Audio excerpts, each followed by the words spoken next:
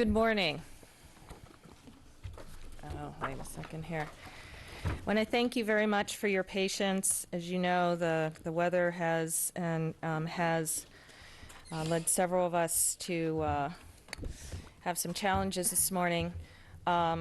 Before we begin on our regular course, I just wanted to make note that recognizing for the same reasons why we had a delayed schedule this morning, the board's interest is always to allow for voices to be spoken and people to public testify. Recognizing that, we are going to proceed according to our agenda this morning, provided any motions of edit that may be made in the course of our agenda under Section 2. But we will be calling for things not on the agenda, an opportunity for folks to speak if they were not able to make it here on time this morning at the very end of the meeting. Items on the agenda and to be spoken to on the agenda likewise, and if they are not able to make it, that would defer over back to public comment. So thank you very much for accommodating. And with that stated, let's stand for the invocation and Pledge of Allegiance. O God, we pray to administer that which is just in all educational policies, being ever mindful of your guidance, stir us to action with love, wisdom, and understanding.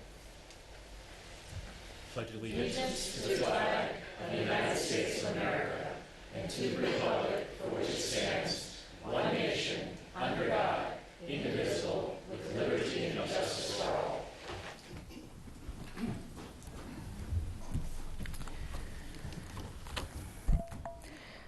Item 2.03, approval of the minutes. We have a motion and a second. Any suggestions of edit? Seeing none, all those in favor of accepting the minutes? By consensus approved. Item 2.04, establish the agenda order. Does any member wish to propose any changes to the agenda order? Seeing none, agenda stands as established. Recognitions, there are none this morning, and so now item .206, our Educator of the Month. Mr. Gilland. Thank you.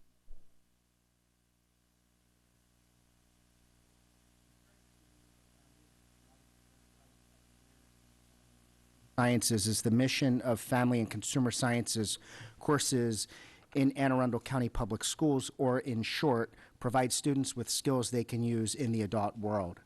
At South River High School, Family and Consumer Science teacher Nancy Drury holds her students to the highest level of quality by making it the expectation, not the exception. She does an outstanding job at multitasking and running the Little Seahawks preschool while completing all the normal tasks of an educator. This program is well known in the community, and because of the exemplary program Nancy has developed over the years, she always has a waiting list of preschool students for her child development program. Self-admittedly, Nancy says she is not good with technology, but always embraces and puts in 100% effort with any new technology ideas. She takes copious notes on anything new in order to guarantee her success and promoting positive growth of her students. In AACPS, her Child Development 3 class always has one of the highest percentage of students who complete their electronic portfolio. She has changed her program setup over the years to the point where her expectations, policies, and procedures have allowed her students to learn the importance of acting appropriately and professionally when being given some freedom of management of the Little Seahawks preschool. Nancy makes outstanding contributions to the South River community. Her classes this year and often in the past have been huge contributors for Harvest for the Hungry. She is also a mentor for South River's Sewing Club, the Seahawks Sewers. They have made and donated various items to hospice, local women's shelters, and they are currently working on superhero capes for children with illnesses and disabilities. Recently, the club constructed curtains for the theater ticket booth. Nancy consistently demonstrates a high degree of professionalism from organizing and operating the preschool to her classroom layout and its procedures. She's often asked to allow new teachers to observe her classroom for a day, showing the benefits of having organization for her organization. And those teachers end the day with an overwhelming amount of ideas for their own classrooms. Nancy has a great working relationship with her students. She is the only child development teacher at South River High School. She has many students who stick with their program for all 3 years. You do not get a child to take a class with the same teacher for 3 years if there is not a good student-teacher relationship. Nancy has been at South River for over 10 years and gets along splendidly with staff, helping out wherever and whenever necessary. It is for these reasons and more that the Board of Education recognizes you, Nancy Drury, as the January Educator of the Month. Congratulations, and please join us up front.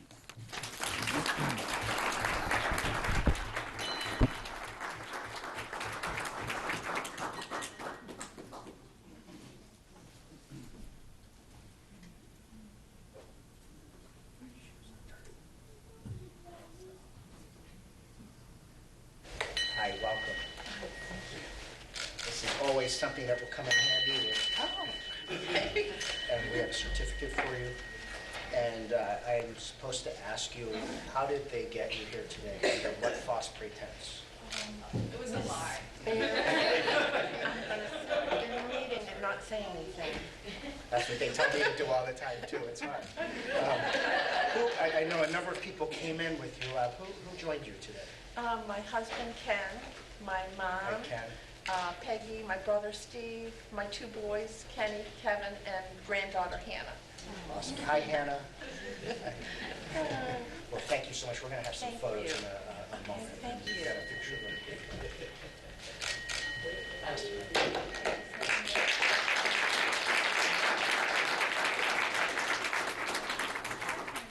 Mr. Myers, because he really does set a wonderful climate and culture at South River. He starts every day with words of wisdom, and I have to ask the kids to be quiet so I can listen to them. But always positive comments to lead the way, and then students can choose to do what they want after that. Yeah, Very nice. but he's a wonderful leader. Thank you, Mr. Myers.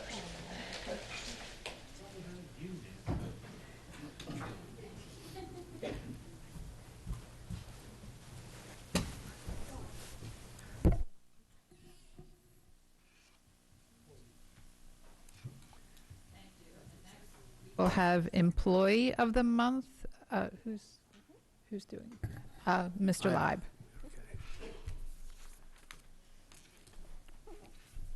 Hello. First, I would like to say Happy Custodians Day. That's how an October 2nd email from a parent to the school began. The email went on to say, I am a mother of a 7th grader and an educator in our county. I understand how one person can make a huge difference. My daughter was having a bad day and was in the bathroom crying.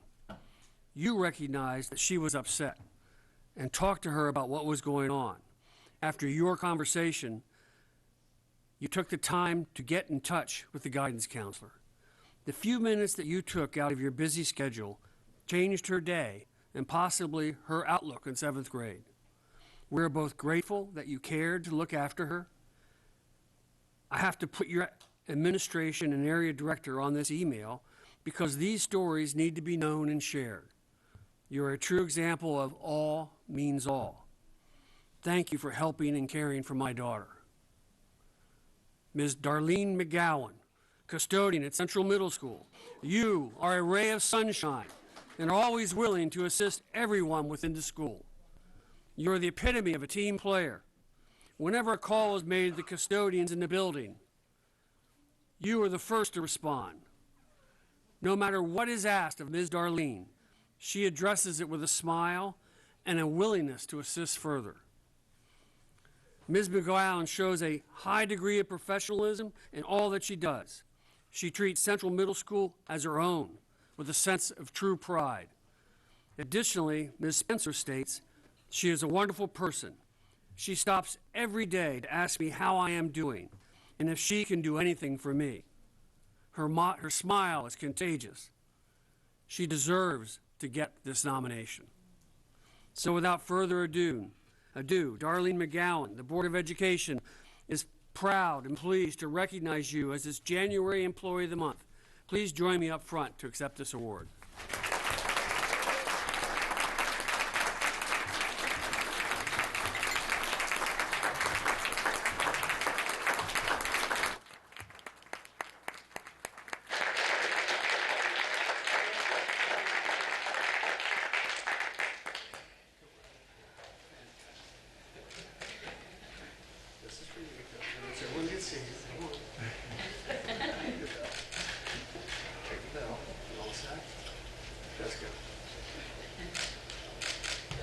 Are you surprised?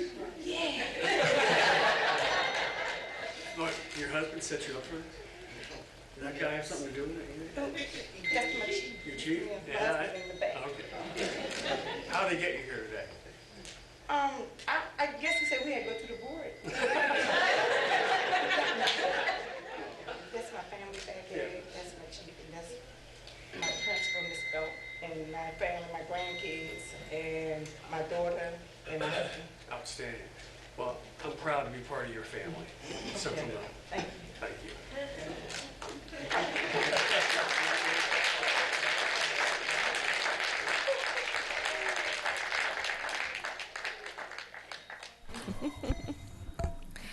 Item 2.08, Volunteer of the Month. Ms. Antwine. Thank you, Madam President. Happy New Year and good morning to everyone. Volunteers are a much needed form of support and encouragement for many of our students. The children truly benefit from knowing there are people who care about them, and it can't be emphasized enough that taking the time to volunteer is one of the greatest gifts our volunteers give to the next generation. Today, we are here to celebrate the dedication of one such volunteer. Mr. Don Nelson, the Board of Education is thrilled to honor you as our January 2020 Volunteer of the Month.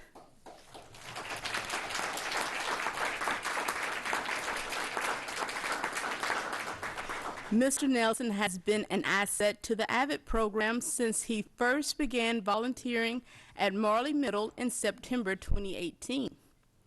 According to AVID teacher Bethany Wajek, Mr. Nelson's consistent presence in our students' AVID tutorials is an essential part of their academic success. He has a passion for mentoring young students and coaches the students to be the best they can be. Last year, Mr. Nelson was part of an AVID Encore Tutor Pilot program focused on recruiting tutors over 50. The AVID program targeted this group because many have decades of career experience, and Mr. Nelson is no exception. Before becoming an AVID tutor, Mr. Nelson worked as an assistant to President H.W. Bush. When they traveled together, President Bush would give Mr. Nelson the names and titles of all the people he was going to be meeting with, so that thank you notes could be sent out in a quick, timely manner. When the former president passed away, Mr. Nelson mentioned this to the students as a way to reinforce the AVID philosophy of being organized and responsible. He told them if he didn't come prepared, the president would have looked bad. He tied this into instruction by saying if they don't come to the tutorial with their pre-work done ahead of time, it affects the whole group. Mr. Nelson enjoys being a consistent presence and steadying influence in the lives of the students at Marley. He also very much enjoys walking through the hallways and being greeted and recognized by so many students. The administration at Marley is happy to have such a positive influence in the school. Assistant Principal Todd Stazion shared, I am thrilled that our AVID program is able to count on him for academic support. He is a hard worker and is not intimidated by challenging tasks, and he likes to problem solve. Principal Kimberly Winterbottom agrees. She shared, "We are so grateful for Mr. Nelson's assistance with our AVID program. I know that he was a wealth of experience to offer our students, and I am so glad that he takes time to volunteer here at Marley. He is a very kind, approachable person, and his passion for helping students is evident every day." Mr. Nelson, you are a great asset to Marley Middle School and the entire Anne Arundel County public school community. And we thank you for your service as a volunteer and for your dedication to the students at Marley Middle. Would you please come forward? It is with great appreciation that I would like to present this Volunteer of the Month certificate and bell to you.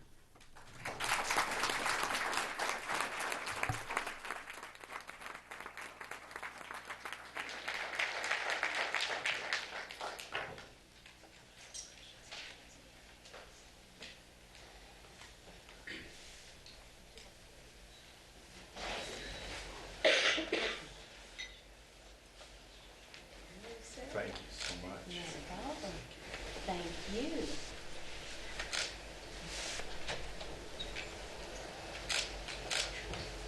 So how did we get you here today, please? Well, I would like to let you all know that it's an honor and a pleasure for me to have been able to make a difference in the lives of so many of the students at Marley Middle School. Every day for them is a very important part of their journey to be successful as they move on to high school and work in school afterwards. And it's a pleasure to be able to see the difference that those of us that are involved in the AVID program, with Bethany and with Todd's support, every day is a wonderful gift that we can give to these young men and women to help them to be successful as they move forward in their journey as a young adult. And so it's an honor to be able to do this. And having been the Assistant Director of Admissions at the Naval Academy for many years, I know the importance of being engaged with the students and to help them find that right opportunity to help make them successful. So it's an honor to be part of this program. Thank you for this award, and I treasure this bell very, very significantly. Thank you very much indeed.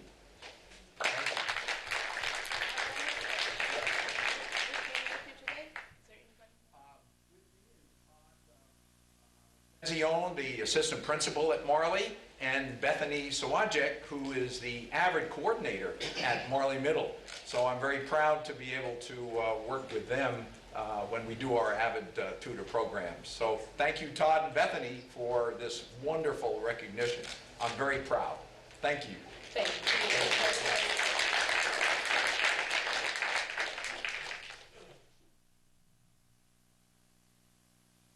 We have a couple comments of board, Ms. Hummer, and then Ms. Alvey.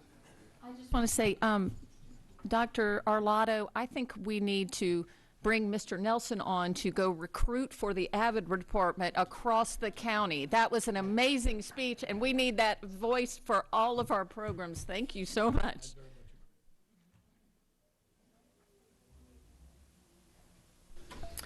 Okay, next, item 2.09, school and community highlights. Ms. Alvey?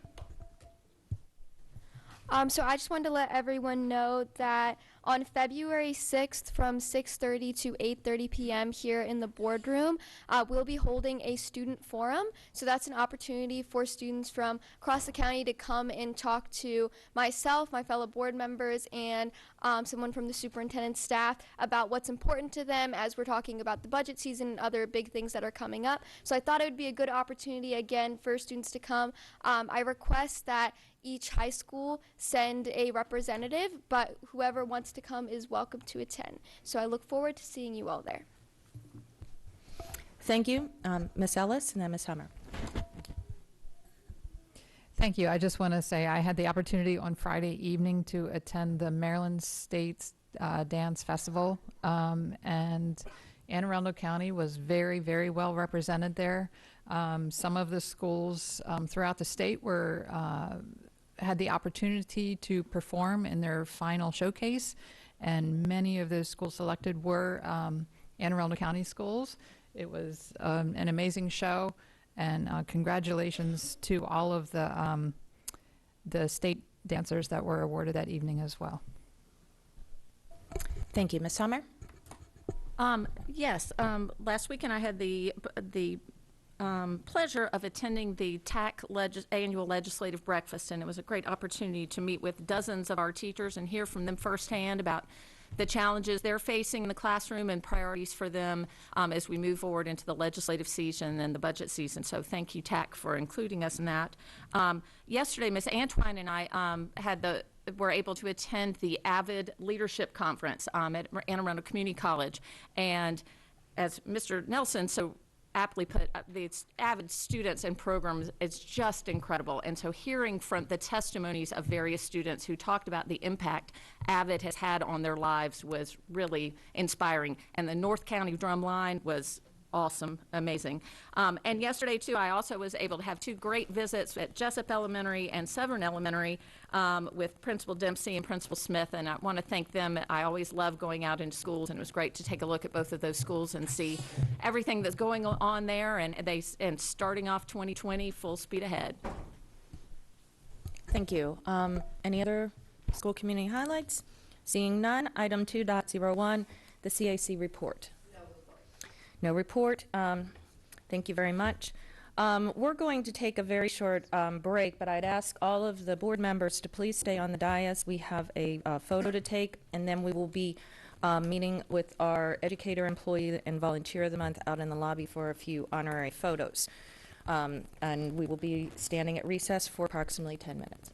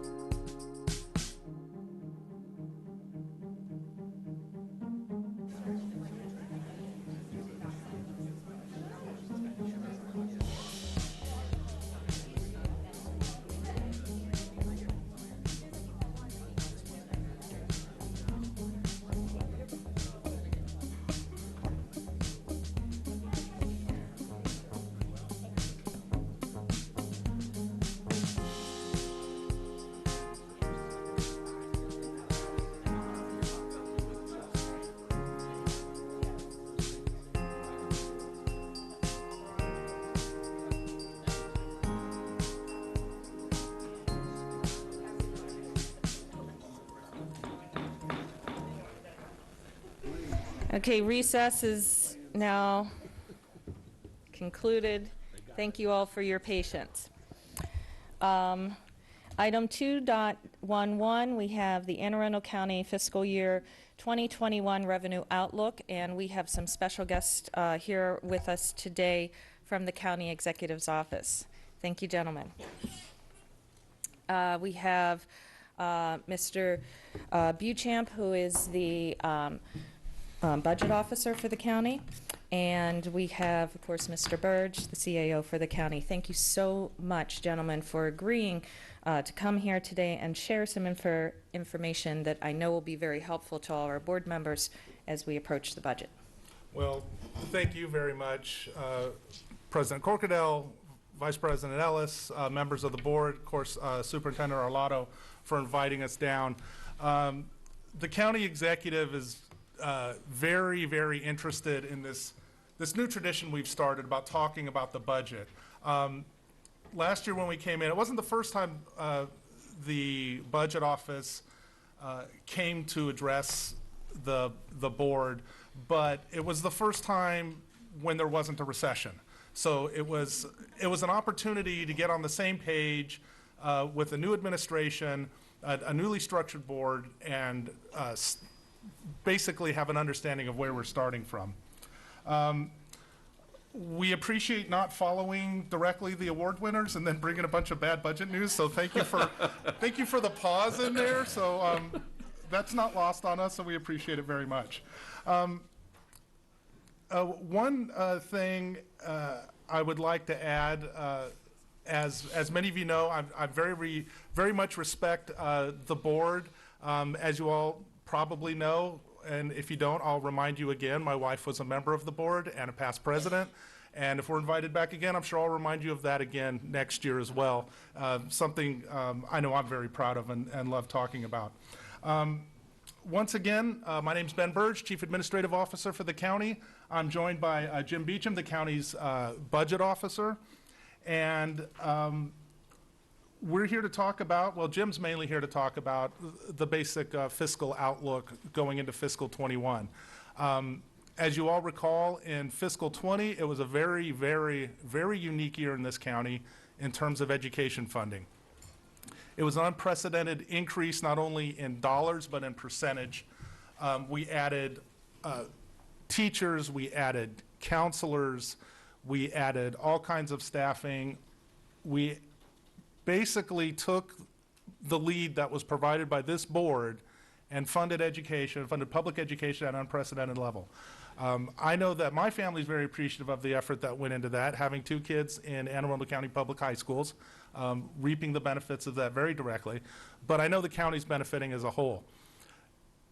And the folks in the county understand this, and they realize it. We heard it last night at our first of our 7 budget town hall meetings. We heard very strong praise for the efforts that went into the education funding at that meeting last night.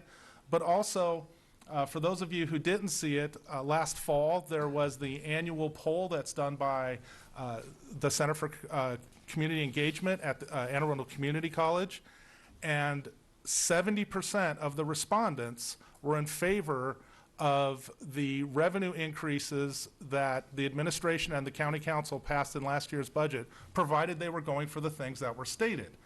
With a huge focus, as you know, with the property tax, going through the property tax revenue cap, dedicating that to education and dedicating things to public safety and to our infrastructure. So it's positively reviewed. We're not sensing there's a huge appetite to make adjustments again this year. So we plan to use the revenues that have been provided in the last enhancement package last year, part of which carry into this year, this upcoming year, and we will look to stay within those means.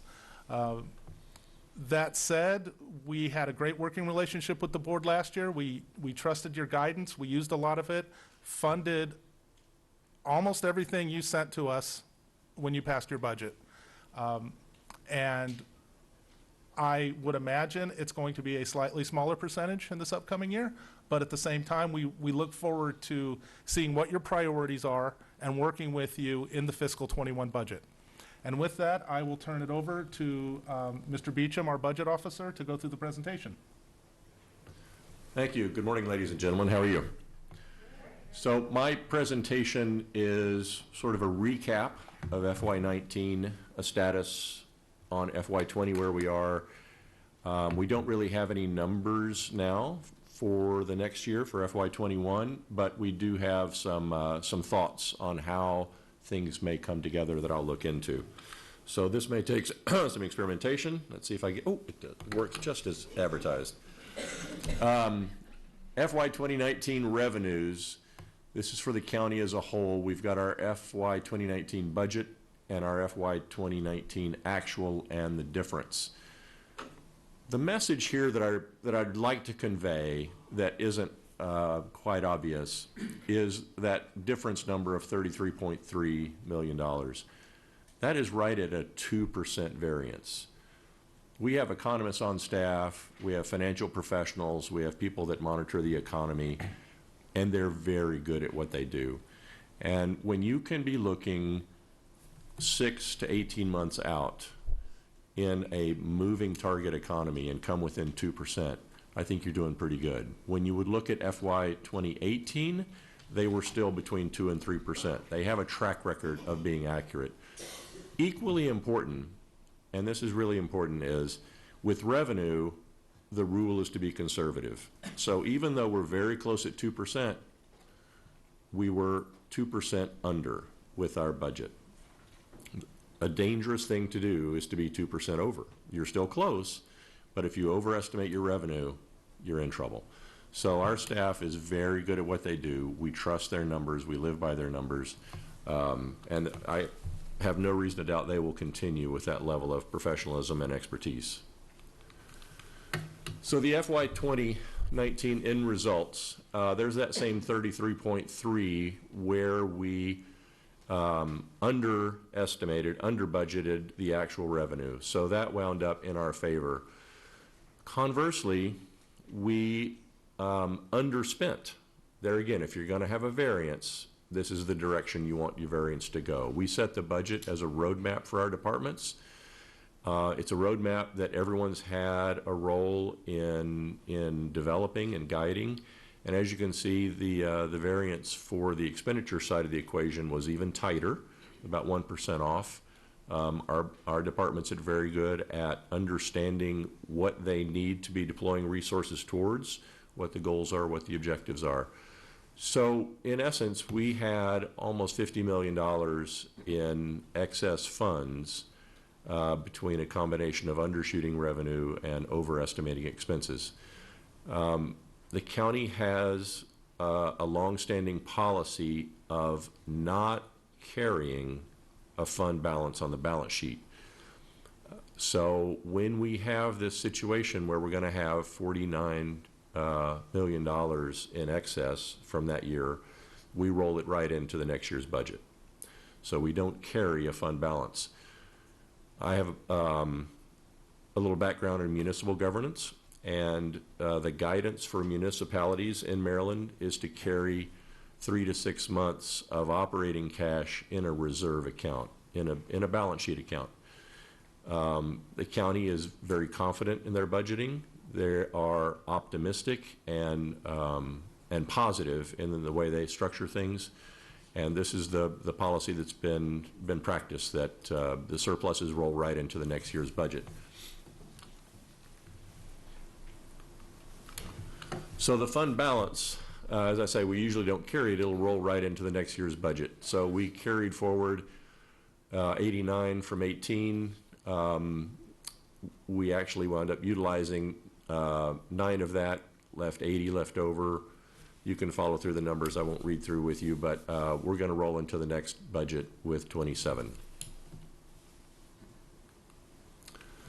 The Revenue Stabilization Fund, this is more generically referred to as a rainy day fund, and this more or less functions as a fund balance would for smaller governments. So we keep this stocked up for any times that we do miss or economic conditions change. We have a formulaic cap on how much we want to keep in that account, and we are under that cap.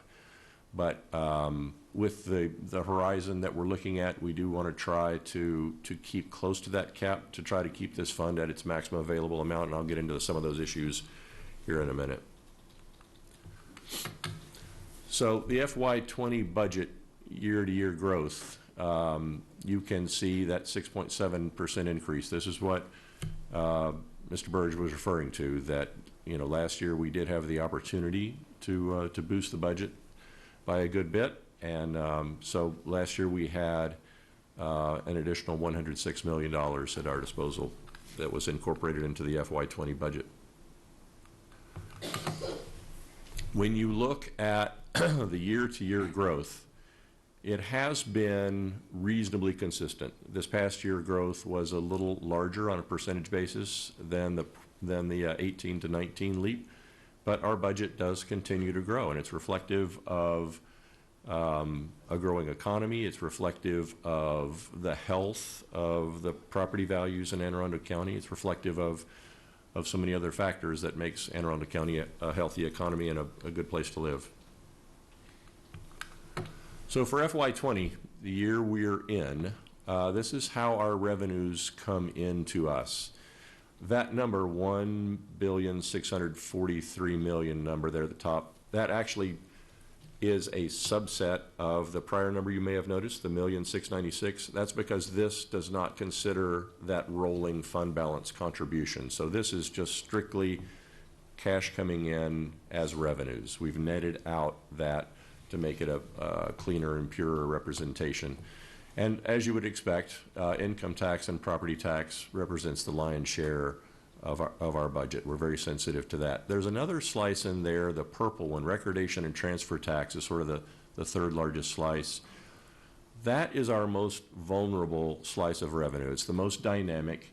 It's one of the least reliable to predict. And I can get into that a little later as well, but I wanted to point it out while we saw it on this slide. Corresponding to the revenues, here's our expenditures.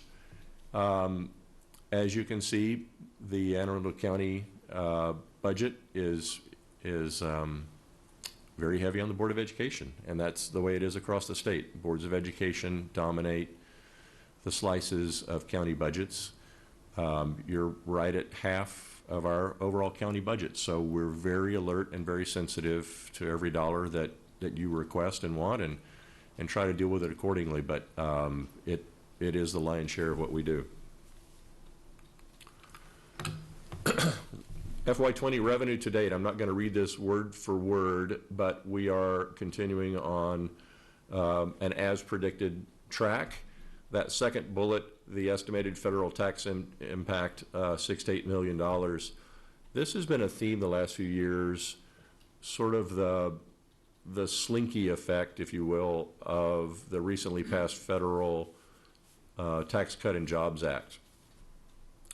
When that was coming onto the horizon, those that were able to manage their expenses and revenues to their individual benefit, which you would expect any taxpayer to do, what it did is give some wildly swinging results in terms of tax receipts to governments at all levels.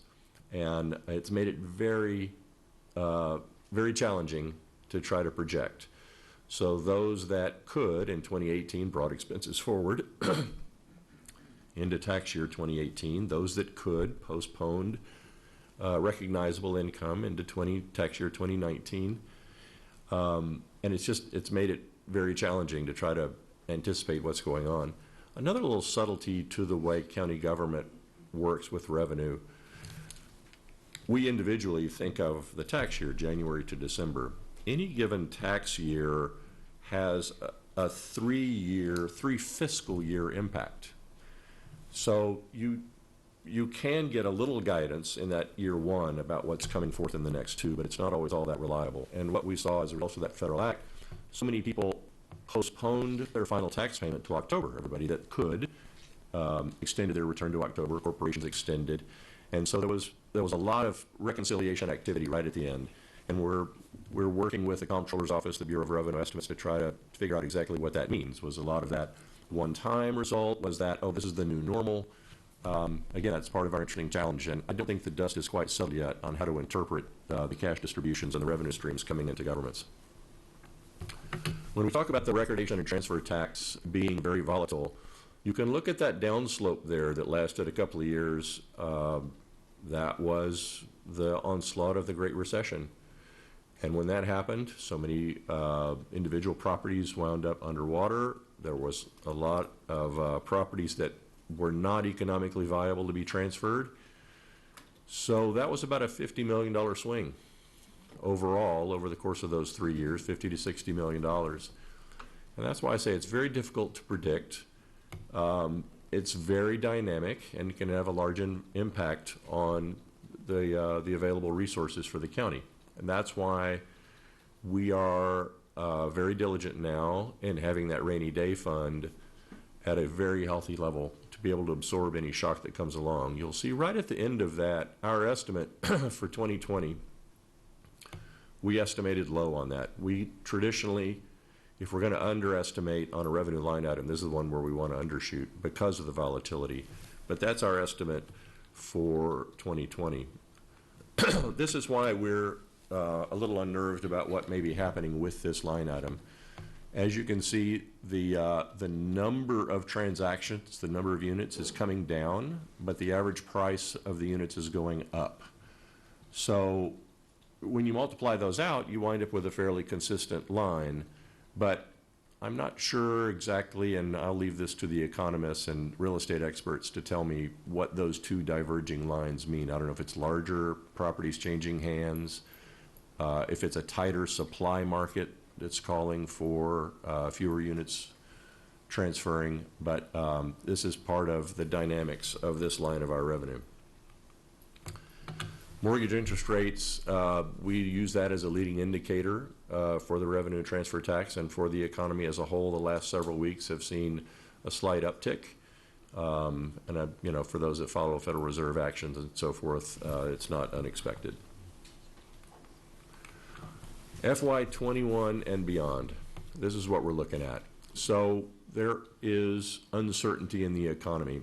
If any of you may remember, a couple of months ago, it was all a flutter in the news about the yield curve inversion, a very nerdy economist sort of analysis. Tradition has shown, it doesn't happen very often, but tradition has shown when it does that a recession might trigger anywhere from 14 to 18 months after that point. So it's a very leading indicator, not wholly reliable, but it is a leading indicator of what's going on. Part of my job is to serve on the Pension Board of Trustees. One of our investment managers giving a presentation to the board recently told me that 8 of the last 11 recessions have occurred in the year immediately following an election. So I put those two items up there together because their timing actually lines up. If you go 14 to 18 months past the yield inversion point, and if you go right after the next election, it winds up about January of 21. So that is sort of the warning bell for the second half of our fiscal year 21 budget that we're starting to assemble now. Another early indicator that we got an early estimate from SDAT on their estimate of property value increases for Anne Arundel County. And it was concerning. They told us a 1.4% increase. Traditionally, we are no lower than 3% year over year. I suspect, and I'm reasonably confident that number is going to change from their early estimate and will go up. But the early estimate was a little concerning. They put out a press release last Friday saying that overall the state, I think the number was property values were up 8.9%, which made that 1.4% seem even more confusing. But there'll be more on that later. We're just not sure what that means, but we'll definitely follow up. We stay alert to every little metric that we can. Projecting this far out is not an easy task. The blueprint for education, generically known as Kerwin, that is an uncertainty that you especially have in the back of your minds. What's going to happen with this? We, in our office, followed the funding subgroup very carefully and listened to everything they said and tried to stay alert to what might be in our future. Anne Arundel County is not one of the worst hit, and it's not one of the least hit. There will be an impact overall, and funding for that will be an issue and concern, and how we strategically plan to absorb that is a big topic of interest that we'll need to work together on. Another item that we're starting to take a strong look at is resilience, climate resilience. Anne Arundel County is blessed with a lot of waterfront on the Chesapeake Bay. It makes living here unique in so many ways. Unfortunately, resilience to nuisance flooding, tidal changes, and the ultimate sea level rise, which, no matter what may have caused it, it looks like it's going to be a reality that sea level rise will be increasing, whatever the cause may be. Sea level rise looks like it's going to go up. And so we're now focused on trying to make the assets of the county more resilient to those efforts, as well as more severe storm events and so forth. So we're paying attention to that in terms of our capital projects, how new projects may incorporate resilience, and what additional dollars we may need to invest in hardening our existing assets. For FY21 and beyond, that bottom set of bullet points, we do have built-in cost increases that we have to balance out every year. Board of Education is the fourth bullet, but by no means does that mean it's in fourth place. So I'm not here to plead poverty. Anne Arundel County is a healthy financial place to be. Our county is good. I'm not here to preach doom and gloom. We are alert to things that threaten our financial viability, and that's our job to do that. And that's why sometimes we seem like pessimists. That's why sometimes we're known for saying no, because we are the brake pedal, and it's our job to do that. We take it seriously. We don't take it too seriously, but we understand our responsibility, and we're going to proceed that way. This is an awkward time between all of these variables that I've spoken about here. Trying to predict 6 to 18 months out is a real challenge with all of these things, some unknowns, some predictable, some we can track. So we're going to try to proceed with prudence. We're going to try to proceed with a conservative mindset. We're staying alert. I made some notes here, pardon me for reading them. We're going to try to stay alert to leading indicators for the economy. We're going to be tuned in to the actions of the legislature, which awkwardly coincides on the calendar with the development of our budget. So any last minute changes the legislature may change will cause a scramble on everyone's part to try to incorporate into our budget, but we're prepared to do that. And we're going to try to understand the impact of all of these events, understand the impact of new initiatives that the Board of Education may wish to proceed, and new initiatives that our county executive is hoping to proceed with. So we've got our challenge ahead of us. We're looking forward to working with the board and making sure that we can do what we can to support your efforts. Thank you guys so very much. Questions from the board of the gentlemen while they are here at the moment? So, really? Really? Okay, well, thank you guys so very much. We appreciate it. Thank you. Greatly appreciate it. Thank you so very much. Okay. There we go. Okay. Okay, next item 2.12, Anne Arundel County Census 2020. And Dr. Arlott, I believe you have a presentation, correct? Sir, thank you very much. All right, let me do the same test that Jim did. All right, fantastic. Is there a way to make this full screen just for aesthetic purposes? If not, it's okay. But just like Mr. Berge said earlier, I do want to extend my thanks to Superintendent Arlotto, members of the board. Also want to thank Mr. Bob Mosier and Sharon Blugis, who kept me thank you.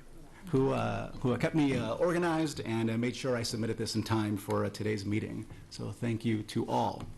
I'm glad that this title page is up first because I want to make reference to this. This is not some thing that we whipped up at the offices of county executive. This graphic here was actually done by a student at Old Mill High School. It was submitted to the county, and it was done by senior Joshua Ramirez from Old Mill High School. So everything that we've done from the very beginning on April 1st of 2019 with the census effort has been a total community effort. So the importance of the census is incredible. It is so important that it's actually the 6th sentence of the Constitution of the United States. That 6th sentence calls for a decennial enumeration of all living persons in the United States. And as the sub-bullet states, it is to include all people, regardless of age, race, ethnic group, citizens, and non-citizens. There is going to be special emphasis on non-citizens, as we've seen in the political atmosphere that has occurred over the past few months. As it pertains to school boards, there was a Supreme Court ruling in June of 1982, Plyler v. Doe, that does not allow any, I guess, fees to be incurred to families of students within the school age of any undocumented individuals. So even our children should be counted in the census. For members of the board and those in the audience here, 2020census.gov provides a wealth of knowledge and resources for all of your disseminating needs. These are just a few that I could reasonably fit on a slide that you can take a look at. These are not hyperlinked, so if anyone here wants this presentation, I'd be more than happy to send it to you. But these are it's just the tip of the iceberg for some of the resources that are available for information here. So this is a reference to the county, and I want you to pay special attention to the areas that are highlighted in color. None of the gray areas, but you'll see some green highlights, reds, and oranges there. And if you can kind of visualize what areas of the county those are, it'll help in the next couple slides here, because I want to make reference to those specific points. One of the issues with a accurate census count is taking into account the fact that not everyone either can participate, doesn't want to participate, doesn't know how to participate, doesn't know when to participate in the census. And that's something that the Complete Count Committee has taken responsibility for disseminating to the entire county. So if we go to the next slide, remember these highlighted, you all have some homework here. Just memorize these areas here.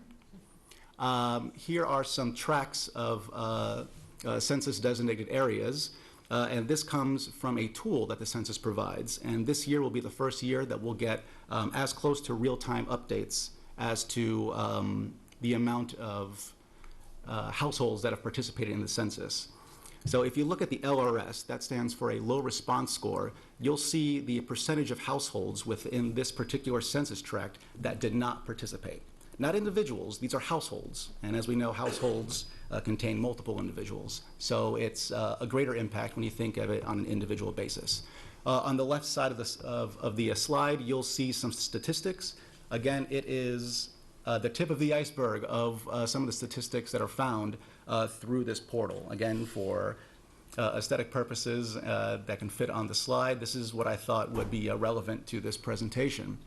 Now that Fort Meade area, if we go back one slide, you'll see on the map, it is a hard to count area, and that reflects in the LRS, the low response score. Now, one of the reasons that this is a low response score is the fact that the military installation has a lot of personnel there, that their home of record is not Maryland and definitely not Anne Arundel County. But the point of having an accurate census count is soldiers, sailors, airmen, everyone that's on Fort Meade utilizes our roads, their children attend our schools, if they are ill, they go to our hospitals, so on and so forth. My first experience in Maryland, I was a soldier on Fort Meade, and for 3 years I held Florida residency. I didn't become a resident of Maryland until the end of 2015, and I noticed that when I had to file my state taxes the very next year, so that hit me kind of hard. But for those folks, we have to let them know that this is their community for the time that they are here, and the decennial census is a way that we can make sure of that. Sharon, who's directly behind me, she and I have made contact with folks at the public accounting office at Fort Meade, so they are on board with our efforts. The United States Naval Academy in Annapolis is on board with our efforts, so we will be getting a huge boost in our count for this coming census. Again, from that map, the Glen Burnie area, look at that low response score, 30.3% of households did not participate. The county as a whole, 20% of households did not participate in the census. If you think of it from a financial perspective, in 2010, there was an average of $675 billion a year. $675 billion a year in federal funds coming down to states and localities. when we did the numbers on this, it accounted for about $1,821 per person per year. So if you look at some of these figures, Brooklyn Park, for example, missed out on about $48 million over the 10-year span, and that is a significant amount of money that could have gone to schools, could have gone to road construction, you name it. That's money that we have lost. Again, the Fort Meade area and the more residential side, not the fort proper, but if you look at the Seven Oaks area in this bizarrely highlighted tract here, you'll see that it doesn't only affect the service members on Fort Meade, but also the area of residences that surround Fort Meade. Now, poverty. The census provides an estimated $69.5 billion in federal supplemental nutrition assistance programs, so the SNAP. If you look down at the bottom half of the slide, these figures were pulled from the Poverty Amidst Plenty figures, and you'll see on the right-hand side, the highest number of child maltreatment reports. Anne Arundel County is 4th in the state with the 471 reports in 2018. On the left-hand side, you'll see poverty, a percentage of poverty. Again, go back to that highlighted map of where families are not participating in the census. I mentioned Brooklyn Park earlier as being one of the hardest hit areas financially at $48 million.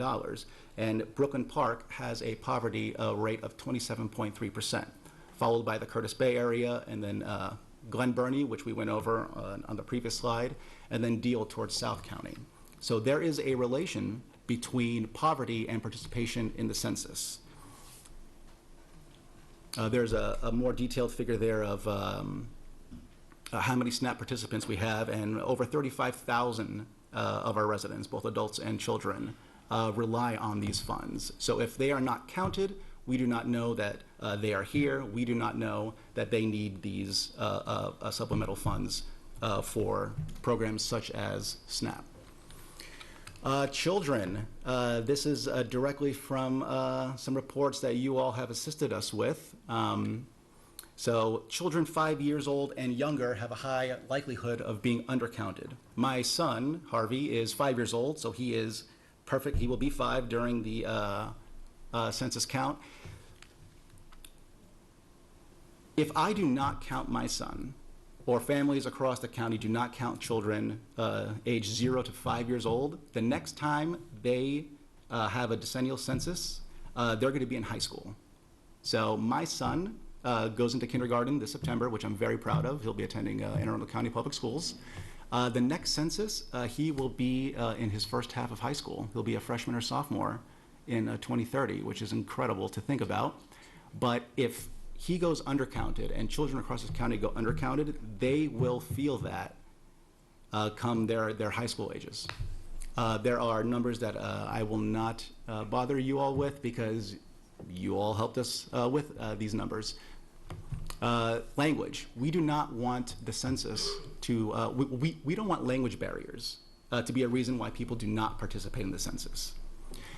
Where language other than English is a high percentage of residents, the United States Census Bureau will be sending out forms for that specified language. This is the first year in the history of the census. There's going to be an online option to fill out these forms, and online you can find these forms in 13 different languages. You can write in your responses, or you can call over the phone and fill out your census that way. Over the phone, there's going to be assistance in over 50 different languages that the United States Census Bureau applies. In the graph below and on the sub-bullets, you'll see how diverse linguistically Anne Arundel County is, and that includes the parents of many of our children that are attending our public and private schools, and some of the children themselves who are in classes that support English as a second, third, or fourth, you understand, language. Actually, Mr. Mosher told me via email the other day that the county is participating in public service announcements, which we're very excited about. And there is going to be a session of those PSAs where we are highlighting multiple languages spoken within our schools. At the county level, myself, Sergio Polanco, Delegate Mark Chang, who is a delegate in District 32, We will be supplying our knowledge of foreign languages to be providing PSAs along to kind of piggyback on the efforts that your students are going to be helping us out with. So that's a fantastic and fascinating thing that we're looking forward to be doing. Unfortunately, there's a significant population of our students who are considered homeless or have unconventional housing situations. This is going to be a very difficult population demographic to count accurately. So what the census has tasked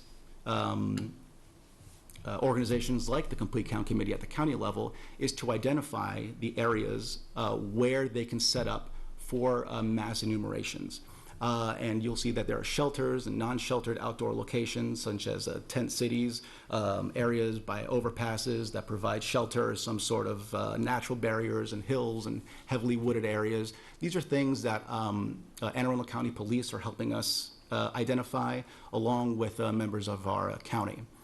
The service-based enumerations, so families, children and their families that utilize services that the county provides will give us further insight as to places who don't have conventional households on how we can make these counts a little more accurate and make sure we're getting every penny possible and counting every person possible so we can make proper projections as a county government, a state government, and federal government for the future.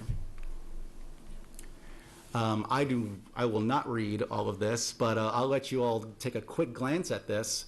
You'll see planning for school subjects as the second to last bullet on the right-hand side, but this is just what I could reasonably fit on the slide of some of the benefits economically, development-wise, projecting traffic patterns for the bus systems that you all use, routing, rezoning, redistricting, you name it, economic investments, zone trends, labor supply.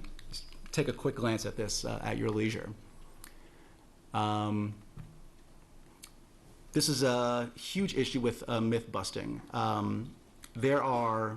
We live in a time of incredible misinformation, and part of the Complete Count Committee that was established here, we are set to combat the myths that are being propagated out there. So if people don't want to participate in the census because they think their information is going to be shared, I assure you that it won't. And it won't, because if you were to get on your phones right now and find out what is the last public record of census information that is publicly available, it will be the census of 1940. And the reason of that is census information is protected for 72 years. This was a number that was brought up by the Census Bureau and approved through legal channels in the United States government, because that's about how long people lived when this policy was passed. And not even the Supreme Court of the United States or any government agency can overturn the protected law in which your census information is protected under Title 13.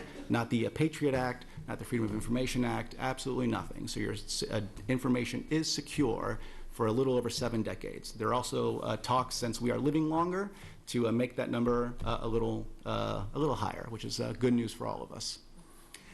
If they don't believe that, and they say that it'll be used, that the information they get will be used against them, also, no, it won't. Again, based on the legal protection that the information for the census is had, there are certain things that the census never, ever asks you for. And that is credit card numbers, social security numbers. Just like this body in front of me, the census is an apolitical effort. It is not a Republican effort. It is not a Democratic effort. It is not an Independent and Green Party effort. Jill Stein's not out there, asking you to take care of this. We have a constitutional obligation to make sure that every person is counted so we can properly attend to the needs of them and their families. And that's going to be something that I hope everyone here can take home with and share on their platforms as well. Number 3 is very important, but we went over that already about the census to be filled out by citizens. That is blatantly false, and we are here as a committee, as a county, as a state, and as the United States government to let you all know that if people do not do this on the basis of citizenship, that they are doing themselves and their neighbors and their families a huge disservice. The influence campaign that we are hoping to gain here is for folks such as yourselves, everyone behind me, and those who are listening, to use the platforms of influence that they have to share this information. One thing that we as a county organization want to do is allow everyone the information to become stewards of the census. You become census ambassadors is a term that we've adopted from the state census. So we want people to be empowered with the information to help those around them fill this information out. I've spoken about the PSA effort that we're doing as a committee and that the school board is assisting us with. There has already been an effort. Sharon Blugis, again behind me, worked with Scott Poyer and our clerk of the court and other members of the county to send out mailers with the last water bill. I know I got mine. If anyone here got an obnoxiously yellow reminder in there to be on the lookout for census notifications the middle of March, that just goes to show some of the effort that we're going to make sure that we're reaching every single household in this county. So I know there's a tight agenda here, which is why I breezed through this, but again, this information is available. There's nothing proprietary about any of this information. We are willing to share it and field any questions you may have here or later. My name's Harry Freeman. I was nominated to chair this committee by Mr. Pittman back on April 1st. Census Day is April 1st, 2020, and we hope we get maximum participation from everyone in this room and everyone in this county. So thank you. Thank you very much, Mr. Freeman. Yep. It looks like we do have a couple board questions, if you would, yeah, if you sure. have a minute. Yes. Okay, we have Mr. Gilliland and then Ms. Antwine. Thank you, Madam President. And Mr. Freeman, thank you for this presentation. It's extremely informational. I appreciate it. You went through some numbers very, very quickly when you were rattling off some financial statistics, which, by the way, without a note, so I'm extremely impressed by this.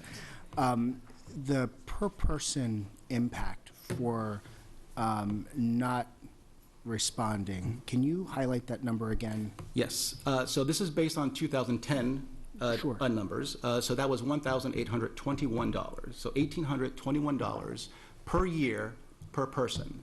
So over 10 years, just add a zero at the end, that's 18,000 from decennial census to decennial census per person, per $1,821 per person per year. Now, this the 2020 census is estimating about $880 billion. So that's about a 30% increase. So let's add 30% to that $1,821. That's some of the math teachers in here might be a little disappointed in me, but maybe $2,200 per person per year for 10 years. Wow. And then are you able to quantify that? And this is not meant to be a pop quiz. No, no. You know these numbers well, so I don't mind Challenge asking. me, sir. Are you able to quantify that again for the county? What the lost opportunity was? Based on 2010 statistics, it was roughly $48 million. So taking the presentation you saw previously, there could be another $48 million we could be adding to this, adding to our budgets. And 30% would bring us to roughly 60 if we were Correct. using that guide. Correct. Wow. And just something to think about is, I know taxes is a huge deal, but when we are not being held accountable for the people in our area and we lose a significant amount of funding, where does that delta get filled? On the backs of raising taxes, on the backs of people that don't want to pay more but have to pay more, and then it just starts to build this political unrest about taxation, hiring taxes, lowering taxes, budgeting. So there's a trickle-down effect of how important the census is, and when you do not participate, there are some real-world consequences that we have to deal with later on politically. Thank you for this. Oh, yeah, thanks. Ms. Antwine? Mr. Freeman, hello. Hello again.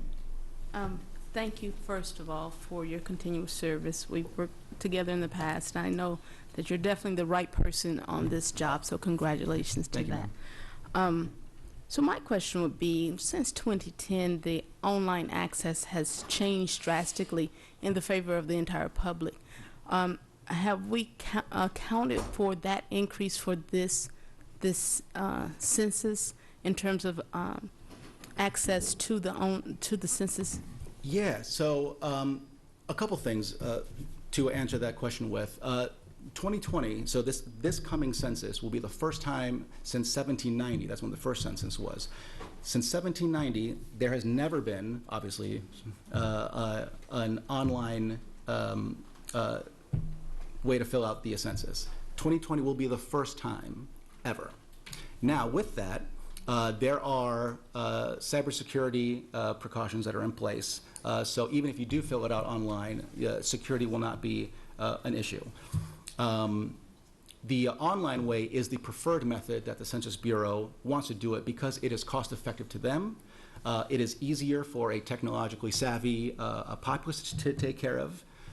So we are banking on the fact that having an internet option will, I mean, people are on our devices all the time. You can do it via tablet, you can do it on a laptop computer, cell phone. There are multiple technological advances to getting this filled out. With that said, I was speaking with Mr. Burge before this meeting started, and he is aware as well that there is a 9% of the population of Anne Arundel County has unreliable internet. So we've teamed up with the library system, and they're going to be providing mobile hotspots for people to use and rent. Well, check out, I should say. I don't want to imply any financial cost to these things. But the library system has been excellent in providing internet access to people that do not have internet capabilities. We're also hoping that maybe public schools and computer labs associated with the public school system can open up their doors to allow certain folks during certain times that are convenient to the Board of Ed allowance to use some of the computer resources that you all have. Anne Arundel Community College has already agreed to open up their doors at their 3 locations here in the county so we can use their internet access. So reliable internet does impact 9% of the population here. Our committee has thought about that, and we have found ways to mitigate those issues as well. Thank you for that, Mr. Freeman. Thank you, ma'am. So just based on what you just shared, is there a request from the county that, because in the afternoons, mostly after school hours, we are community centers, so the county has a little bit of a say in whether or not those uses are done? Has that been a consideration? It's certainly been a consideration. We don't want to step on any toes. We don't want to break any sense of continuity of going against the grain of what is standard business. But if there is an open acceptance to say, hey, we will provide these services, we will gladly make sure that the Census Bureau at the federal level is aware so they can staff those areas along with county employees just to make sure that there's nothing. We don't want to spread any employees too thin. We don't want to spread resources too thin. We want to make sure that everything is taken care of as effectively and efficiently as possible with manning these locations if they become available and making sure that the proper assistance is at all these locations. So we don't want the county to say, you have to do this, but if this is an opportunity where we can come to an agreement that these services and resources will be provided, that would be great. Excellent. Thank you, sir. Oh, yes, ma'am. Thank you, Ms. Antoine. Ms. Schulheim, and then Mr. Granite. I just wanted to thank you for your time today, and I would definitely like a copy of the presentation. Sure, absolutely. Diane, she can distribute it to all of us. Okay, Perfect. great. Perfect. And then to piggyback on what you were just saying, I found fascinating. I assume, Dr. Arlotto, that you're looking into whether or not we can be of any service in this regard in terms of opening school doors in any sort of way to help the community participate in the census. And if that's not happening, I'm now requesting that you all look into it. So we will begin to look into it. We've been working with, in terms of advertising, putting the word out on our website and others to help spread the word. It's not something that we've not sat down and talked about. Correct. A request to open up the schools like we would, say, a polling place for the upcoming election. So Right. there are, as you say, there are many hoops we have to jump through to make that happen. Particularly, I'd like to hear that you say that there are volunteers available to help staff those. So it's something that we can talk about and look into. Yes, sir. Yeah, and we're well aware of that stance, which is why we don't want to assume anything and we don't want to force any decisions from the county down. So we want to Perfect. make sure that everyone's on Yeah. the same page. Yeah, I'm glad we're looking Also, into there's it. going to be a grand opening in Hanover. Hanover is one of 4 census offices, which is great that it's in this county, but the state will have 4 offices. One of them will be in Hanover, and that's the hub of where we'll be able to pull I guess, federal resources for volunteers and staffing and just disseminate them across the county where needed. That's wonderful. And just one point of clarification, when is it due? Like, when is the last day to complete? That's a fun question to answer. So notifications will go out mid-March. That's something that the Federal Census Bureau does through the United States Postal Service. So around mid-March, you'll start getting notifications with prompts that remind you to fill out the census. There will be a digital PIN, 4-digit PIN, 5-digit PIN, that says, hey, go online, use this PIN for security reasons. If you lose the PIN, there are multiple ways to let the census know that you are this person, and you live here. So again, no worries if you lose the PIN, but just a 50,000-foot view of this is there are going to be notifications mid-March. Census Day, which is just an arbitrary day, but Census Day is April 1st. The census report is due to the President of the United States on December 31st of 2020. So the census is a decades-long process, but filling out Census Day, again, April 1st, there will be 5 different notifications sent out to households that if you haven't done it online or a written format or through the telephone, you'll get some reminders in the mail periodically over the summer. And ultimately, you will have someone from the federal government come and knock on your door and say, hey, do you need help filling this out? Because that's what we're here to do. We're here to help you. If you don't want anyone to come to your door in the summer, just fill it out. Yeah, it's 10 questions, 10, 11 questions, no trick questions, nothing fancy. On a yearly basis, you give more information to the IRS than you will have to give to the Census Bureau. Your social media accounts has more information about yourself, more detailed information about yourself than what the census is asking. And once the census collects this information, it's all aggregate data. So it's just numbers, no names, no nothing for 72 years. So there might be an opportunity, perhaps, you know, in your conversations to open doors concurrent with primary day or election day or both, because the schools are So already... the last of those 5 reminders is around the June timeframe. Got it. So But maybe primary day, it's April 28th. So April to the beginning of June is when those reminders will be going out. Got it. Yeah, so the sooner the better Yeah. is the name of the game. Just one potential opportunity. Thank you so much. Yes, ma'am, thank you. Thank you, Ms. Shawhan. Mr. Grannon? Thank you very much, sir. I just have a quick question. How can the population who doesn't report be reliably determined?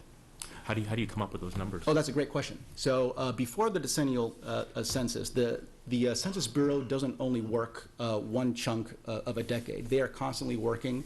There are about a dozen different surveys that the Census Bureau, which is part of the Department of Commerce and the federal government, there are multiple surveys that are done annually, like the American Community Surveys. That survey is more detailed, goes into are you a veteran, do you have military service?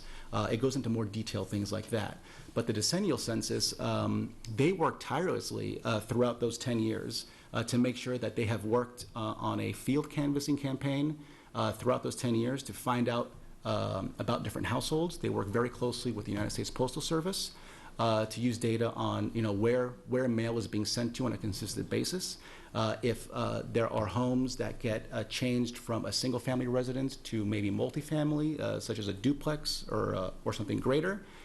If developments go up, the Census Bureau takes account of all of these things. Some of the ways they do that are through real estate and tax records. They do this through voting, driver's license applications. There are many ways that this information is collected over those 10 years to make sure that by the time Census Day comes every 10 years, that they have the best information available. So it is a very complex a system that the census takes, but as our direct liaison between the county and the United States Census Bureau says, this is something they've been doing for over 200 years. So they definitely got some sort of system down. So just to follow up then, Yes, sir. You're saying they have an accurate ability to basically estimate who's in a household that's not reporting, but they can't use that data as part of the official census results? The first part of that question, I would answer by saying yes, based on the field campaigns that they do, canvassing different areas, new developments.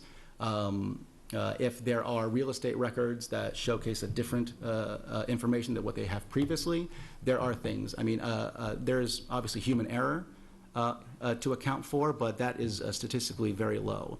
The second half of your question, I don't know how to answer that accurately, but I mean, we do the best we can with the information we have. Things are constantly changing. Changes occur faster than we can probably keep up technologically. But that's why we rely heavily on spreading influence out through different platforms, such as social media, such as our school systems. Every single department within the county has a role to play in our Complete Count Committee. And that's something that Mr. Burge, the county executive office as a whole, has given us proper top cover down to make sure that we know exactly what's going on within the borders of this county as well as possible, with margin of error to account. Any more questions? Seeing none, thank you very much, Mr. Freeman. This has been Greatly great. Thanks. appreciated. Wonderful. Okay, next item is public comment. Anyone wishing to speak on an item not on today's agenda may offer testimony during this public comment portion of the meeting. Speakers are allotted 3 minutes each and may not allocate their time to others. A tone will sound when the time has expired. The board asks that comments remain civil and appropriate for the various audiences that may be watching or viewing this meeting. Student-specific and personnel matters are confidential and cannot be discussed in this forum. It is not the board's general practice to engage in question and answer session with speakers. For the record, please give your name before speaking. Handouts should be given directly to the board assistant.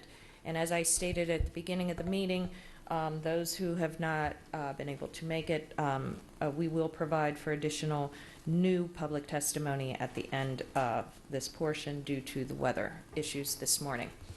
I have one public comment. Miss Denise Cribbs? What was it?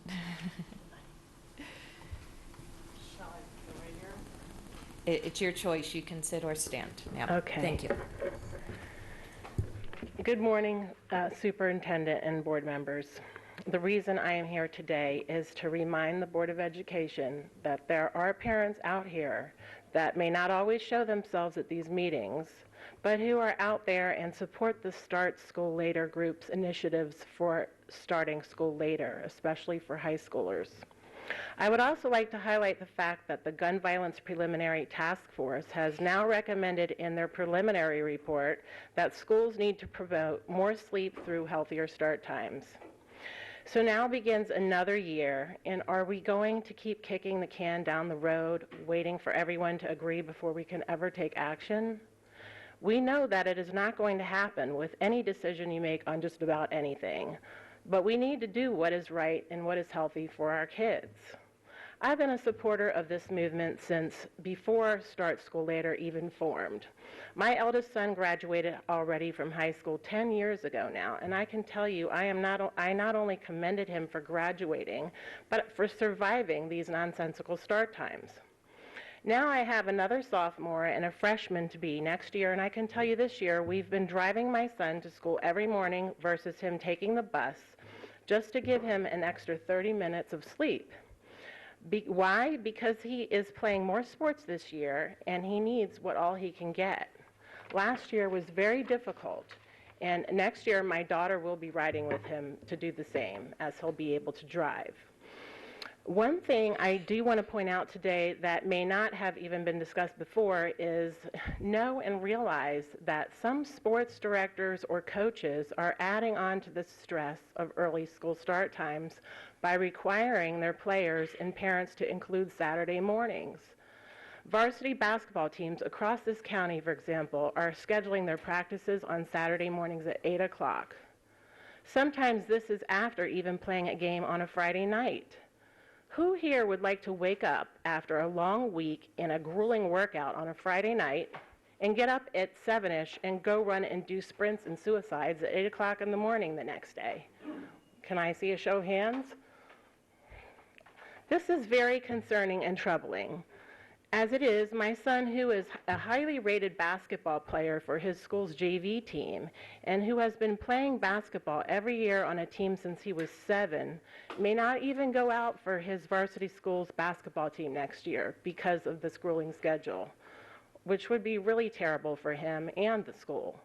He knows how difficult it will be, 6 out of 7 days per week of getting up early. Most parents aren't even doing that, with the exception of these kids' parents. To add to this, I want to let you know, did you know that football coaches and maybe other coaches are requiring, or should I say strongly suggesting, their prospective players come in over the summer on their summer break off and do conditioning at 8 o'clock in the morning? Ma'am, please summarize.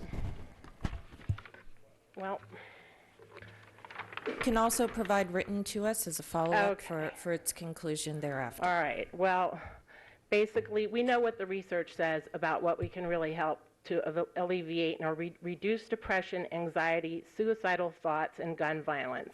It is more sleep. And it's time that we do something now in this new year to help kids get a better start for their day and be able to cope better with their lives and the issues that they're facing by starting schools later and including the sports start times, for that matter. That is also important, and I don't want that to be overlooked. Thank you very much. Thank you. Do we have any other public testimony about items not currently on the agenda? See. Oh, that's good. Shut off my mic on accident. Item 4.01, Safety and Security Report. Ms. Jackson.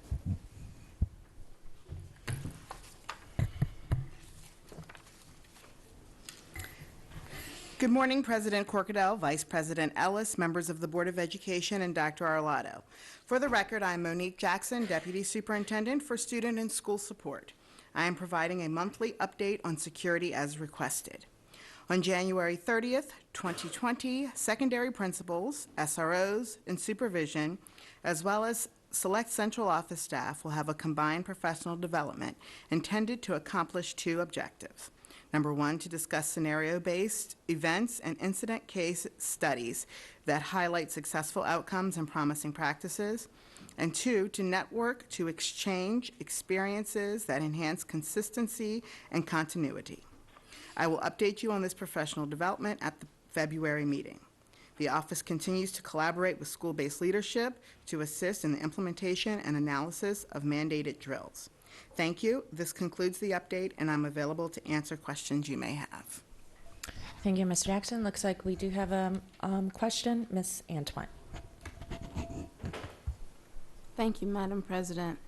Happy New Year to you, Thank you, Ms. as well. Jackson. I know that you work diligently and hard continuously, so I hope your 2020 introduces some alleviation to all that you do. But I had a question. The last person to testify mentioned the county's gun violence report.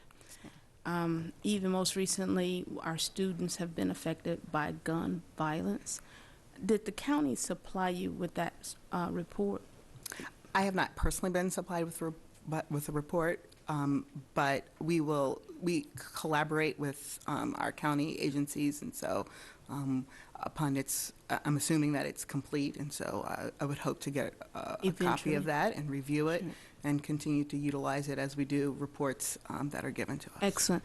My follow-on question to that would be, there were recommendations out of that. Once you get the report, could you share those recommendations that the county is giving us? Hopefully by next month we'll get that. If you can just share those recommendations so that we can work together to respond to the recommendations. Yes, ma'am. I would update you next month on whatever the status may be at that point. Thank you. Yes, ma'am. What I'm asking is the recommendations within the report. should you get the report, Absolutely. if you can present it to us, please. Yes, ma'am. Thank you. Any other comments? Okay, moving along to item.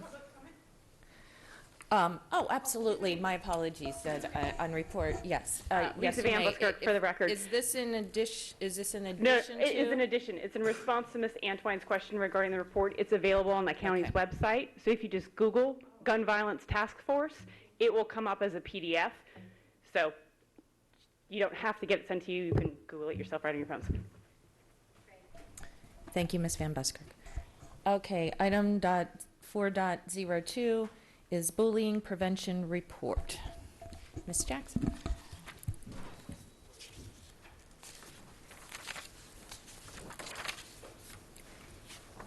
Good morning again, President Corkadell, Vice President Ellis, and members of the Board of Education, and Dr. Arlotto. For the record, I'm Monique Jackson, Deputy Superintendent for Student and School Support. I am providing an update on bullying prevention as requested. The Office of Student and School Support will host a bullying prevention work group on Monday, January 13th, for middle school counselors. Topics will include the resilience approach to bullying prevention, an article discussion regarding recommitting middle-level education's focus on student voice, revisiting student feedback and suggestions. What middle school structures can we establish to consistently capture student voice? As you know, and I've said before, student voice is very important, especially at the middle level. In addition, as requested previously, the bullying and bias report organized by cluster has been uploaded to the board's private site for your review, and we will review that on a quarterly basis. As of December 31st, 2019, the total number of bullying reports submitted is 441, and the total number of bias reports submitted is 119. Thank you. This concludes the update, and I'm available to answer questions you may have. Thank you, Ms. Jackson. I do believe we have at least one question. Ms. Antwine? Thank you, Ms. Jackson. I'm very appreciative of the January 13th for the middle school counselors. Are there plans to do similar for the elementary school and high school counselors as well? Yes, it's aligned with the curriculum, and so we started with the middle school because we are very data driven, and so middle school is where we're seeing most of the issues, and so we have taken a focused approach to that. We will do similar professional developments. Our Office of Professional School Counselors is phenomenal, and so they look at the data all the time and look at and offer suggestions on what type of professional development their counselors need in response to student needs. Thank you. Thank you. Any other questions? Public comment? Seeing none. Item 4.03, Diversity Inclusion Report.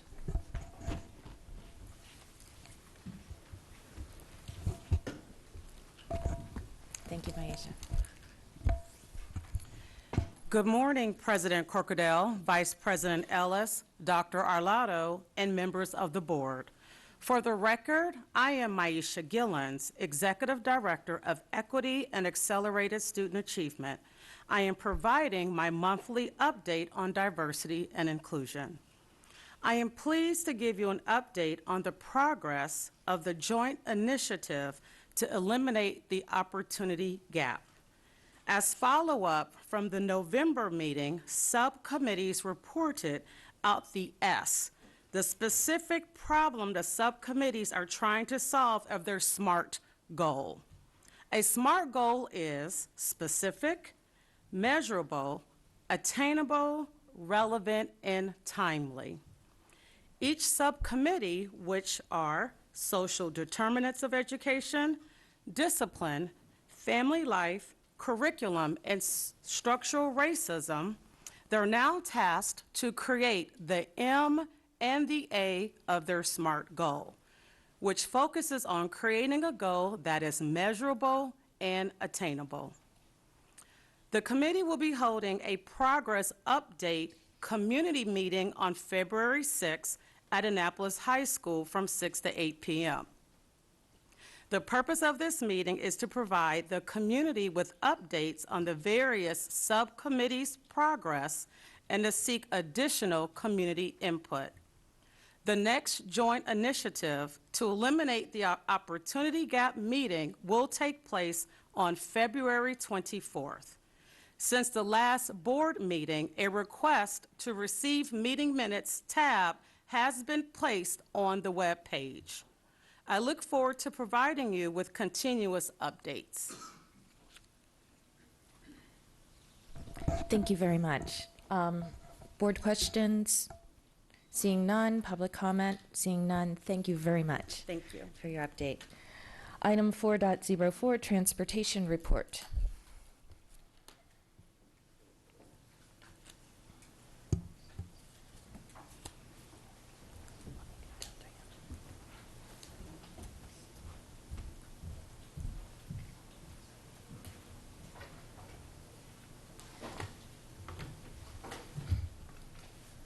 Good morning for another couple minutes. I'm Alex Shacknovich, Chief Operating Officer. Ms. Money is assisting me by passing around a document here. As you may recall, the last time I appeared before you, I covered some territory regarding progress that we've been making in a collaborative effort with the county government with respect to having legislation passed here within Anne Arundel County that would allow school bus stop arm cameras to be used as a civil fine enforcement mechanism for vehicles illegally passing stopped buses that have their warning signals appropriately deployed. So the exhibit that's going around today with you is a copy of the proposed legislation that has been introduced at the County Council. It was introduced on the 6th of January, just 2 nights ago.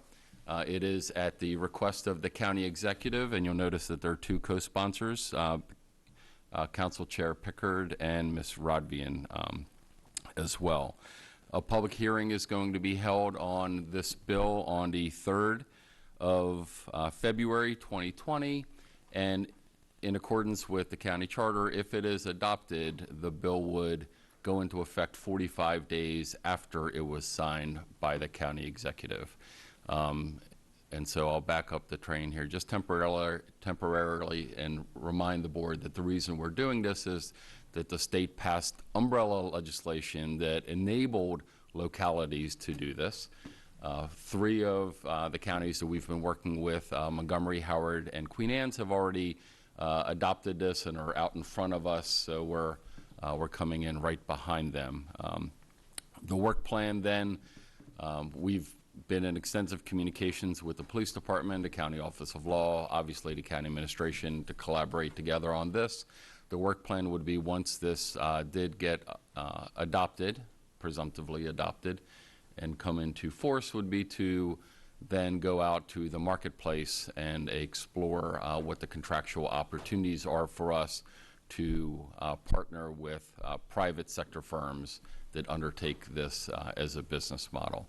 So we look forward to that. We appreciate the support of the county administration. They've been tremendous to work with, and the chief of police and his staff have been supportive as well. Or before I turn to another topic, maybe we'll pause temporarily to address any questions any member has with respect to the specific item, Madam Chair. Thank you very much, Mr. Shacknovich. I believe we have a couple of questions specific to this, not specific to this.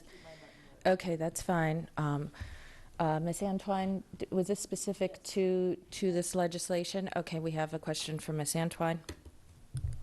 Happy New Year.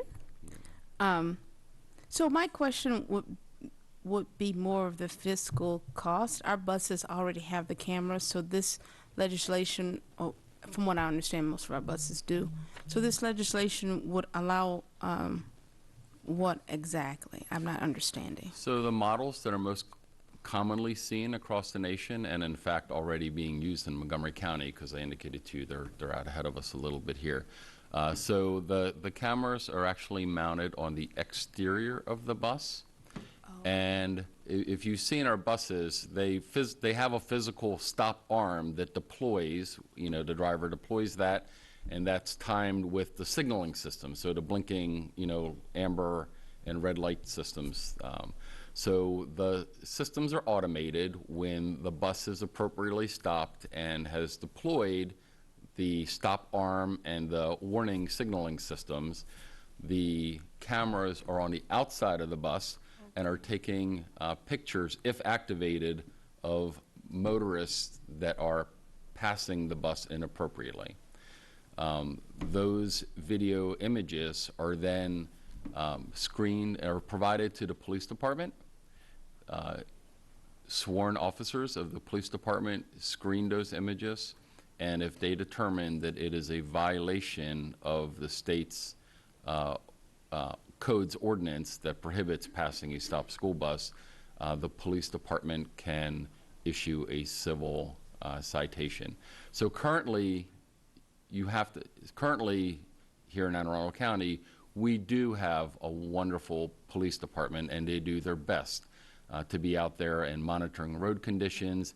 And naturally, if they see, right, in their normal course of their day, their duty day, if they see a bus illegally or inappropriately being passed by a car, they will, stop, and if deemed appropriate following their protocols, they will issue a ticket to the driver of that motor vehicle. But we've got 600 buses on the road, and the police department, is stretched and working, 3 shifts. They can't be out there everywhere at all times. So this is a force, in a way, a force multiplier, an extension of the resources that the police department would have to be able to, better help enforce the laws. We here in the school district think it will be a wonderful deterrent.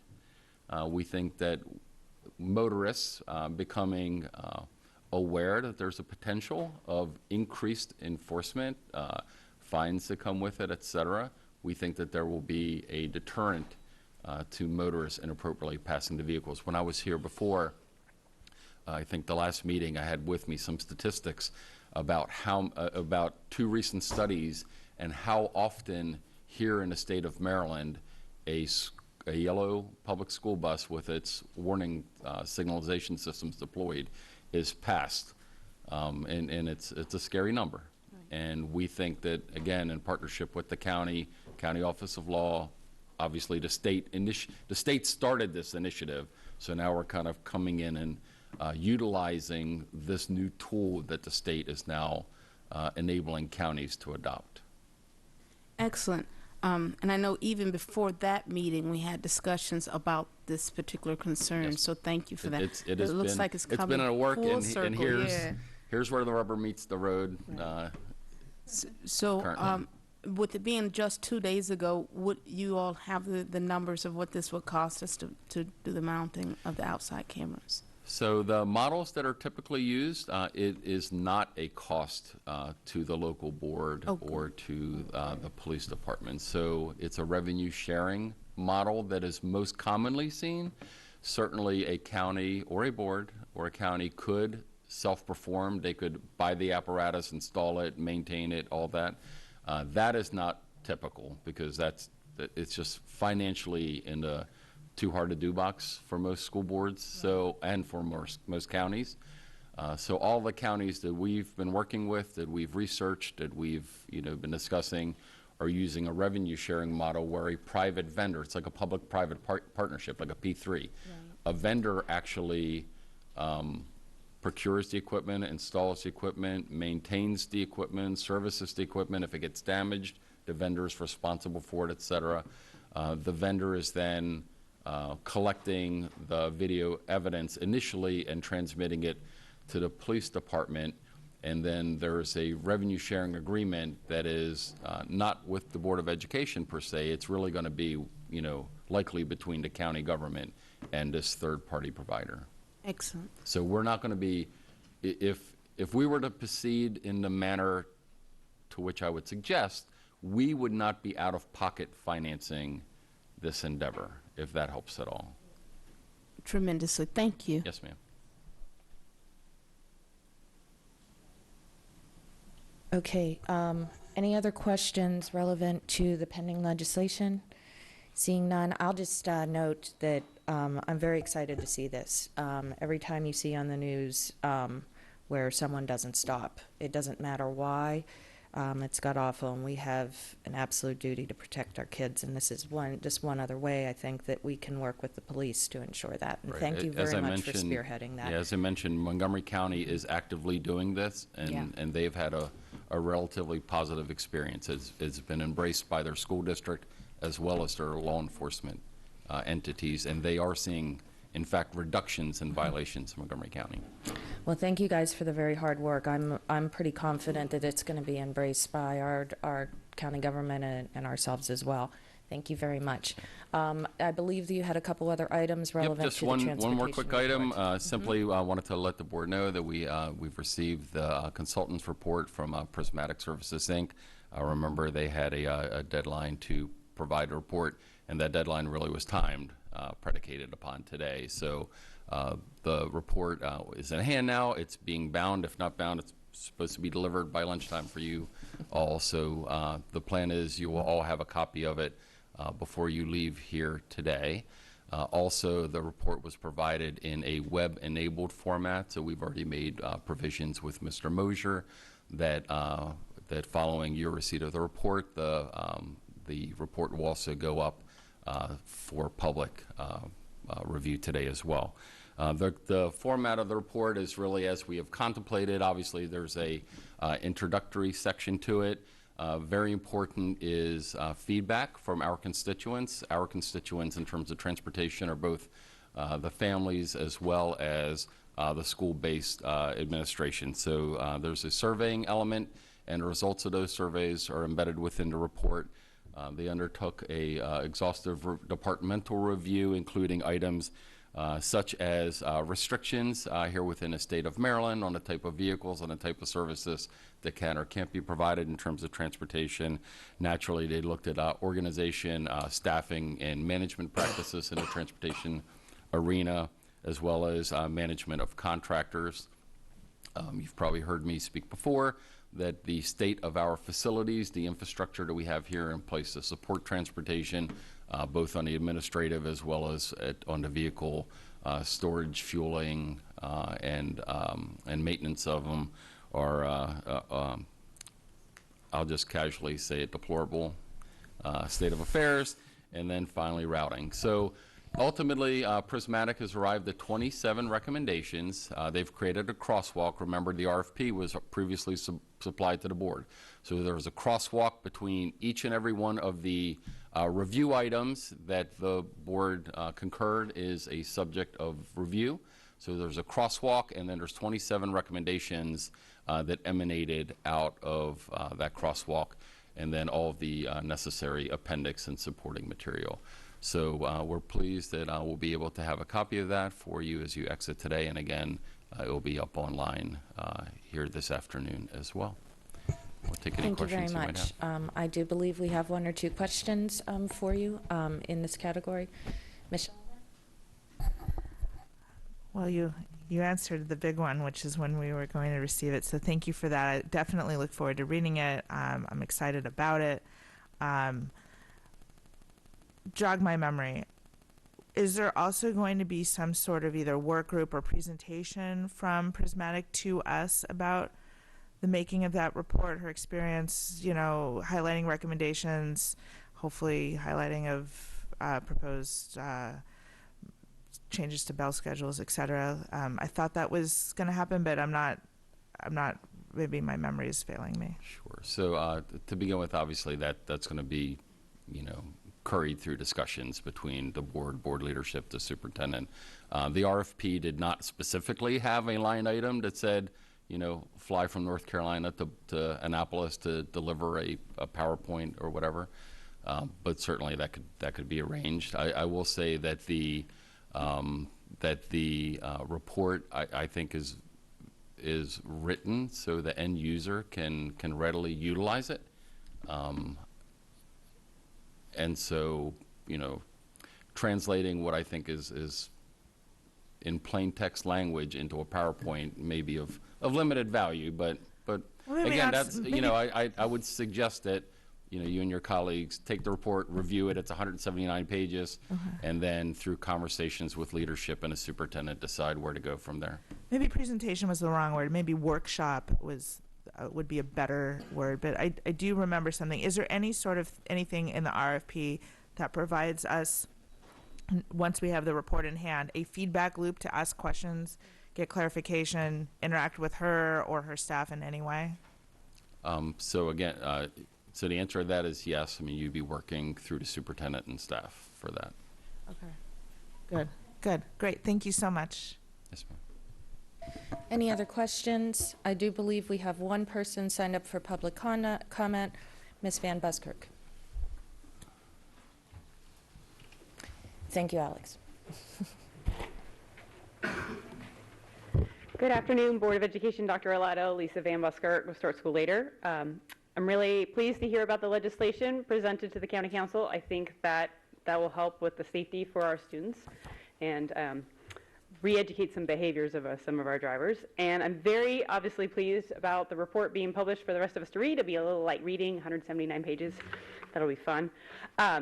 So until I can read those recommendations, I just wanted to make you aware that the School Transportation News website, through them, they're hosting a webinar on January 15th that is free about buses and bell times in light of the California legislation that mandated no middle school before 8 and no high school before 8:30. That has kind of re-energized the conversation, certainly in the state of California, about bell times. But it can also benefit us here, since nobody from Anne Arundel County Public Schools was able to attend the Pennsylvania workshop in November. Many of the presenters from that workshop are also doing this presentation. So as it states in the little blurb, bell time management is fundamentally about how to best balance the demand for school transportation services. An informed bell time strategy can help reduce costs, address the driver shortage, and support adolescent health and cognition. Just as the morning bell signals the start of the school day, aligning bell times lays the foundation for efficient school transportation systems. So I look forward to seeing how this, along with 179 pages of recommendations, can improve our school system as a whole. Thank you. Oh, yeah, I always call. Do we have any other public comments on this? Ma'am, if you could please state your name for the record, since I don't have a sheet, and maybe get that over to him. Thank you.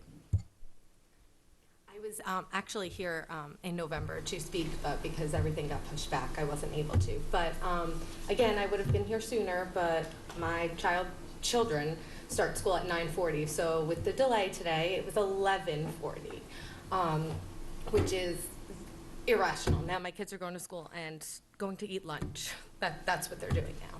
My son has now been to the point where he doesn't want to go to school anymore because he thinks he gets home at midnight. Because 20 minutes after he gets off the bus at 4:30, it's dark. He, 2 years ago, I had the issue of having to send him to preschool at 12:30 because school was so late and my other daughter had to get on the bus. This year, come September, I will have the same problem with my soon-to-be 3-year-olds.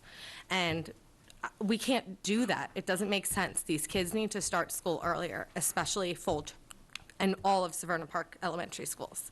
So whether it's switching it with the high school, because high school does start way too early, an hour too early, as Katie Eckert had said back in the November meeting, we need to see a change. We really do. Like, I want time with my kids. I want them to unwind after school.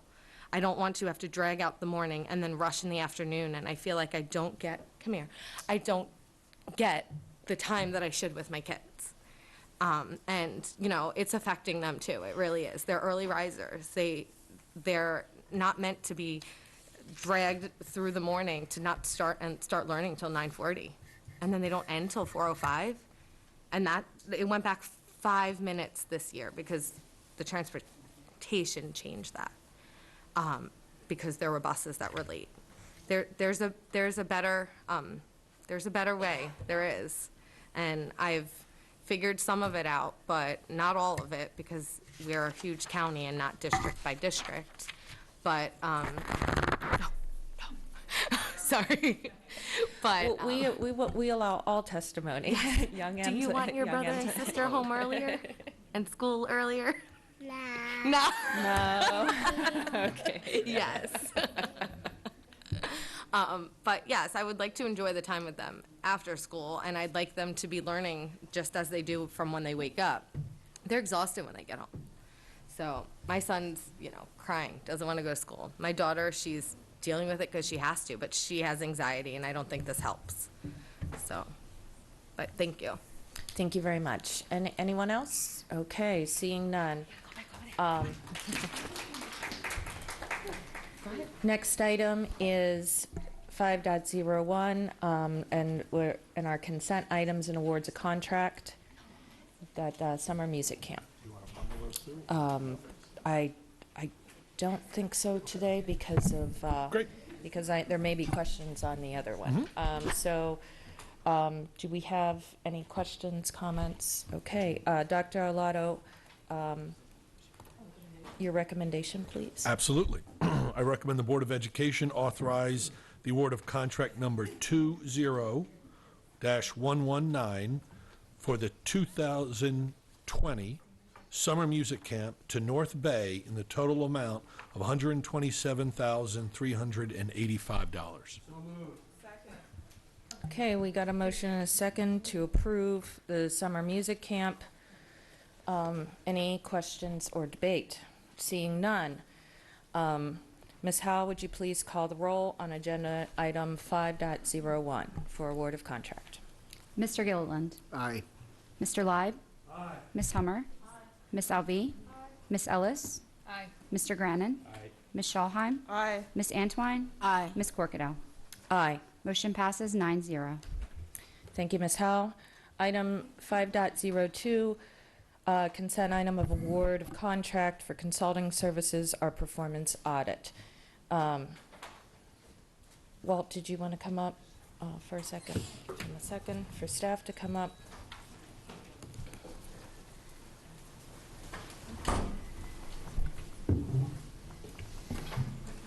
I believe we had a couple minutes of information to brief the board on as to our status of being here.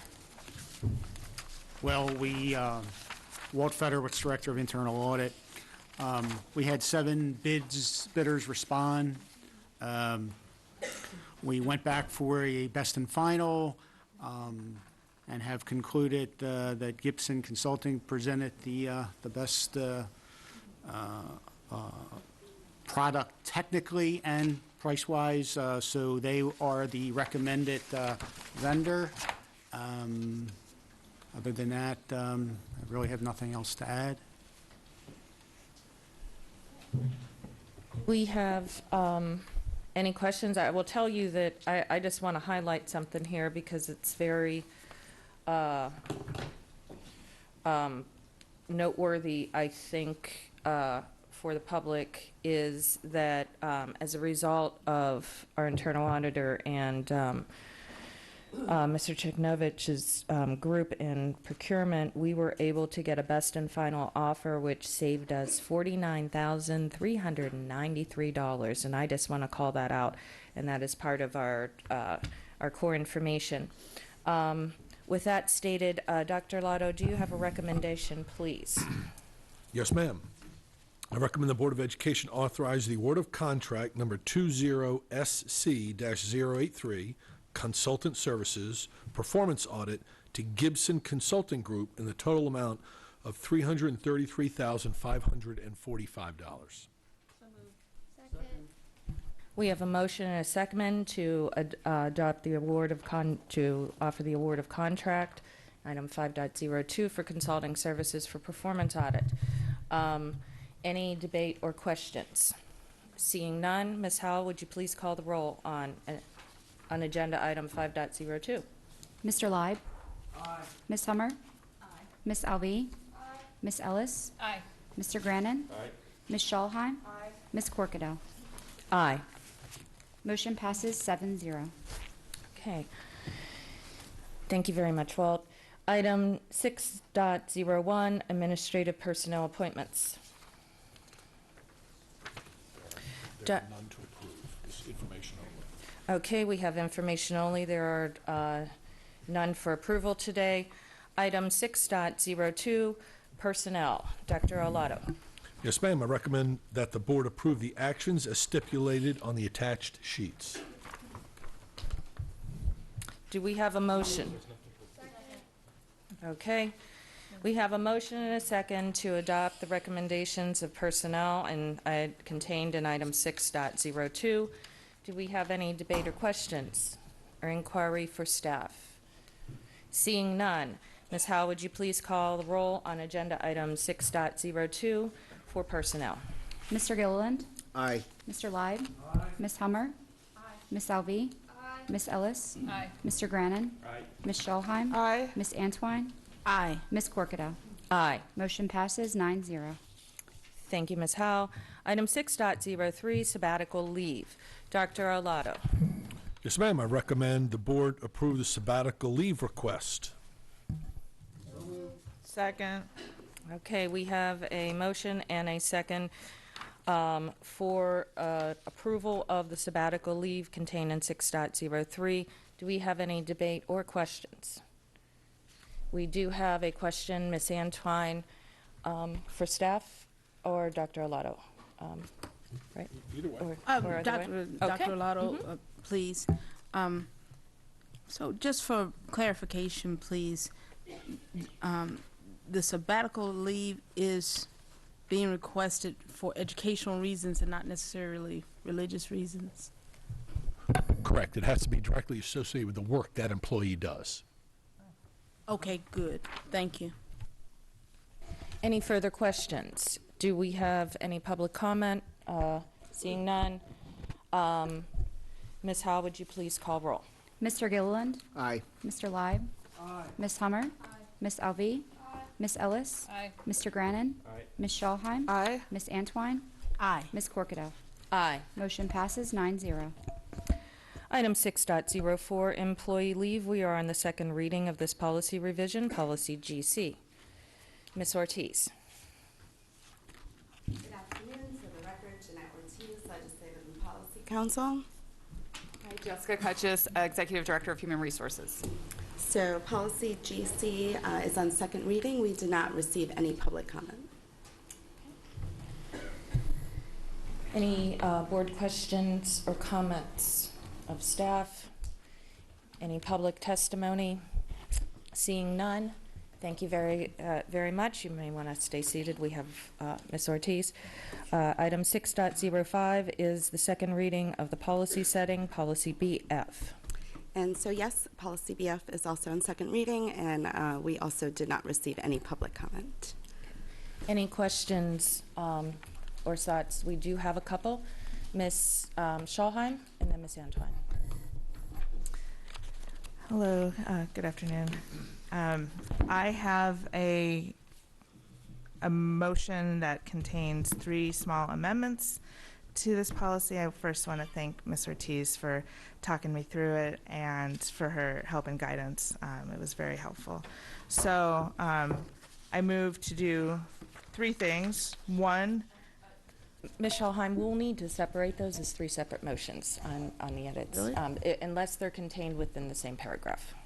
all right. Well, just know that there are 3, so don't move on from me because I want to do all 3. No worries, no worries. And under first page, under C position, number 1A, I want to align the wording of this small paragraph with what is already included in our handbook, and also in light of the fact that we are going to go down a board member at the end of this year, and for consistency, and to also allow for other members of this body to attend meetings on occasion in a non-voting fashion, I would like to move to change the no more than 4 board members to no more than 3.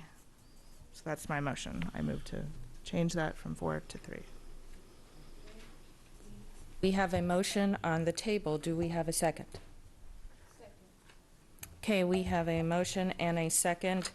Ms. Howe, could you please read the statement of the question before we proceed to debate? Pertaining to item C in the position, 1A, quote, no more than 3 board members as opposed to 4, as it previously stated. To align with our handbook, yes. Okay, thank you very much. I do have a question for Ms. Ortiz on the motion at hand. What we have had in the past was the president normally has an opportunity to serve ex officio on any committee or all committees as a standing in ex officio. The language being proposed, does that render the president to have actually be appointed as a member and would be conceding that obligation and duty as a result of this motion? So I would have to look at the policy. It's the board policy on board committees to accurately answer that question, but I don't believe that it would impact the president being able to be an ex officio member of a committee. Okay. Thank you Because very I think much. that policy would need to be updated for that. Okay, so one would not automatically change the other. I do not believe so. I do not believe Okay. Okay, thank you very but much. I'll definitely go back, since it's on second reading, I'll go back and just confirm and compare the language. Great, great.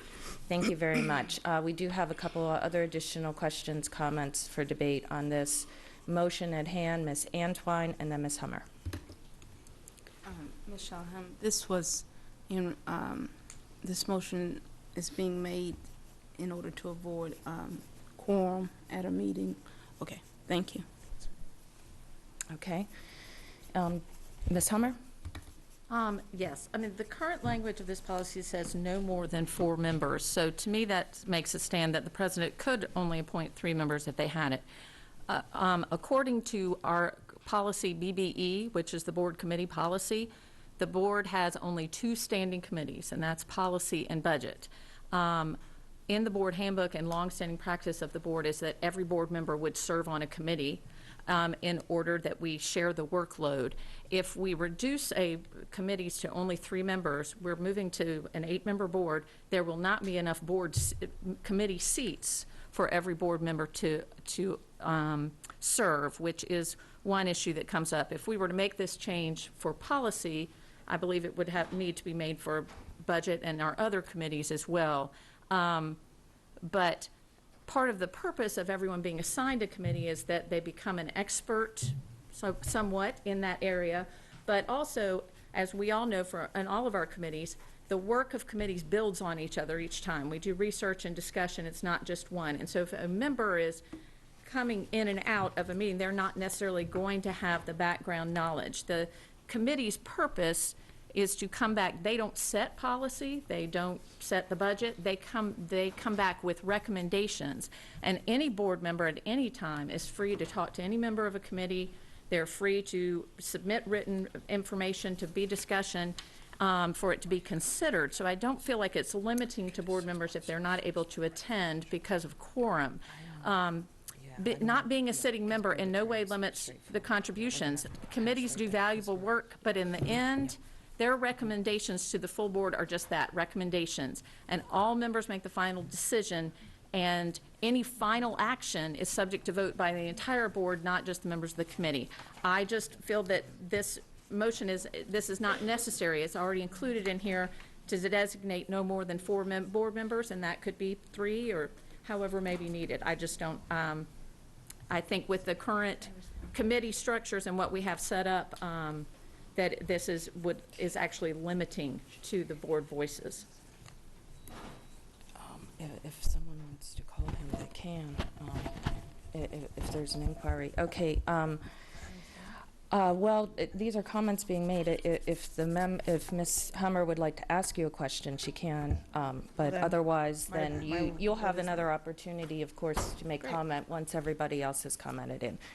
Again, Mr. Grannon? Yeah, I guess I wasn't under the impression that the board going from 9 to 8 would mean that 4 would constitute a quorum. It does not. Right. It does not.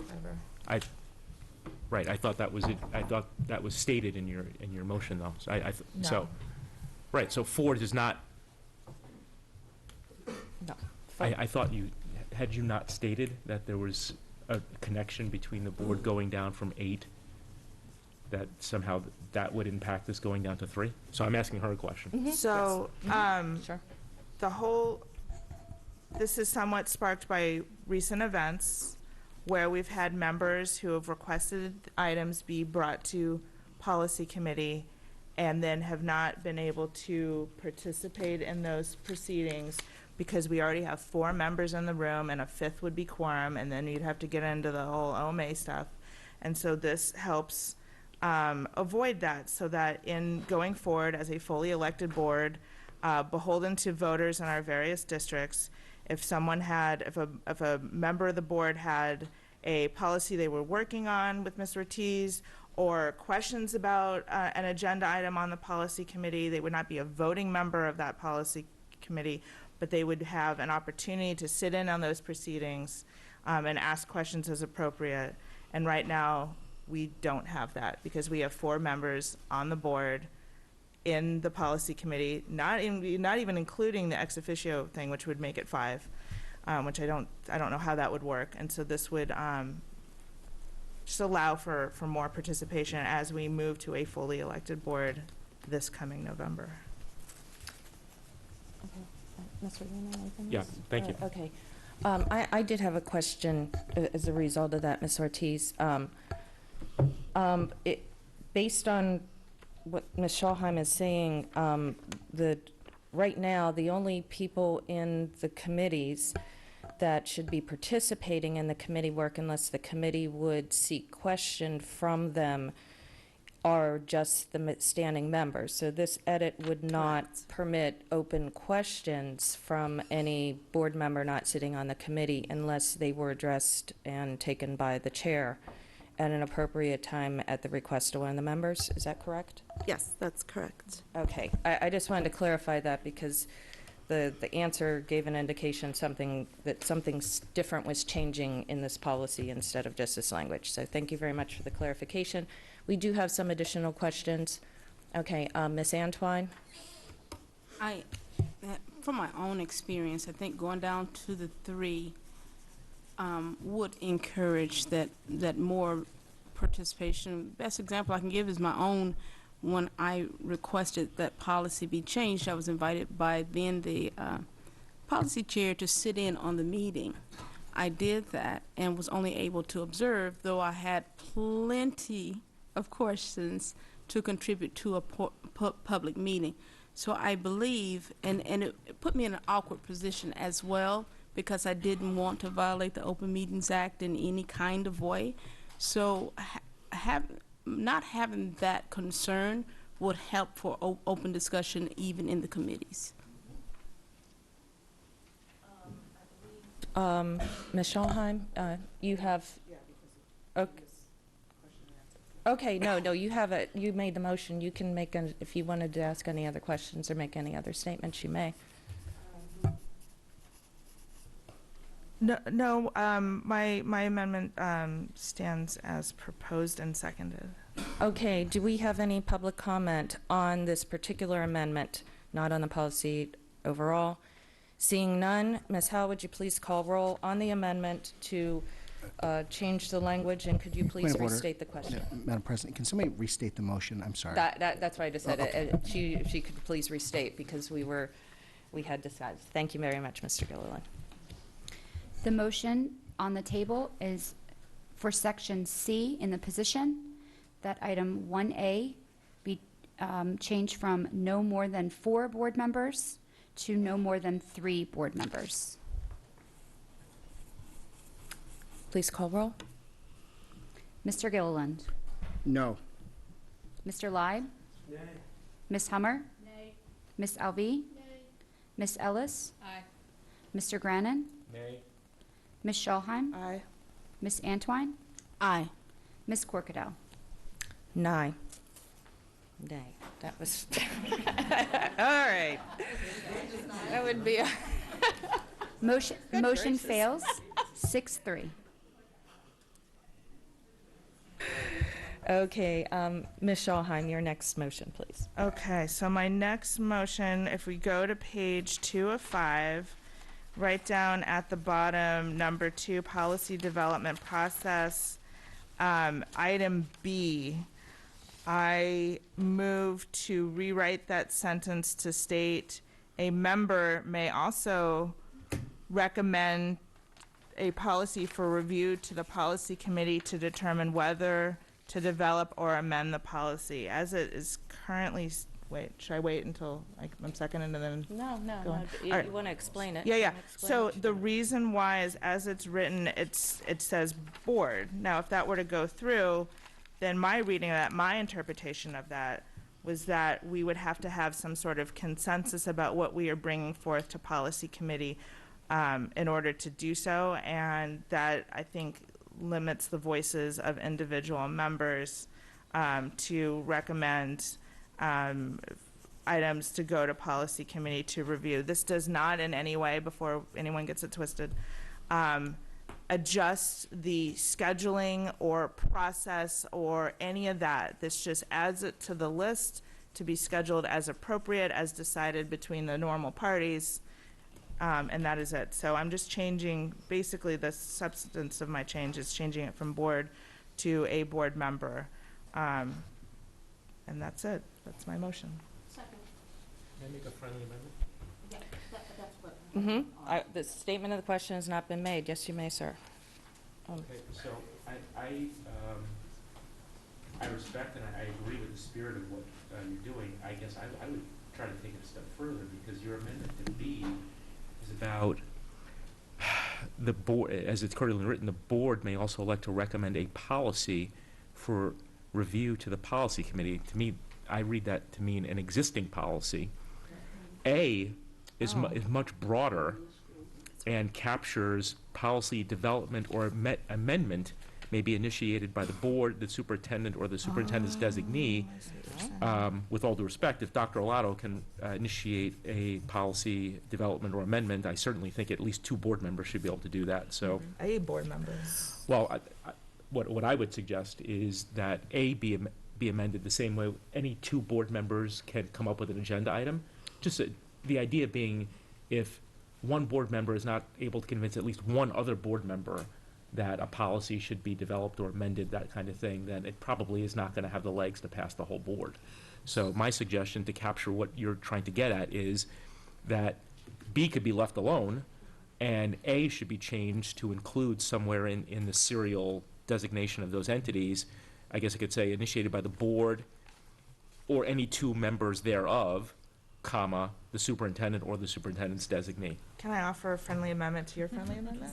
Sure. Well, it's your motion. I don't think that as a board member elected by the people, that I need to ask Mother May I for a second to recommend to the policy committee. So I would just want to limit it to a board member. Okay. Okay. I don't accept that.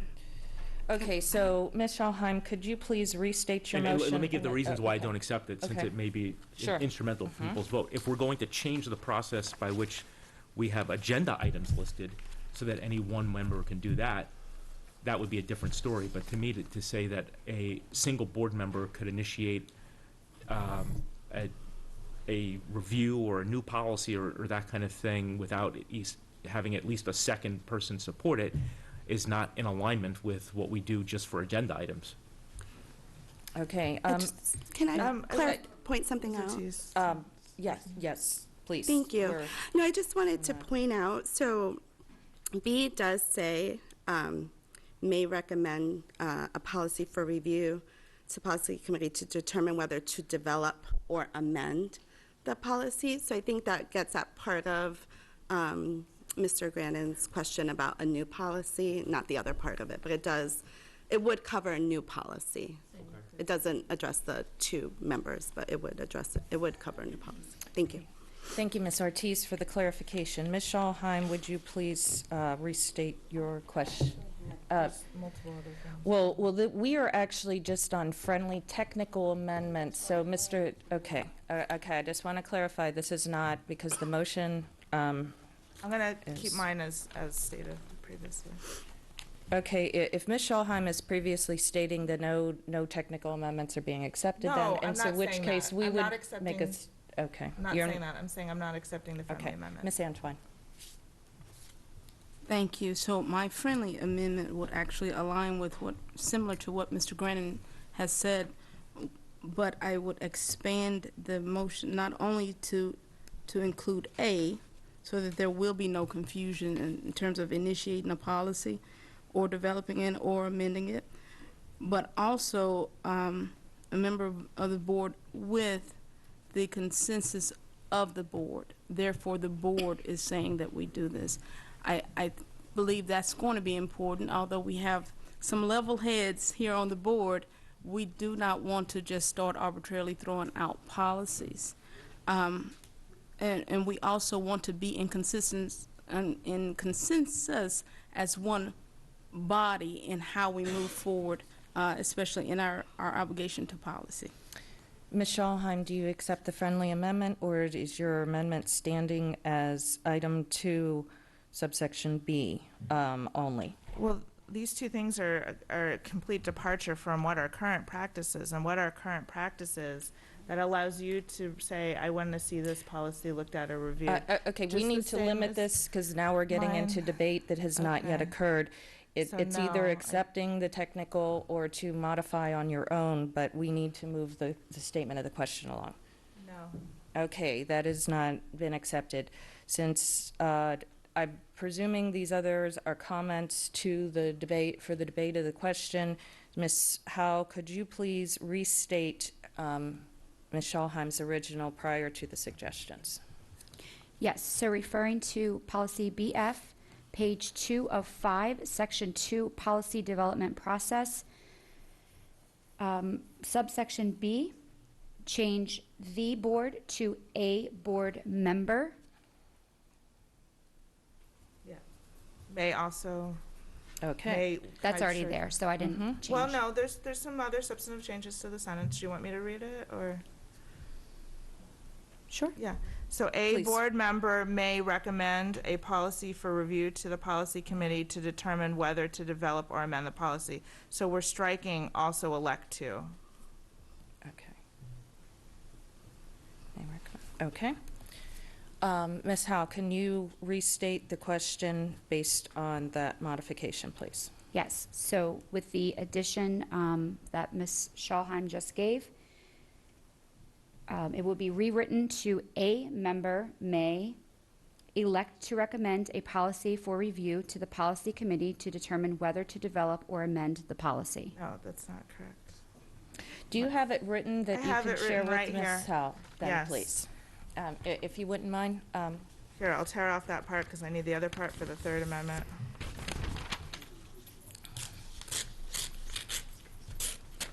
There you are.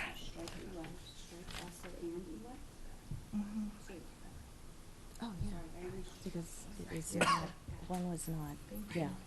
It's germane to this, doesn't have to be germane to the other, yes. Ms. Howe?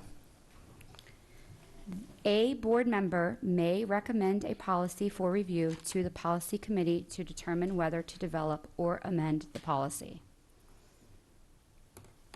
Okay. Do we have a second? Okay, because there was no changes, the second stands, and it is now open to debate and inquiry. We have Mr. Grannon, Ms. Alvey, and Ms. Schalheim, in that order. Mr. Grannon? Oh, no, that was from my friendly amendment. earlier, Okay. sorry. Ms. Alvey? I just wanted to say that I agree with Mr. Grannon that we should use the same practice that we use to put items on the agenda to bring them to policy committee. So if there's at least 1 second, then you can suggest that policy to the policy committee. Thank you, Ms. Alvey. Any other? Ms. Schalheim, you may re-summarize. That would be quite the departure from what our current practice is and has been for quite some time. So for quite some time, if please, Ms. Ortiz, correct me if I'm wrong, a board member can suggest either during open meeting or otherwise that a policy be looked at for review. We've seen that several times with me over the last year. We've seen that from other board members, including Ms. Antoine sitting next to me. So getting a second would be a huge departure from what we've been doing and what has been beneficial to all of us. And again, I'm not in any way suggesting that we change around the timing of the scheduling or any of that. That is all clearly outlined and defined in subsequent pages of this amended policy, and so I'm not monkeying with that at all. It's just up for suggestion for review to be scheduled at a appropriate time. Okay. Do we have any public comment on this amendment? Oh, I'm sorry, I didn't. I see Mr. I'm sorry, Mr. Grannon. And now my light is Yeah, on. okay, your light's back on again. I just want Okay. clarification, because I heard a question to Ms. Ortiz, so I would like to hear your response to the history of. So historically, how we've done since I've been here for over 3 years now and prior to me, I get suggestions, throughout the year, whether it's from staff or the board. And then obviously with new laws, and today's the first day of the legislative session, and I'm sure they've already convened at this time, or state regulations, and so I'm like putting together a list. And so what happens is I send out this sort of draft list based on all of the things that have been brought to my attention or I'm aware of because of law and regulation in the summer, and that's shared with staff and the board for feedback. And so board members have provided feedback on suggested policies to review, and sometimes throughout the school year, because things may come up that perhaps we're not thinking of in July and August, policies have been recommended. And so what I have done is working with the policy chair in determining if and when we'd be able to look at the policy, because we do a lot of policy. We also have legislative things. Sometimes we're not able to get to it in the school year, but definitely we're able to review it, if not start with amendments to a policy. And if it's not something of an emergency or something of high importance, and then if it needs to go into the following school year. There have been times when the board has specifically requested that the policy committee, review and discuss a policy, maybe at the next meeting or in a couple of meetings as well. And so, yes, there has been currently board members have made recommendations. I mean, typically it's funneled through the policy committee chair so that they're aware of what's being suggested. Thank you, Ms. Ortiz. Mr. Grannon? Yeah, so I'm just going to state now the reason why I'm going to vote against this, with all due respect to Ms. Schalheim, with whom I agree, again, with the spirit of what she's doing. I think frankly, it's a bit of a sort of a solution in search of a problem, because there's not been any history of the policy committee or any members there over the chair thwarting any member from having anything considered. I do think we should, however, have an alignment between, to whatever extent you have this as a threshold for things to get on the agenda and things to get, I guess, officially to be considered by the policy committee. I really can't. So, for example, I have said publicly and privately that I will support any board member getting anything on the agenda for this meeting. Obviously, that's not absurd, regardless of whether I agree with it, because I respect the prerogatives of my board members, or my fellow board members, to have things discussed in public, and I think transparency is the most important thing that we do, frankly. So I can't imagine a situation in which there would not be a second, just out of courtesy to another board member, to have a policy considered by the policy committee. In the event that there really were a case that there was literally only one person in support, there's probably a reason for that. So I'm going to vote against this, and I'm going to, if it fails, resuggest the language that I suggested earlier.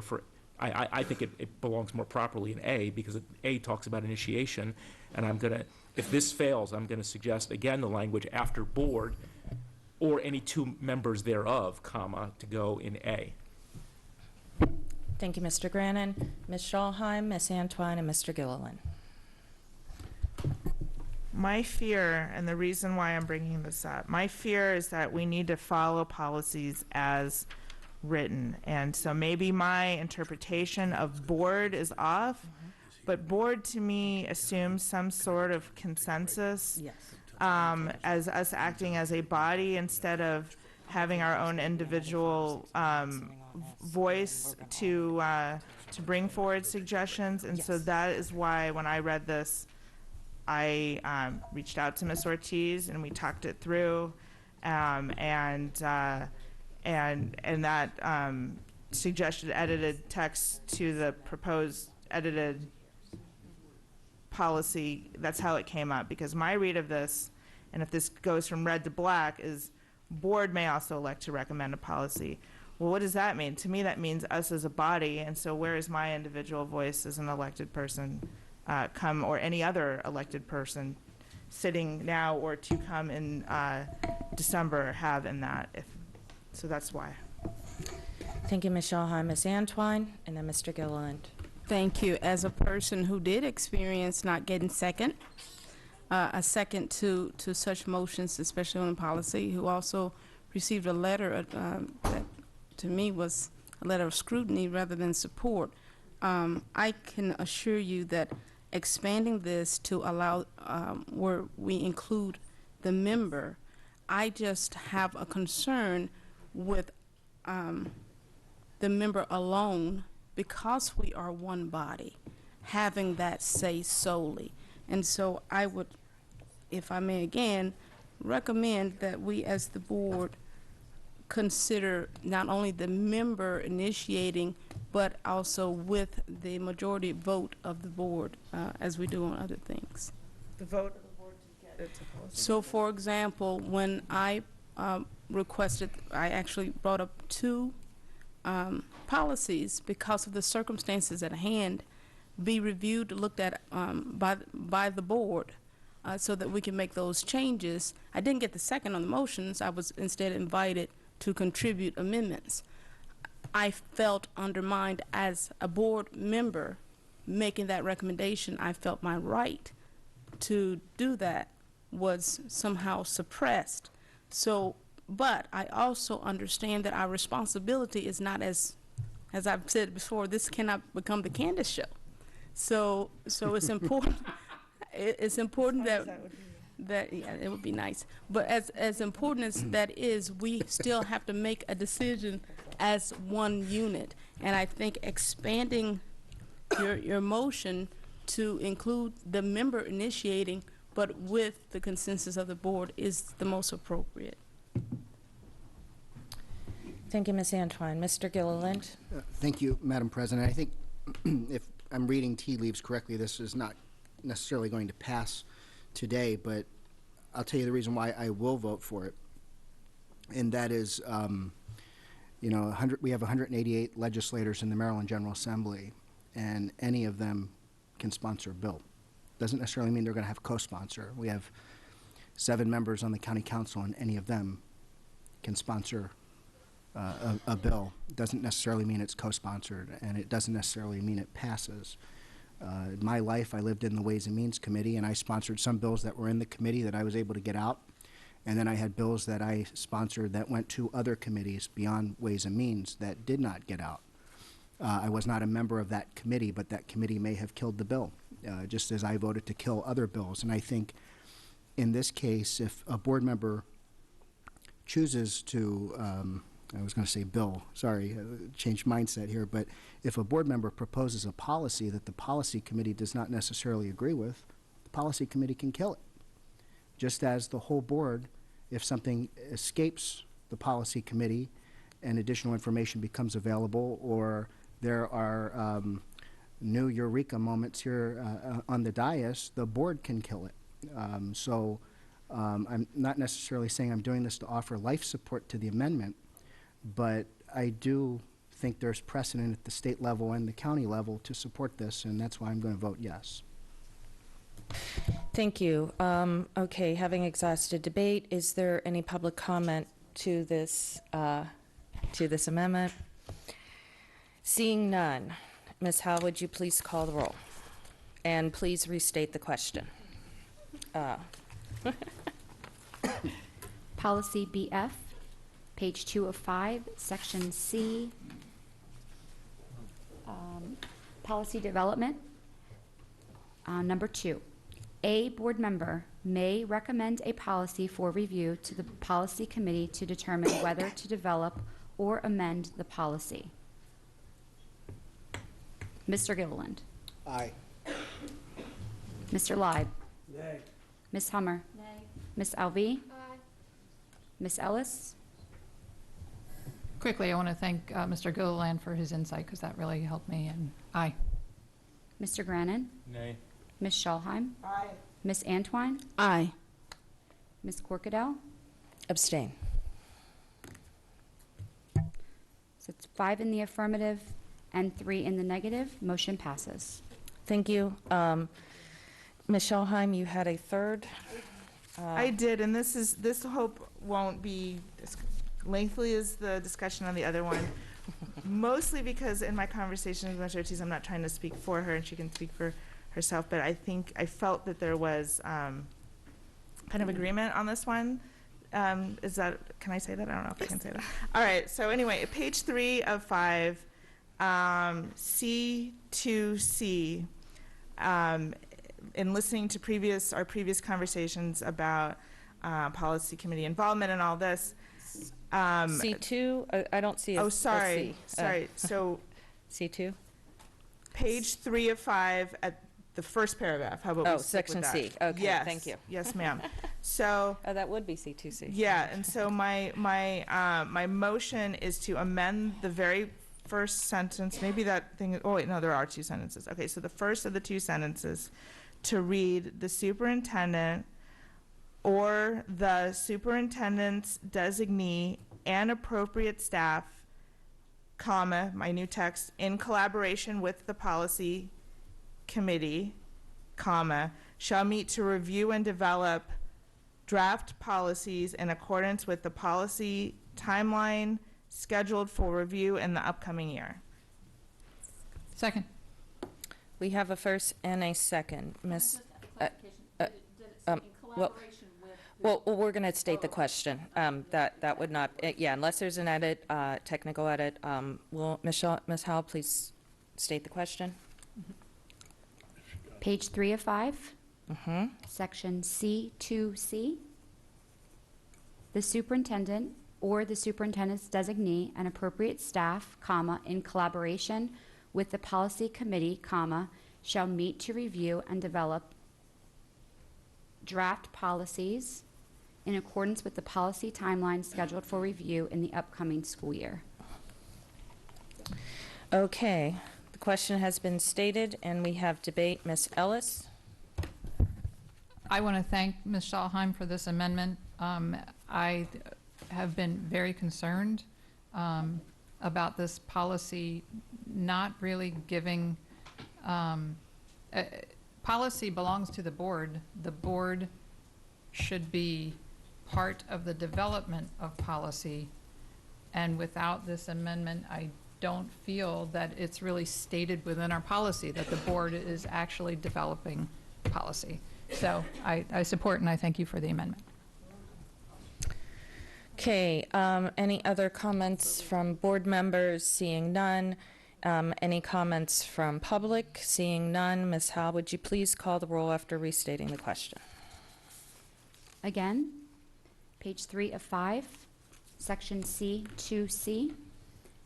The motion, the superintendent or superintendent's designee and appropriate staff, comma, in collaboration with the policy committee, comma, shall meet to review and develop draft policies in accordance with the policy timeline scheduled for review in the upcoming school year. Mr. Gilliland. Aye. Mr. Leib. Aye. Ms. Hummer. Aye. Ms. Alvey. Aye. Ms. Ellis. Aye. Mr. Grannon. Aye. Ms. Schalheim. Aye. Ms. Antwine. Aye. Ms. Corkadell. Aye. Motion passes 9-0. Thank you, Thank Ms. you. Ortiz. Okay, we have a couple more items coming up. Mr. Grannon. Yeah, I guess in view of what passed for 2B, I still think we need to make an amendment to 2A to make it parallel, because I hear what you're saying, Ms. Ortiz, but B to me, even as amended, says a member of the board may also recommend a policy for review to the policy committee to determine whether to develop or amend the policy. So even if you're right that that's not literally limited to pre-existing policy, it makes it sound like the person has to come with a draft policy.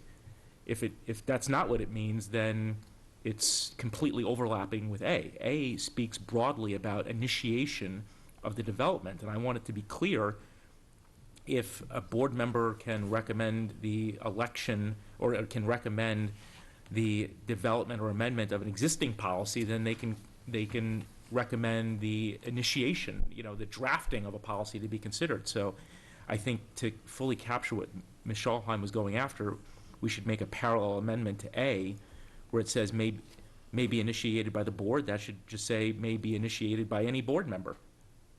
That would make it parallel with B. So that's my amendment. Second. Okay, we have a motion and a second. Ms. Howell, please state the question. I can restate that. Thank you. So That's why we do that now. to make 2A parallel with now amended 2B, I would like to strike the board, so just those two words, the board, and replace those two words with any member of the board. Everything else would stay the same.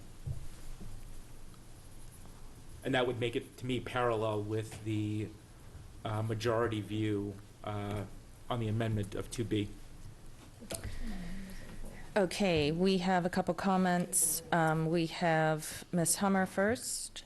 Now it's open to debate. Okay, not on something else. This is on the amendment being proposed by Mr. Grannon. Do we have debate and comment? I saw Mr. Leib, and then Ms. Schalheim, and then Ms. Ellis. I would just ask if Mr. Grannon would just accept a technical change rather than say any member of the board, a member of the board. Yeah, Ms. Ellis had the same Just a concern. little That's better. fine, to keep it Okay. exactly parallel. Thank you. That's fair. Okay, if we have consensus on that, let's proceed. And we have one comment left for debate, Ms. Schalheim. I would just like to get Ms. Ortiz's, I guess, reaction, or if there's any unintended consequence or anything like that. Just was curious. No, I think as I stated previously, I still think that B covers the concern, and I think that it would be duplicative, but if the board wishes to have that language in there, that's obviously up to you, but I think B covers the concern as currently amended. Thank you, Ms. Ortiz. Any other comments, statements, public comment from? Seeing none. Ms. Howell, would you please, after stating the question, call the roll? Page 2 of 5 of policy BF, section 2, policy development process, subsection A, policy development or amendment may be initiated by a member of the board, comma, the superintendent, comma, or the superintendent's designee. Mr. Gilliland. Aye. Mr. Leib. Aye. Ms. Hummer. Aye. Ms. Alvey. Aye. Ms. Ellis. Aye. Mr. Grannon. Aye. Ms. Schalheim. Aye. Ms. Antwine. Aye. Ms. Corkadell. Aye. Motion passes 9-0. Okay. Ms. Hummer? All right. So I have an additional amendment. One of the most, I'm sorry, I don't have my mic on. Okay. Policy is one of the most important jobs of the board, and I think we really strive to be transparent about it. Our policy committees are open to the public. We take lots of public comment. We have a 30-day public comment meeting after first reading. I think one area that we could improve on this is that often, as in today, when it comes to second reading or third reading, we make changes to the draft policy that came out, but we do not put those back out for public comment. So we're sometimes making changes that the public has not been as aware of. So I have, and I'll pass these out to members so that you have it in writing, and I'm actually going to make a change to what I have on here. But on page 4 of 5, Section D, I would like to add there, if the board makes substantive amendments to a policy on third reading, the policy shall be posted on the AAC website for another 30-day comment period before the board can take final action on the policy.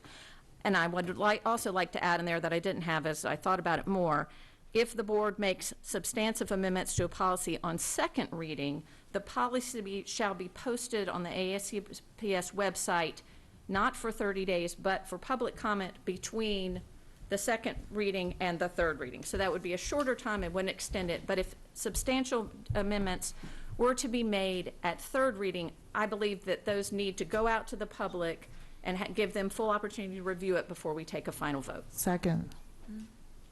Okay, we have a motion and a second. Is this for a technical suggestion? We Yes, do let me have see. Ms. Hummer, Ms. Antoine would like to make a technical suggestion before we state the question for debate. Ms. Hummer, I really like this recommendation for so many reasons, but I also want to consider the burden on the staff that would have to go out there and do this. We would be looking at basically 60 days total on policies, and sometimes our policies come through from state mandate and otherwise. So my friendly amendment would be a 2-week period afterwards rather than 30 days. Ms. Hummer, are you accepting or rejecting?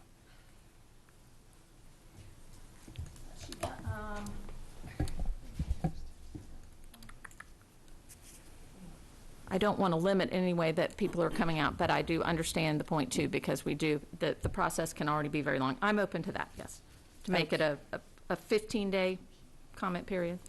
Do we have consensus since we already had a second on that? We'll just, is there any opposite? Okay, so Ms. Howell, we have that. It looks like this is only for technical, as in changing just a word or two. Just as a reminder, we have Ms. Ellis and then Mr. Grannon to Ms. Hummer. Ms. Ellis? Thank you.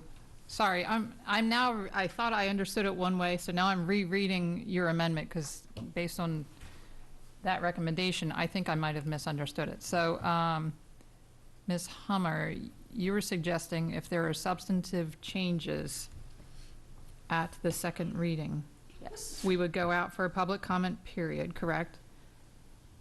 Then when it comes back, is it still third reading? No, it would That's be what two separate things. So for instance, this is the second reading, and if we're Right. making substantive changes today with Uh-huh. amendments, between now and the next meeting for third reading, it would go back out for public comment.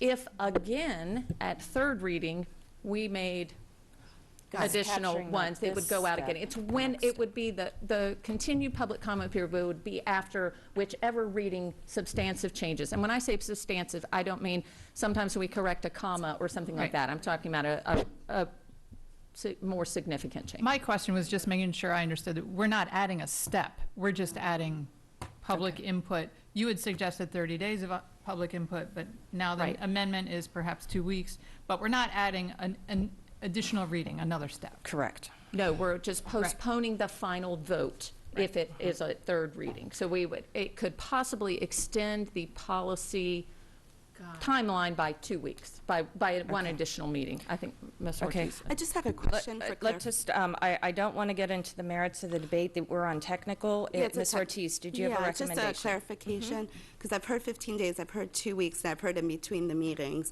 And I know we've done this before, I think, on a couple of other policies. So I just want to be clear, you're suggesting, so on second reading, we would post it today, for example, or if it was an evening meeting, the next day. for public comment until the next meeting, or do you want a date, like days, certain days? I actually, so for second reading, I would say till the next meeting, which would be the scheduled third reading. Right. So it would be posted for public comment between second and third reading. Okay.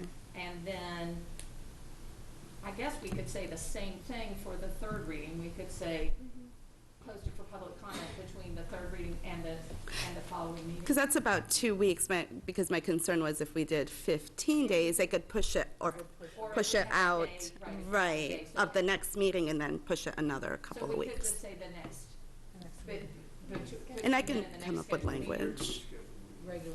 Regularly scheduled Ms. Hummer, public would you meeting like of to accept Ms. Ortiz's recommendations based on Ms. Antoine's recommendations? Okay.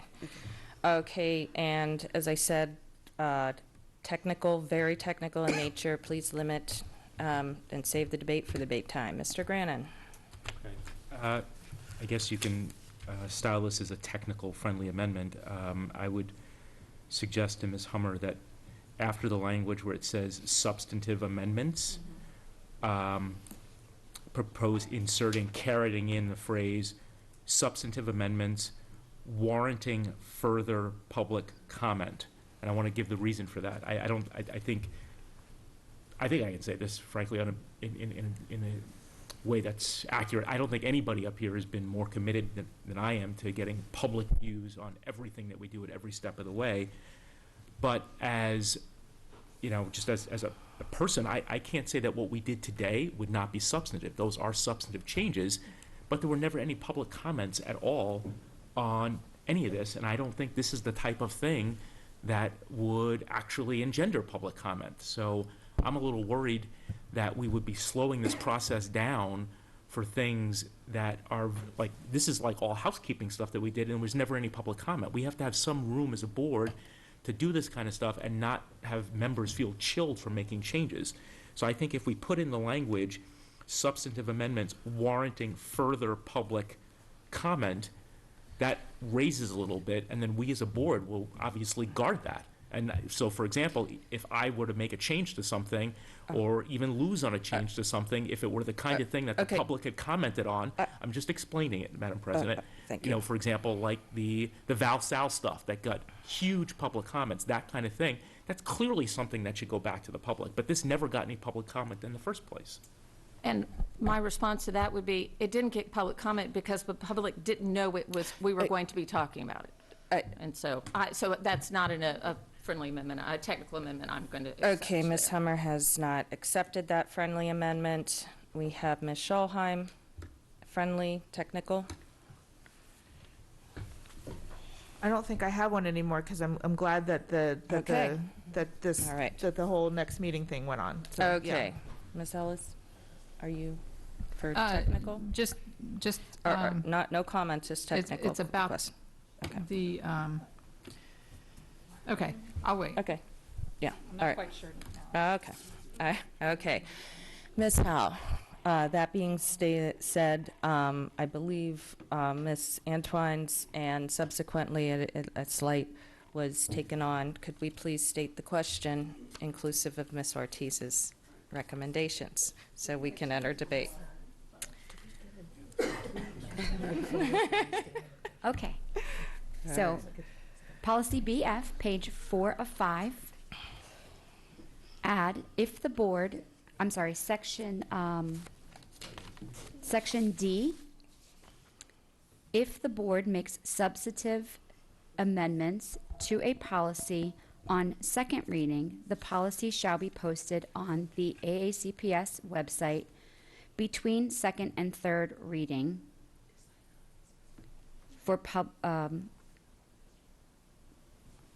before the board can take final action on the policy. Because that one you said on second reading. Okay, so second reading is the 15-day? Right. Okay. Next meeting.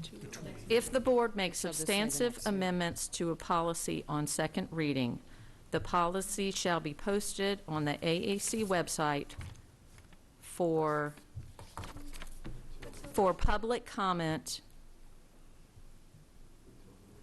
Ms. Ortiz, how would we best word that? Okay, so I think we agreed that second and third reading would be between the meetings. Yes. So maybe something to the effect of, if the board makes substantive amendments to a policy on third reading, well, I'll say second reading, the policy shall be posted on the AACPS website until the following regularly scheduled public meeting of the board for public comment before the board can take final action on the policy. I might have to tweak that a little bit so it doesn't sound clunky.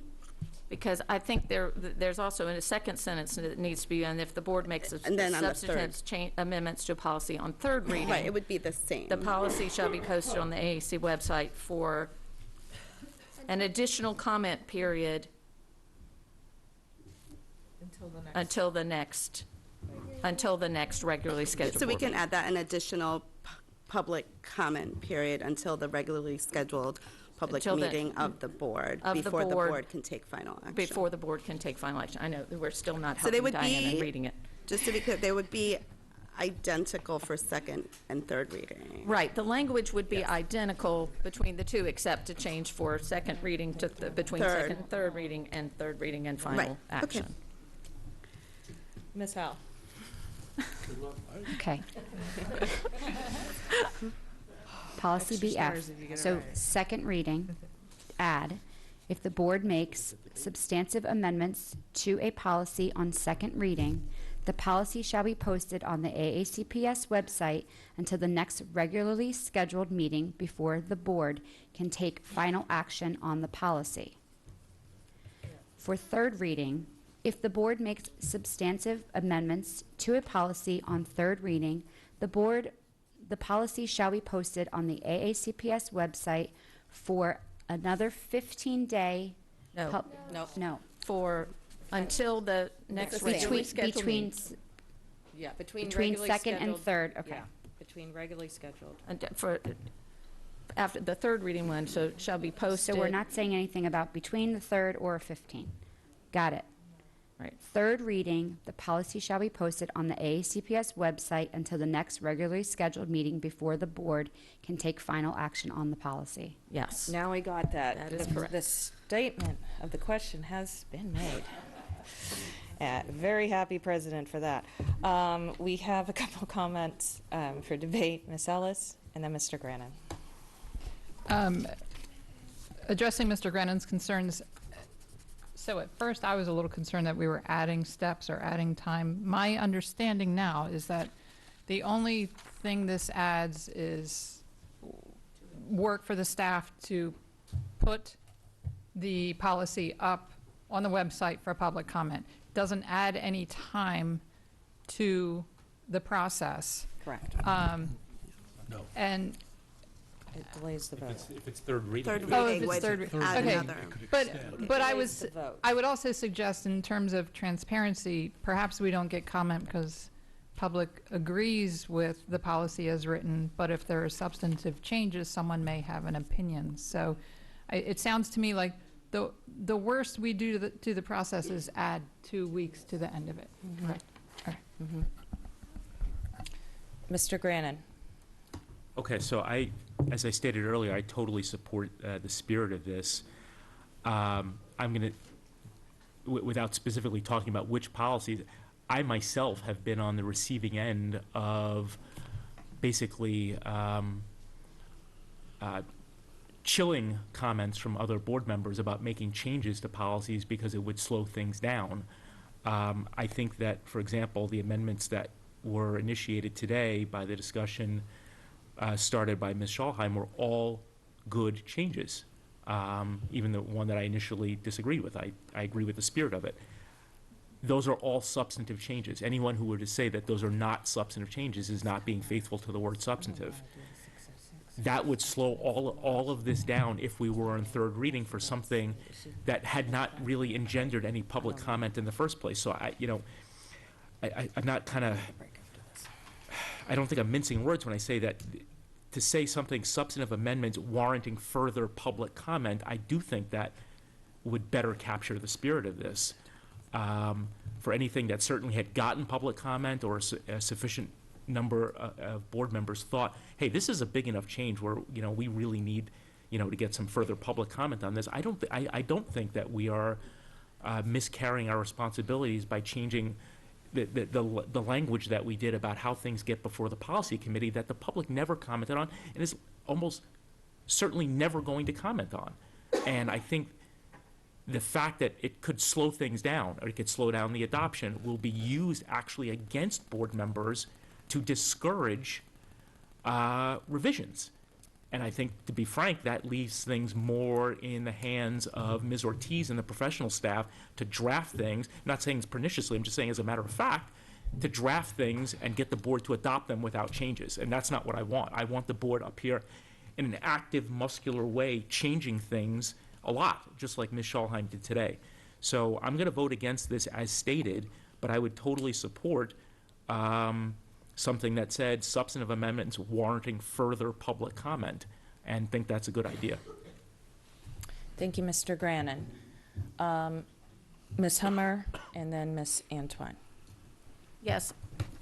I would say that the purpose of public comment is to hear any views that are out there, and I don't think it's upon us to determine what warrants public comment. What may not seem important to us or substantive could be to the public.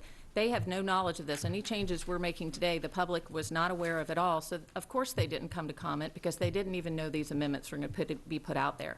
And now they put out, and perhaps they won't comment on them, and perhaps it won't warrant, but I don't think we should be shutting it off because we don't deem it important. I don't think 2 weeks is going to be significant in policies. And then we do have a procedure in this policy itself that if we need to have it done quicker than that, we can vote as a body to move it forward. So it doesn't have to be a delay if it is something time sensitive. But I think an additional 2 weeks does nothing but increase our transparency and give the public more of an opportunity to weigh in. Thank you, Ms. Hummer, Ms. Antwine, and then Ms. Schalheim. So if the concern is that the policy review period is being extended, if we do the 2 weeks between second reading, and then could we do a friendly amendment to your amendment, Mr. Grannon, and for the third reading, place in there about if it warrants this from the public, so it wouldn't extend the period.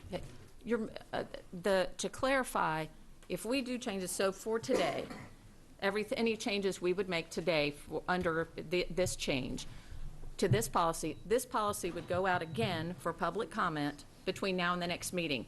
It would still come up for third reading. There would be no delay. The changes had already been made. Unless changes were made, additional changes were made at third reading, we would vote next time. So it's not going to delay anything. It's only if changes are made at third reading itself that there would be an extended period. Second reading changes will not make an extended period. Only changes made at third period would warrant an additional length of time to seek public input. So perhaps we can include Mr. Grannon's amendment for the third reading.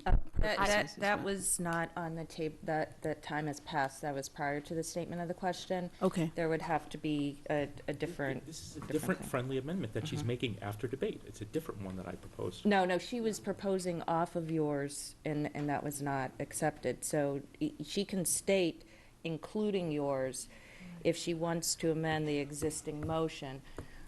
Because Ms. Hummer has already rejected it, or take it up as a second.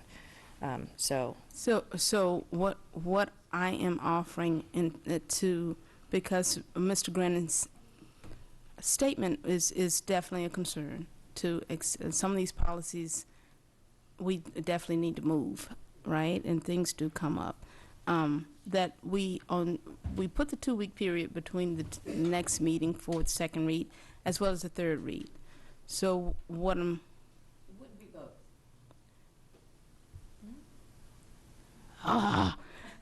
It certainly could be both, because there'd be changes on each reading. Right, it could be, but it doesn't mean... One doesn't necessitate the other one. So Ms. Hummer, for clarification then, definitely for the second read, and only if it's necessary for the third read is what you're saying? Exactly. The public comment period would be, so it's two separate instances. Because it already If exists. second reading we make changes, we will extend the public comment period between now and third reading. If no changes are made at third reading, we vote. Okay, if let's say no changes were made at second reading, but we get to third reading and somebody makes a change, then we would put it out, and that amendment passed, then it would go out to the public for an additional period. Okay, so we are still with the statement of the question as stated. Ms. Schalheim, Mr. Grannon, and then Mr. Lack. I like this idea personally, so I'm going to be voting for it. I just had one question for Ms. Ortiz. Does Ms. Hummer's amendment in any way conflict with our speeding up of the process? I think is outlined on page 4F 1 and 2. Mm-hmm. Right. Yeah, that's why. Like, does that dismantle that in any way? Like, if we wanted to speed it up and suspend our rules and whatever and vote unanimously, or how, like, does that? So it doesn't, because this is sort of like I think Mr. Burns calls it like the nuclear option. But for further clarification, if you want to be clearer, we can add in on page 4 of 5, paragraph F, notwithstanding any other provision in this policy, the timelines for introduction, and then the rest. And so that just makes it clear that you can still do this regardless of what's already stated. So that's used in state law quite often. Great, and so we can still do this and have Ms. Hummer's amendments, both the second reading and the third reading for substantive changes, and be fine. Yes. Yeah, great, thank you for clarifying. Okay, Mr. Grannon, and then Mr. Leib. Yeah, I think reading between the lines of Ms. Hummer's comments, when we're getting to third reading, this again is going to have a chilling effect on board revisions of policies at third reading, because it's going to be invoked as a reason not to do it, that it's going to slow things down. That's the same type of mentality where the board is presented with contracts or other items, and the board is told, you must vote it on at this meeting.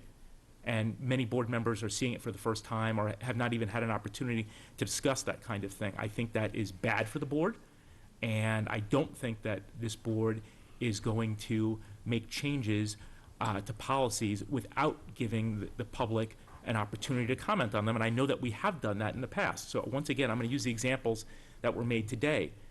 So I guess I am disagreeing with Ms. Hummer here.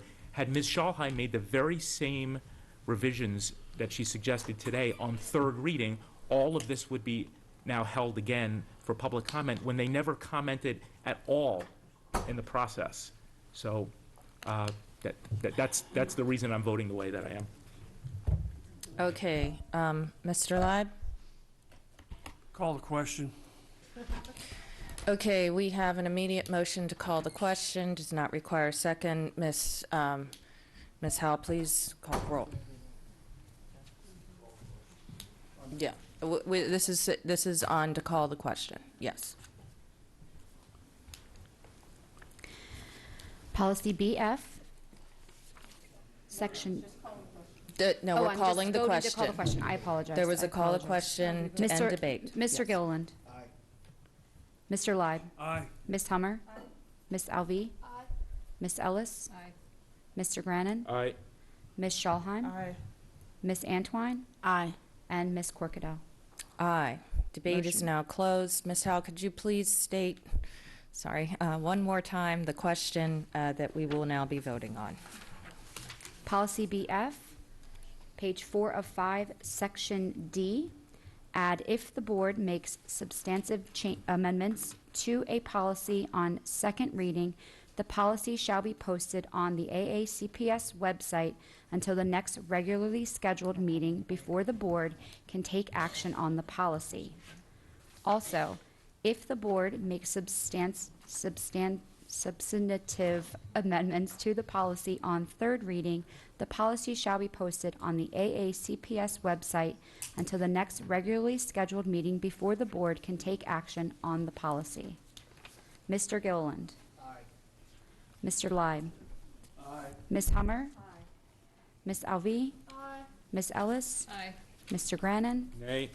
Ms. Schalheim, Aye. Ms. Antwine, Aye. and Ms. Corkadell. Aye. Motion passes 8-1. Folks, I know that everybody's been waiting a long time, but the board does need to take a brief break, and so, Ms. Ellis, please, if you may. Madam President, I move that the board go into closed session to consult with counsel. Oh, my apologies. Nope, we're not done yet with that agenda item. Ms. Ortiz, my apologies. I did not catch that. Mr. Live. Thank you, Madam President. When in line with just what we've passed, I believe it's important that we've made substantive changes to this policy on the second reading. And even though we have not, our new changes are not formally adopted, we should post this policy back on our website after this reading until our next meeting and go to make sure the public has a chance to see it. If I need a motion, I'll make it, but with the consensus, I Do we think have we can do that. consensus to post as new again? Okay, looks like we have consensus on that. Thank you, Mr. Live. Anything else? Okay. Seeing none, Ms. Ellis. Madam President, I move that the board go into closed session to consult with counsel to obtain legal advice on a legal matter. We got to take a break. Do we have a second for Ms. Ellis's motion? Okay, all those in favor? Aye.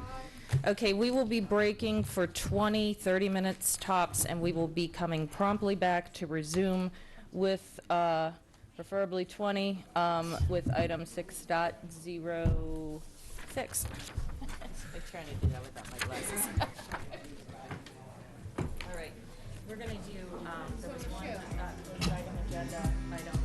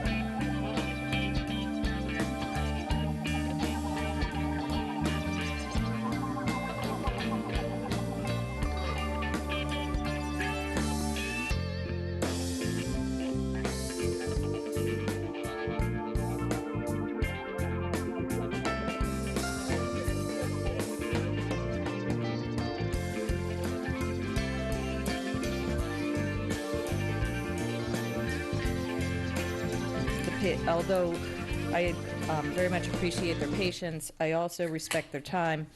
And so, through consensus, we would like to move item 7.01 to occur immediately following item 6.06, with all other items remaining and resuming as stated. Do I have consensus of the board?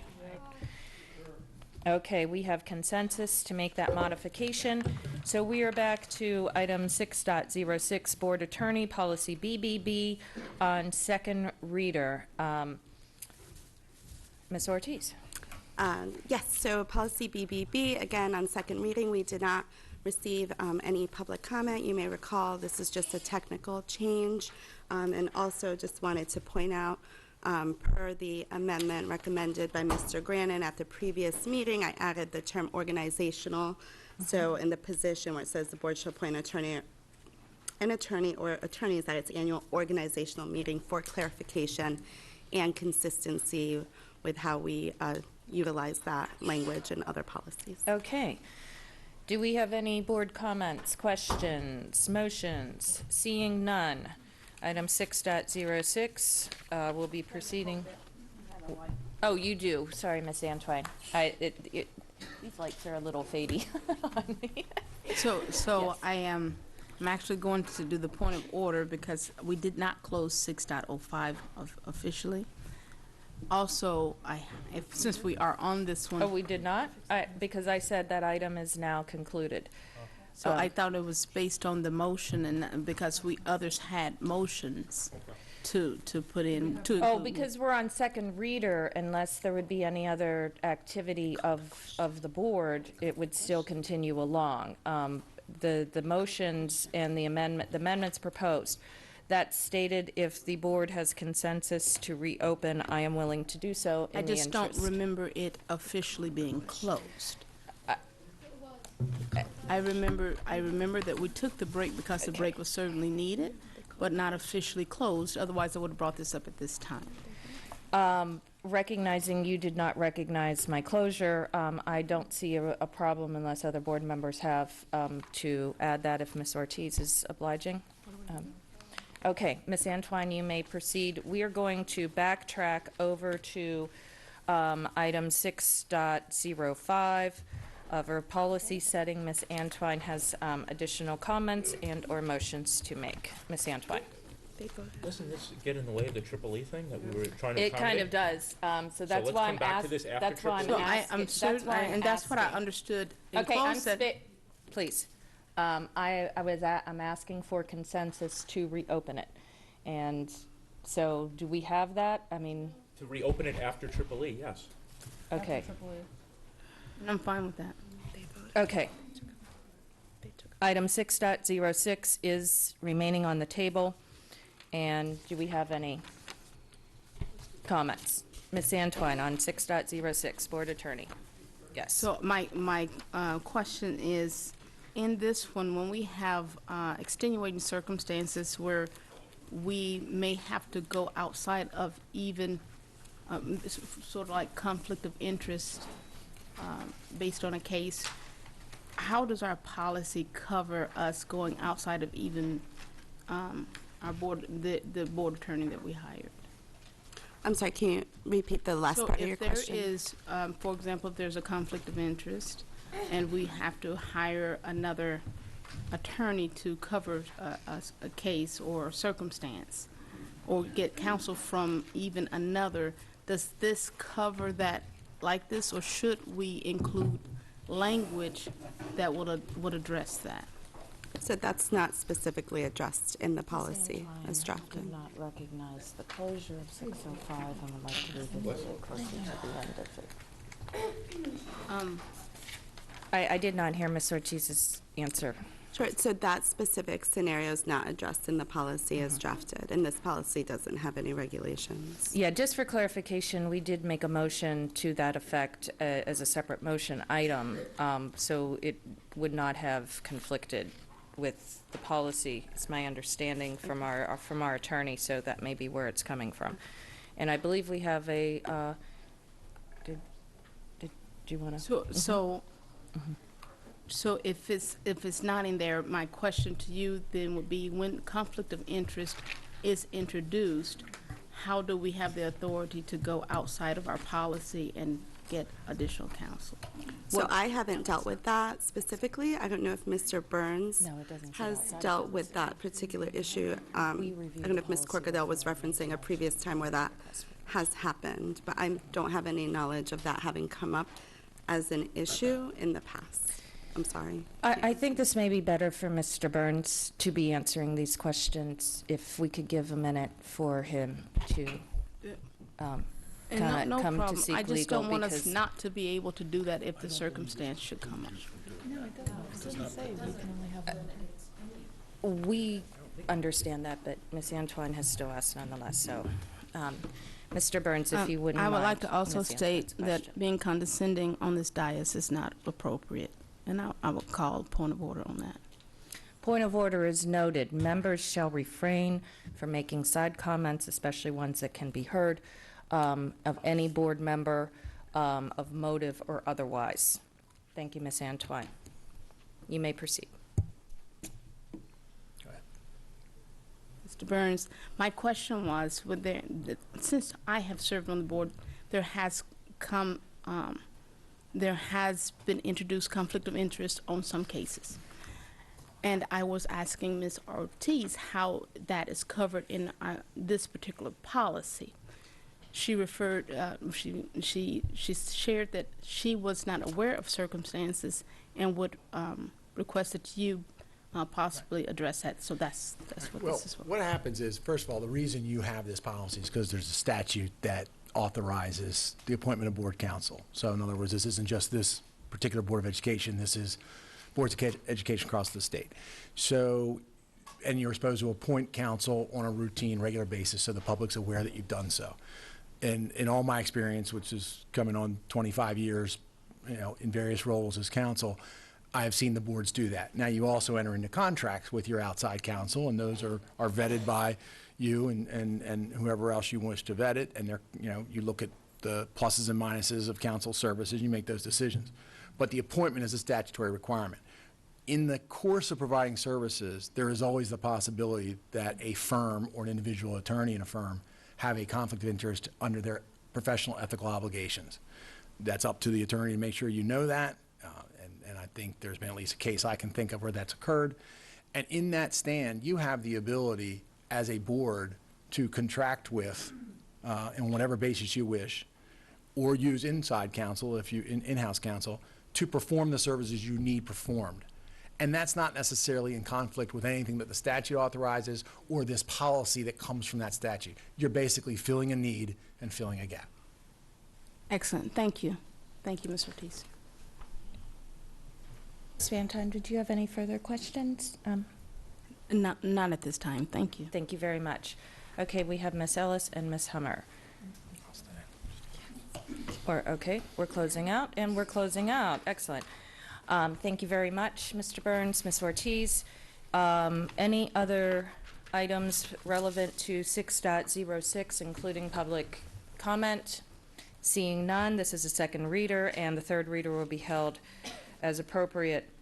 In accordance with our consensus, to move item .701 of the Triple E presentation, Sparking Creativity and Broadening Horizons, we will now entertain our guests for their presentation. Thank you so very much.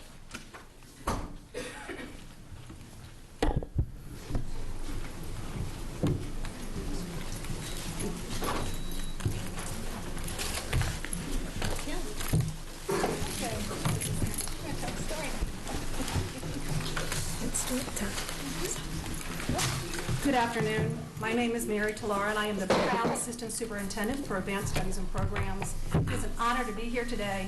In fact, the Triple E team and I are thrilled to present the Triple E this afternoon. At this time, I'd like my distinguished colleagues to introduce themselves. Hi, I'm Chris Hanks. I'm the teacher specialist / cheerleader for our Triple E program. I'm Melissa Major, and I am the Global Studies Triple E teacher at Bodkin Elementary School. Hi, Farouk Butwala. I'm the Arts and Humanities teacher at Glendale Elementary in Glen Burnie. As you're aware, there are 4 themes in Triple E: STEM and Society, Global Studies, Arts and Humanities, and World Cultures and Language, which is specific to the IB Primary Years Program, or PYP. Yeah, I'm going to tell you the story of our 3 pillars of the EEE program. We do have little story bags for you in the back that contain a little bit more information and brochures and even a little handmade puppet from students for you. So that's for later. Can you please, before we forget, extend our gratitude, and if we had the students' names, we could thank them handwrittenly or similarly, perhaps. I can give you the classroom, yeah. It was a group great. effort. Or to the as most classroom, things of are, course, yes. however appropriate. But I think I would speak on my other members that we want to extend our gratitude in as many ways as possible to our students. Thank you. Yeah, they're thrilled to be included. So I'll walk you through the 3 pillars. Our first pillar is that we strive to create student-centered spaces. So our EEE classrooms are unique learning environments. You might see students sitting on pillows, laying on the floor, at stand-up desks, working in pairs. So our larger goal is to create a space where the students feel like they have a shared ownership of the learning environment. Our second pillar is that we focus on transdisciplinary concepts. Many people are familiar with interdisciplinary, meaning I might do science and math together, or I might do a writing activity in social studies. We tried to take that to the next level and introduce transdisciplinary concepts like systems or structure and function, those sorts of things. I'll talk to you a little bit about, so systems is an idea that we talk about with our students. And if you understand a system, you know that it has an input and output, there are boundaries and interactions. So once I understand that framework, then I can apply that inside and outside of all the classrooms and even outside of the schools. So for instance, I can understand an ecosystem, a computer system, that language is a system, and even try to apply that to our government systems. Our third pillar is that our primary method of instruction is project-based learning. So many people have an understanding of projects, so perhaps you've done in school or you've done with your students or your kids, a diorama at the end or a poster at the end, and that's typically what's understood as a project. In a project-based learning classroom, we really are focused on the project being the main course of the instruction versus something that gets tacked on at the end as a dessert. My favorite example of what project-based learning looks like is a story about my grandma. So when I was young, I spent summers with my grandma in West Virginia. She was a fantastic woman. She baked bread every day. Somewhere in my 20s, I realized I probably should ask her how to make bread because I didn't yet know how to do it. So if my grandma had taken that question and turned it into a project, we would have maybe sat at the table, read about bread, done some math with the recipe, maybe answered some questions about bread, and then maybe I would have made a poster about bread. But my grandma was not that kind of lady. So we went into the kitchen, we took out all of the ingredients, and what she did for me was very much like a project-based learning experience. She asked me some questions about what I was interested in, what kind of bread I'd like to make. She walked me through the process. When I needed help, she modeled for me. I didn't know how to knead a dough, so she stepped in, showed me how to do that, and then very quickly stepped back and let me do the work. She gave me feedback along the way, too much, too long, too hot, too cold, those sorts of things. And we had lots and lots of discussion points and inquiry points along the way that made the learning my own instead of her talking at me. And at the end of this process, I had a loaf of bread, albeit a little burnt and a little dense. I had a loaf of bread that was a powerful demonstration of my learning. So this authentic product reflected the process. And in our classrooms, that's the type of learning that we're trying to recreate, is that the students are engaged in the process and creating authentic products that give them their feedback on their learning. I'm going to turn it to so that you can see 2 specific projects in our classrooms. Melissa's going to tell you a little bit about a project that she does at Bodkin Elementary School. Hi. So if you look inside a EEE classroom, you'll be in awe of what students produce. This program showcases student creativity through innovative, authentic products. Today I'm here to share a vibrant story of learning with you and to showcase some of these incredible student-made products.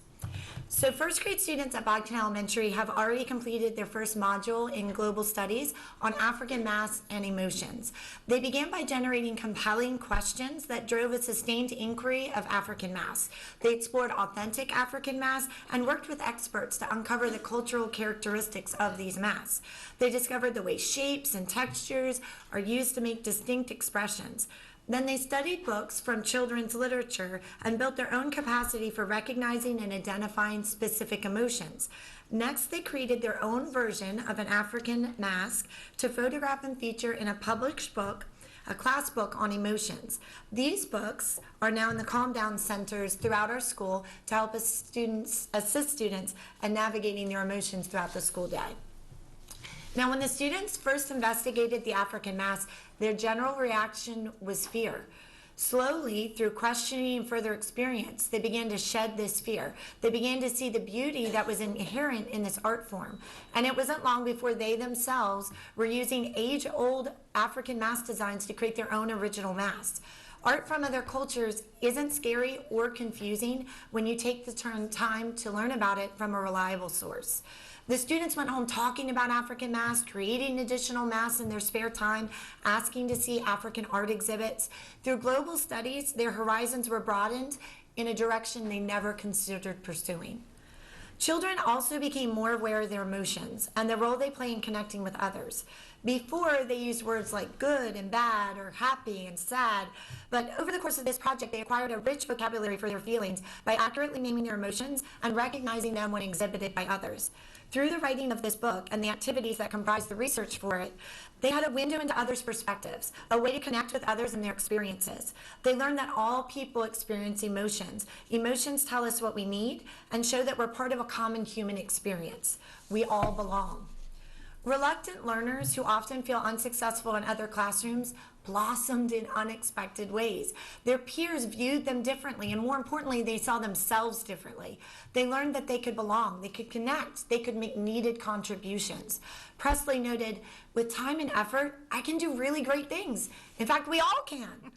Students find the real-world processes that we use in global studies rewarding because they are like a mirror that shows them their hidden inner talents. Some students might masterfully shape the masks, the clay, to create an amazing mask. Many students excelled at the writing process, finding just the right words. Jacob wrote, "My mask feels angry. It feels like you're upset and your body is filling with lava. You'll probably want to stomp off to your room. You'll wish you could do something to get your mind off whatever upset you." Another spark for students came in the publishing process and how we shared this final product. Aside from using the books in Calm Down centers, students imagined them being gifts for their teachers, donations to the African Art Museum of Maryland, a new inventory for the Mountain Road Library. As Kaden pointed out, it felt good to work week after week on something I cared about. I never knew I could make a mask like this or that I was a great writer. I'm proud of what I've done and I want everyone to see it. When he found out that I would be presenting their work at the board to you today, he stood up and clapped. Project-based learning is a vehicle for broadening horizons and expanding minds. Students develop a sense of the world, a sense of belonging, and a sense of self. But most importantly, they are left with a sense of wonder. Thank you. I can't speak now because I'm all choked up. So, Mr. Kuwala. This is normal. It's okay. First off, I want to thank everyone for allowing us to come here and talk about Triple E. It's personal and we love it to the extreme. So today I'm going to be talking about a second grade unit, a puppetry unit that we created called the Paper Bag Man, or also known as PBM if I put it into short form. It really deals with social emotional learning, so we try to introduce the concept of empathy to our second grade students. We ask students to step out of their comfort zone and to try something new and thinking outside of the box.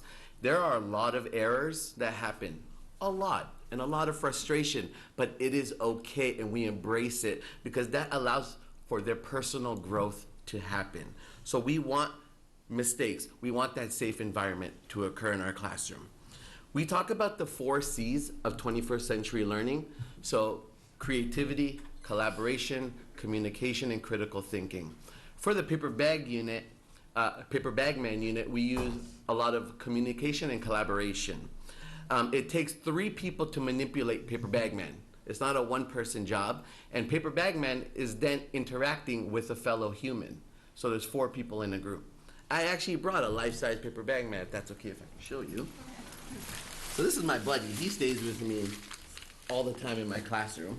And the cool thing about paper bag man is it takes 1 person to hold the neck and the arm, 1 person to hold the waist and the other arm, and then 1 individual can manipulate the feet. And the cool thing about this is that students can then, they have a fear of being in the public and doing it in front of people, but once you start putting that focus on your puppet, it's not about the student anymore, it's about that puppet. We have to work together to make that puppet come alive and tell a story.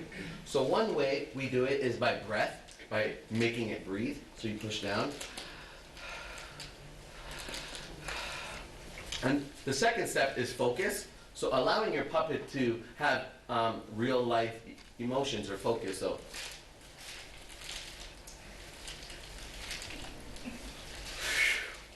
So a lot of students love the opportunity to become someone else. It's not them anymore, it's someone else. And weight is allowing your puppet to have gravity. So it's walking. Right now we don't have a third person, but we have a third person. And allowing it to give it walking features when they move. So the great thing about the collaboration aspect is at the end, they have to create a play that deals with empathy. So a lot of students have a collaborative piece where they have to think about a time in their life where they had an opportunity that happened at recess or at the cafeteria, or something happened in the classroom that they didn't know how to deal with. So they work together to create a play where paper bag man has to interact with the human, and what could they do differently to make the situation better or different for a certain individual. So once they did that, it just broadened their horizons, and they were able to talk and communicate and just learn different skills throughout the 8-week unit. It's not a one and done kind of thing. I even had a student, a 2nd grade student at lunch, who came to me and told me that they ended up moving. They asked the teacher if they can move seats in the cafeteria so they can sit beside a certain individual. I said, okay. And I said, why did you do that? It's like, I noticed through body language that that individual was not having a good day or a good experience. I was like, okay. They ended up asking the teacher, they moved. And I said, why did you do that? And they said, I would like someone to do that for me if I was in that spot. And I was like, okay, you're 7 and 8 years old, and this is what you are saying. So it really allows a lot to happen, because in Paper Bag Man, in the presentation, I kind of twisted it on them. They're not allowed to speak during the presentation. So it's a lot of communication through body language. A lot of times we want to talk, but we don't listen. So I wanted to see if you can see body language and interpret what's happening. So in the end, students learn rules of puppetry, the techniques needed to develop communication and collaboration skills, learning to communicate via body language, empathy through social and emotional learning, that it's okay to make mistakes, embrace it, and performing a play for an audience. Because we want to teach this to younger students as well, if it's their turn. So Paper Bag Man and Triple E broadens horizons, and it truly, truly sparks creativity amongst our scholars that they will take from 2nd grade to 3rd grade to middle school to high school and into their everyday lives when they become adults. Thank you. Triple E teaches students to approach problems with open mind, as you heard, using their creativity. This program also provides elementary teachers with precious and much-needed additional planning time. This year, with the inclusion of Broadneck and Glen Burnie, we initiated our 8th cluster. The result is 26,448 students being served. If the superintendent's fiscal year 20 budget is funded, 42.4 teachers, all county students will afford their students the Triple E experience, where students love learning and recognize their own strengths. This concludes our presentation. At this time, we are prepared to answer any questions.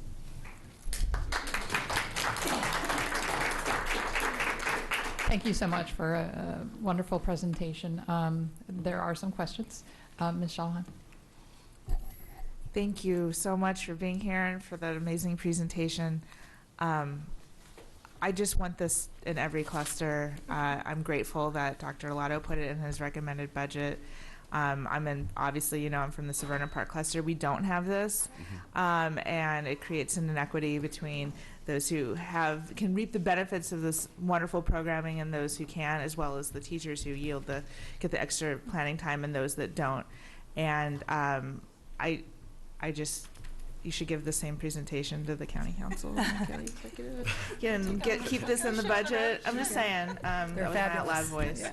And I just thank you for your work, and I'm grateful that this exists, and I just want to see it everywhere. So thank you for being here. You're welcome. Thank you for having us. Thank you. I'm going to get a little philosophical with you for a moment. If you ever hear me questioning Triple E, it is not the value in what you do whatsoever. My question is, okay, let's go back to the project-based learning that you were describing.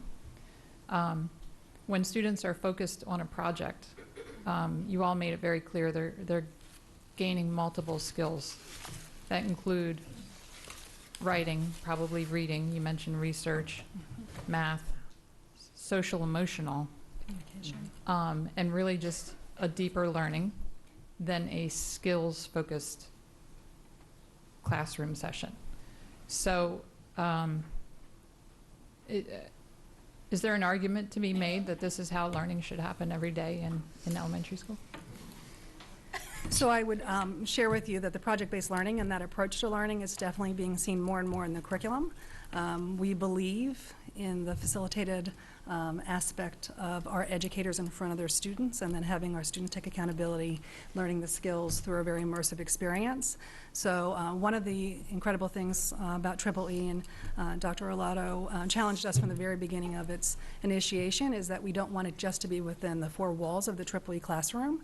So our teachers are regularly working with their colleagues within their school, showing the tenets of the program and the incredible impact that it's having with intentionality. So we are looking at that through the curriculum in partnership with Ms. Batten, as well as throughout the Triple E setting of the school itself. So we agree with PBL as being an incredible instructional delivery model.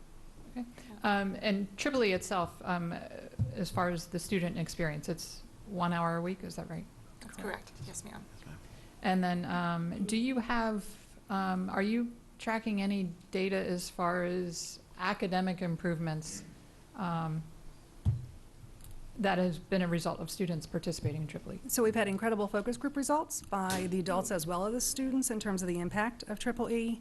Last year through the IDD office, we actually saw a greater correlation in academic results on the park with some of our schools. And then this year we are actually involved in a study, a longitudinal study, to see the long-term effects and the sustained impact. As Chris said, we're really building, well, Farouk said, incredible 21st century skills, as well as an opportunity to be a part of a school community from results, and we want to see that result being able to be shown to you in a more purposeful way.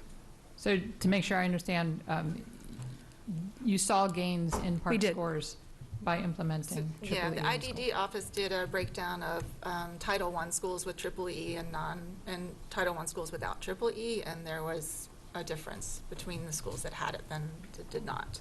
So potentially moving all students towards a daily classroom experience of project-based learning could result in some great gains. Yeah, absolutely. And we have experts. So the other benefit is we have these teachers in every building soon, yet we will, who are experts, because we do a lot of deep training in project-based learning. So they're there to support the other teachers as they venture into these practices. Thank you. Yes, ma'am.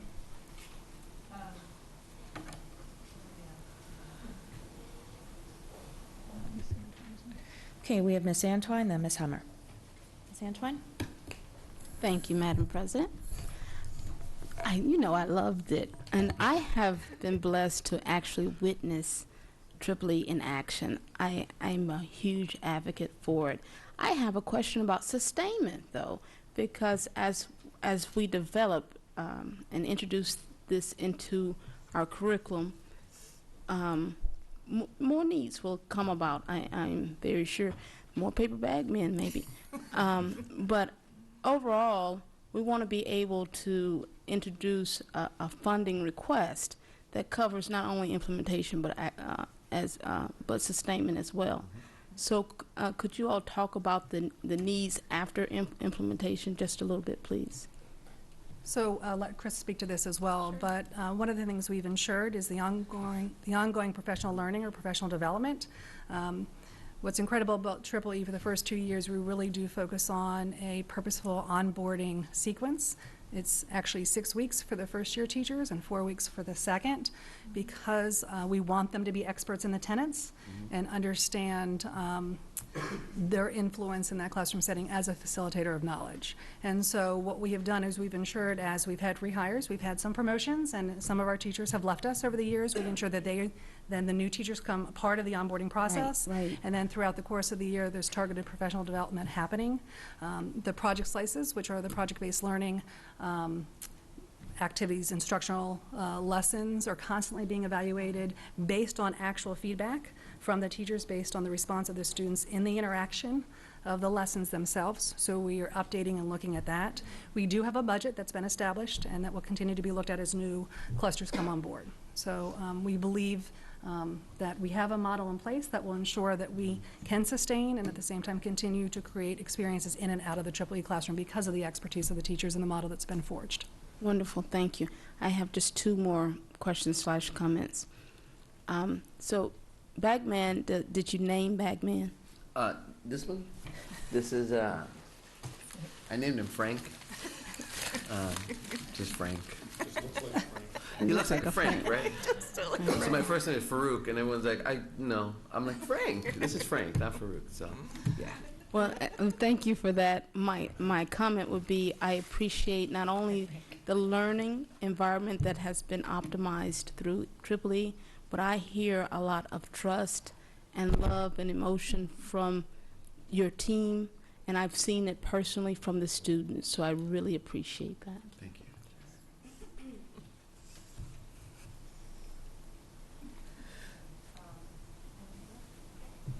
Ms. Hummer. Yes, I just want to thank you again.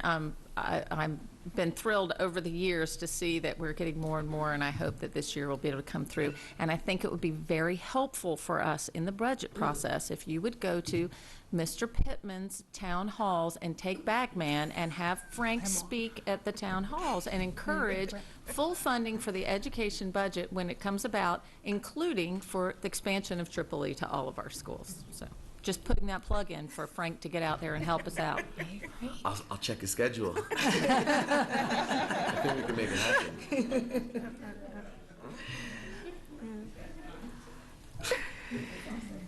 Mr. Leib. Thank you, Madam President. Being a fan of oldies hits and everything, I just thought while you're doing this with Paper Bag Man, you got to put him to music with Rubber Band Man by the Spinners. Ooh. Just an idea. That's a great extension piece, thank you. Brings in arts in a different way. Great job, Right? Phyllis, great job. Absolutely, thank you. It's from board members at this time, or questions. Seeing none, any public comment on this agenda item? Seeing none. Thank you guys Thank so you. very Thank you much. so much. Excellent. Okay, resuming regular order of agenda, item 6.07, Arundel Middle School Classroom Addition, Design and Development. Okay, we will need a vote to add to agenda. Once an item has been closed under parliamentary, we would need a board member to motion to re-add, because it's not common, and then to be voted on. Is that what we would want to do? Is that what you want to do, Ms. Antoine? Okay, so moved. So moved. Okay, we have a motion and a second to add to the end of the agenda item a reopener of item 6.05. Ms. Howell, please call the roll. Mr. Gilliland? Aye. Mr. Leib? Aye. Ms. Hummer? Aye. Ms. Alvey? Ms. Ellis? Aye. Mr. Grannon? Ms. Schallheim? Aye. Ms. Antoine? Aye. And Ms. Corkadell? Aye. Motion passes 9-0. Item 6.05, policy setting of policy BF will now be heard out of its regular order, and reopened for additional discussion. Ms. Antoine. Thank you for that, and thank you for the, thank you to the board for reopening. If I misheard, my apologies. In consideration of the time and much that has already been addressed, I will just request some questions, and then my amendments I'll bring up on third read. But I wanted to understand, there was a comment. Why not just do it now? I want us to be, my personal opinion is that we won't be as focused as we need to be on some of the amendments I plan to bring up, and I want us to be united in our decision making. So I'm choosing to just request some clarification from the experts. I would just say, just as a process opportunity for my fellow member, that you can introduce and we can actually hold vote is another option in addition to placing it at the third reader or placing it up for vote today. That is an option that you could also entertain. I appreciate that. Ms. Ortiz, on page 3 of 5, where it has the deleted B, the introduction of C, and under it, it says the policy development shall consider, and then it has a list of considerations. How does, in circumstances where the immediate need has changed for our policies, where do we identify in this list that being a stipulation of developing? For example, when we have, most recently, if we had not brought up some of our bias and our sexual harassment, bullying, we would have had cases of testimony that would have encouraged us to bring that up. So I see that as the immediate need of the system for development and change. Of this list, is that encompassed, or is that something we should add to? So I want to make sure I understand your question. So you're asking where the need for a change, if that's covered in the list, like how we determine whether or not to develop policy? Well, for example, the county council recommended that we update our policies on hate bias, for example. We had already done that. However, had we not done that, we would have had a circumstance of immediate need because of what was going on in our environment. Gotcha, okay. So with this list, in terms of what to consider, is that kind of circumstance included in this list? So I think so. So this list is really looking at a variety of things into the development of policy and how we develop policy. I don't know if it's really looking at whether or not we should develop policy. This list is really addressing when we choose to develop policy or amend a policy, these are the considerations that should be considered. And so this list doesn't necessarily is what dictates whether or not we should develop policy. This is sort of like we've decided we want to move forward with a new policy or amend a policy, so now we should look at this list. Thank you for that. And then there was a statement at the end on page 5 of 5 where it was added administrative regulations. And it says administrative regulations which serve to provide guidance and procedures regarding the implementation of board policies are the purview of the superintendent. I'm trying to understand why that was added when it's understood that once we adopt a policy, we direct that regulations be made. How does that addition have significance? So that was added for transparency's purposes. I know there have been lots of questions early on, in the last year or so about policy and policy versus regulation and board purview and superintendent purview, and that language is found, I believe, in at least one other policy and maybe in the handbook as well. And so that was just there for transparency purposes and to be consistent where it's mentioned in other areas. And so since this is the policy setting policy, there's really no mention of regulations, and knowing that regulations are a key part of policy as far as implementation goes, it was important to have that language and some reference to administrative regulations there. Excellent. I figured as much. So with that, I will make one of my several motions that I was planning to make today. Could I offer a friendly, I want to motion an amendment to this particular one where it says everything but, so it will read as follows. Administrative regulations which serve to provide guidance and procedures regarding the implementation of board policies are the purview of the superintendent with board oversight.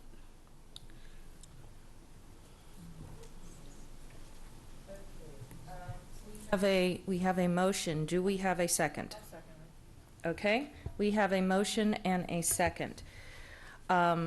Ms. Howell, would you please state the question for debate? Board Policy BF, page 5 of 5, section 7. C7. Subsection. C7. C7, yes, thank you. Administrative regulations which serve to provide guidance and procedures regarding the implementation of board policies are the purview of the superintendent with board oversight. Okay, the statement of the question has been made. Before we begin debate, I would like to ask Ms. Ortiz a question concerning the proposed amendment. The word oversight, how would oversight be interpreted legally with its inclusion, recognizing I don't believe we have defined it, at least for the purposes of this policy. So if I could get some insight onto its definition, that would be great. Thank you for the question. I was kind of thinking about that too. So the board has oversight of the school system. The superintendent is an employee of the board, so you have oversight over the superintendent.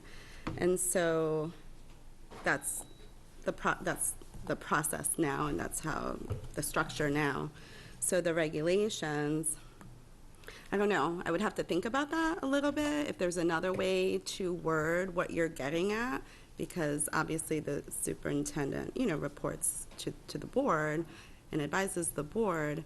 So my only concern with maybe the order in which it's worded, that it would seem that the board has oversight in determining regulations, which that's not the case. Yeah, because my follow-up, based on what you're saying, which we're not 100% sure of, would be, does that create a conflict in the core duty assignments that are established by state law and distributed through our policies and regulations? Right, because the regulations are basically the administrative functions of the school system, which is solely the superintendent's role.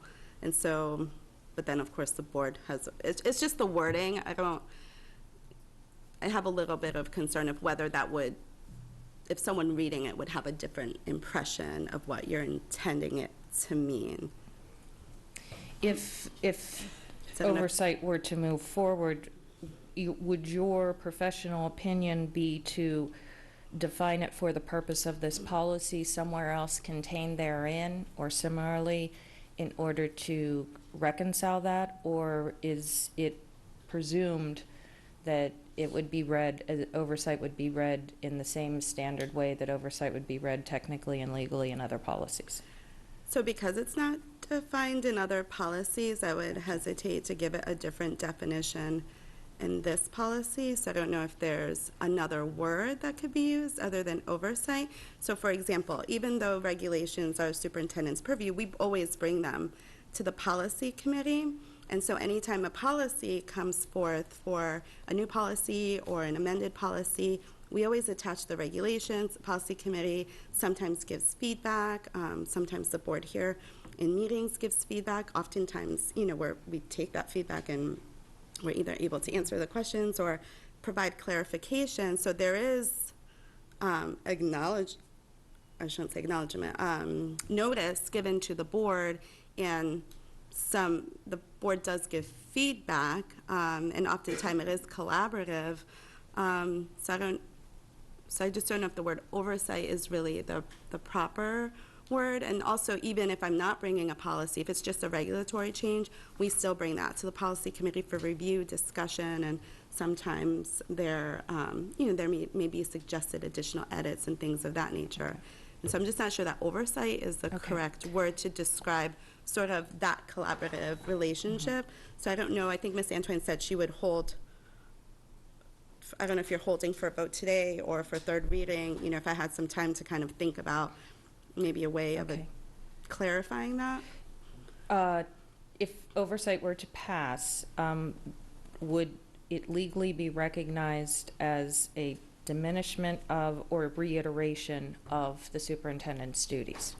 So that's because this section was to a reiteration specific that already has in other policy, and that's fine. If it's a reiteration, I don't think there would be a problem with it. But that's why I'm trying to get clarification on, because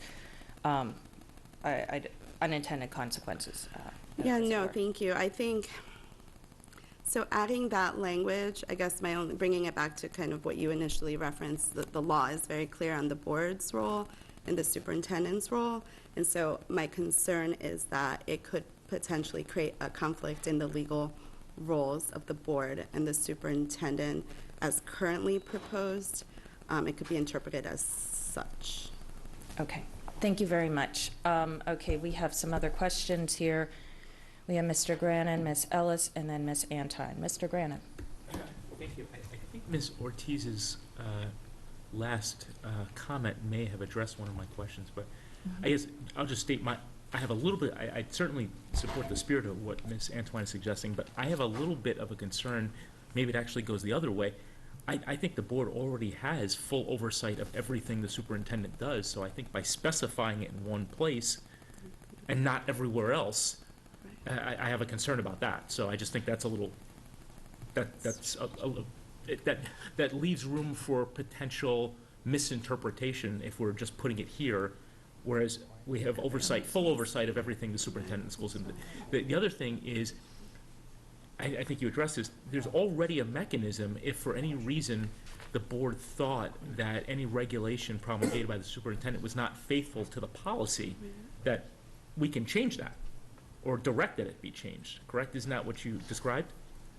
So I mean, obviously, if we have a policy that says night and he comes out with he or she comes out with a regulation that says day, we don't just have to live with a regulation that's at odds with our policy. We must obviously need to be able to change that.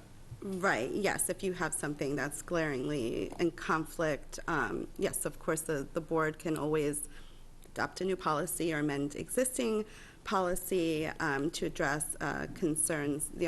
My only hesitation was just in the fact because regulatory and implementation and sort of the normal operations of the school system fall under the superintendent, the sort of everyday, minutia of running the school system is not the board's purview. So then, while you could certainly address that in a policy, it wouldn't go down to the details of like implementation procedures per se. But yes, because I think there have been instances where the board wanted, where this board has wanted to, not that there was an inconsistency, but just wanted to be clear about certain things that maybe traditionally would have gone in regulation, and so it was worded in a fashion which was appropriate for policy, but just made it clear that, future regulations would be consistent with what's stated in the policy. So there's a way to address issues with regulations through policy. Thank you. Thank you. Ms. Ellis? Okay, I just want to piggyback on that a little bit to make sure I understand, because I think we're all looking for the same thing, but I'm not totally clear on the mechanism. So if the board were to vote and pass a policy, and then the regulations are created or amended around the new or amended policy, and the regulations don't sit well with the board because they don't feel like it fits the spirit, and this is nothing disparaging against our superintendent. This has nothing to do with history. This is just going forward, trying to understand what the mechanism would be to correct if a regulation was written that didn't seem to fit with the intention or the spirit of the policy. The fix for that would be to reopen the policy and for the board to address it. Am I correct about that? So the direct, like most direct actionable way for the board would be to open the policy and either clarify or be more direct. There have been instances where there was maybe a lot of questions or not full or some concerns raised in policy committee about a regulation, and we just hold it until we can answer the questions. Right, so a follow-up, and this is something that pertains to now. I have seen regulations, and not even sure, by which superintendent they were written. Hopefully this not could go under back. my watch. So let's say I look at a policy and a regulation, right? And then I see a regulation, like I'm okay with this policy, but I don't like the way it's implemented in this regulation. So the way to it, in other words, I might not feel like anything needs to happen to the policy, but the only way I can change that is to address it through policy. Well, so. Is that right? Yes, and I just want to be careful with how I word it, because I don't want to say like, yes, you can just, do all of the sort of functioning of the school system through policy, because that's not legally the board's power or authority. So I think there are ways, if the board is looking to make something, to clarify something in policy without stepping into the role of the superintendent to run the school system, just like the superintendent in regulations implements procedures in order to implement board policy without stepping on the toes of the board, right? So it's a two-way street. So I don't want to give like a blanket statement of, yes, you could just move the regulation into the policy, because that's not, the board doesn't run the school system. You have the oversight of the school system. So I just want to be careful with that. But I think there are ways in which, if something needed to be clarified, it could be clarified in policy. I think my colleagues and I and the superintendent work really diligently to make sure we do our research, and most of our policies, quite frankly, are in accordance with state law and regulations or federal requirements. So there's not a whole lot that's just, or even the regulations, right? The procedural aspects of them are dictated by the state oftentimes. So there's not a whole lot that's just being sort of created necessarily from scratch, but we certainly ensure that we move forward with the spirit of a policy and our duty as a school system. And also, as I mentioned, the policy committee is part of the process. Most importantly, you have your 4 colleagues there, and if there are concerns, certainly they have the opportunity to raise them. Other board members have the opportunity to raise them, whether through the board, the policy committee chair or the superintendent or board leadership, or sending things directly to me. I don't have any experience in my time here or in my predecessor where we would just push through a regulation if there were concerns raised. So we definitely work very collaboratively with the board. Right, and my questions, I want to be really clear, my questions have nothing to do with the actual people that are involved, because I agree with everything you said. But as a board member who's not a member of the policy committee, we'll vote on a new policy. In other words, it's come through the committee, we vote on it. I don't see the regulations that follow if there's any changes to that, right? So typically, there. No, I know we have had a new one recently that I thought Oh, that I'm because of the category thing. So the vast majority of the time, if we're amending a policy that has a regulation, we'll also bring the regulation.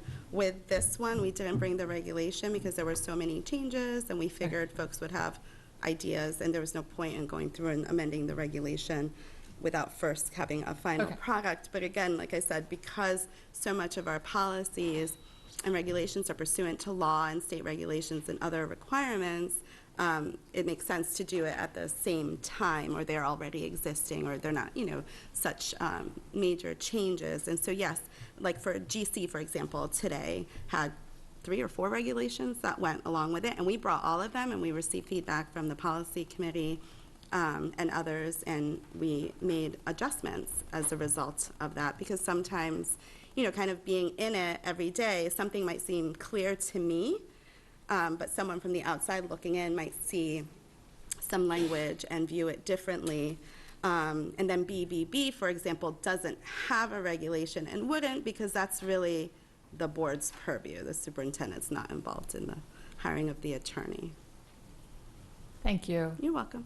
I just want to follow up to clarify for purposes of Ms. Ellis. There are occasions where a policy is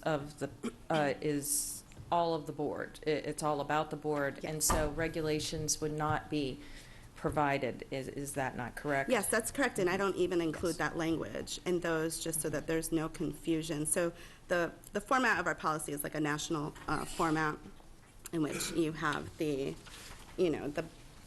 purpose, the issue, the position, and then the implementation. And so BBB, for example, I didn't even put the implementation because the superintendent would not implement regulations for you hiring your board attorney. And so those B policies in particular, most of them don't have regulations because it's really the board's responsibility. Thank you, Ms. Ortiz. Ms. Antoine. So I do want to make it clear that I understood this particular language was introduced for transparency and emphasis. Therefore, especially with changes on the way, it is important that we also emphasize the board's responsibility, rather than introducing something that would look like, don't touch that because that's the superintendent's. We have a responsibility to the superintendent and to this entire system. So that was the purpose of using board oversight. And with respect to you saying, hey, that may be misinterpreted legally, I am certainly willing to table the motion. If you could please share some alternative terms. We just want the spirit of this section to channel through all the way back to the board as well, so there'll be no confusion. Okay, so we have an amendment to the amendment to hold to a determined time to be, do we have a second? Okay. Seeing a second, this is a non-debatable. Ms. Howe, if you could please call roll. Yes, this is to hold the amendment to the next meeting for vote, to third reader for vote. Yes. Mr. Gilliland? Mr. Live? Ms. Hummer? Ms. Alvey? Ms. Ellis? Mr. Grannon? Nay. Ms. Schalheim? Aye. Ms. Antwine? Aye. Ms. Corkadell? Abstain. 5-3, 1 abstention, motion passes.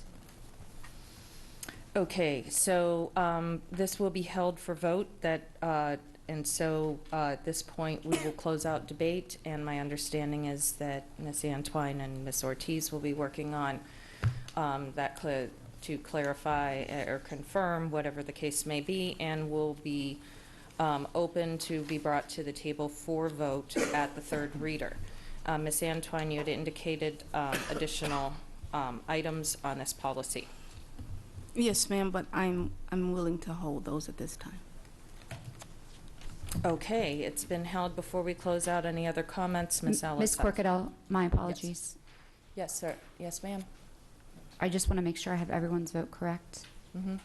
Ms. Alvey, aye. Miss Ellis, aye. Miss Schalheim, aye. Miss Antwine, aye. Mr. Gilliland, aye.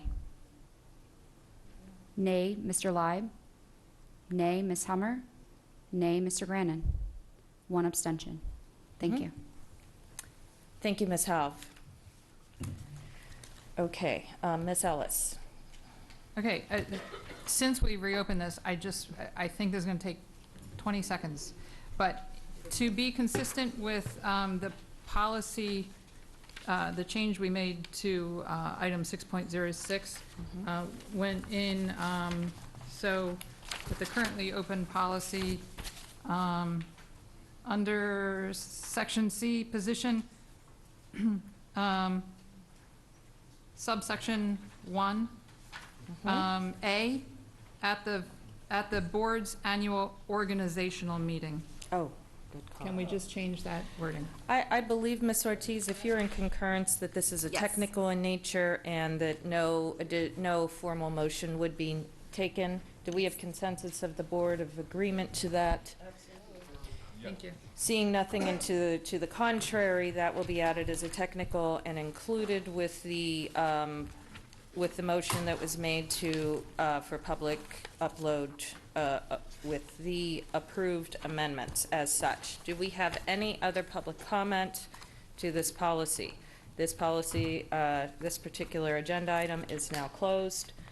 Moving on, section C, item 6.07, Arundel Middle School Classroom Addition, Design and Development. Dr. Olato. Yes, ma'am. Yes, ma'am. I recommend board approval of the Arundel Middle School Classroom Addition Design Development. So moved. We have a motion and a second to approve. I believe there's a presentation? There is no presentation. No presentation today. Ms. Howell, could you please state the question to allow for questions? What question? There's no question. State the motion. The motion? Nope. To approve, right? Oh. We're to approve? Yeah, okay. We're approved? All right.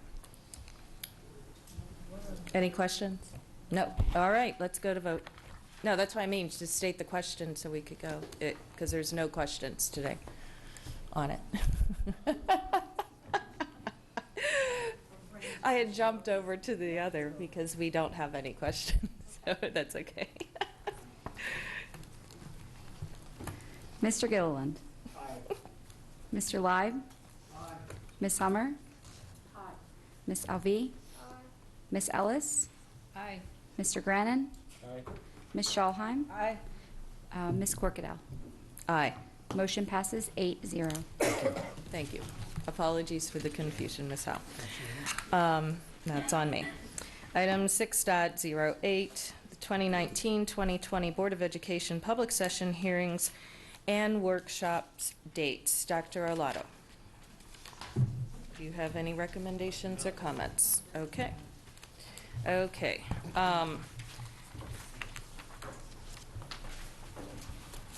Do we have, yeah. Yep. Okay. Do we have a motion or comments? Anything? Okay, looks like we do have a couple comments. Ms. Hummer, then Ms. Ellis. I was going to go ahead and make a motion. I move that the board add an additional meeting on June 24th, 2020 for continued deliberations on the council-approved budget. I'm sorry, I'm phrasing that wrong. Okay. The addition of a meeting on June 24th, 2020, in the event more deliberations on the council-approved budget are required. That's my motion. Okay. We have a motion to amend the existing for the purposes of, on June 24th. Ms. Howe, could you please read the statement of the question, of the motion? For the fiscal year 2020 budget as adopted by the County Council, the motion is to add a meeting to the June 24th, 2020 calendar for board sessions, hearings, and workshops in the event more deliberations on the council-approved budget are required.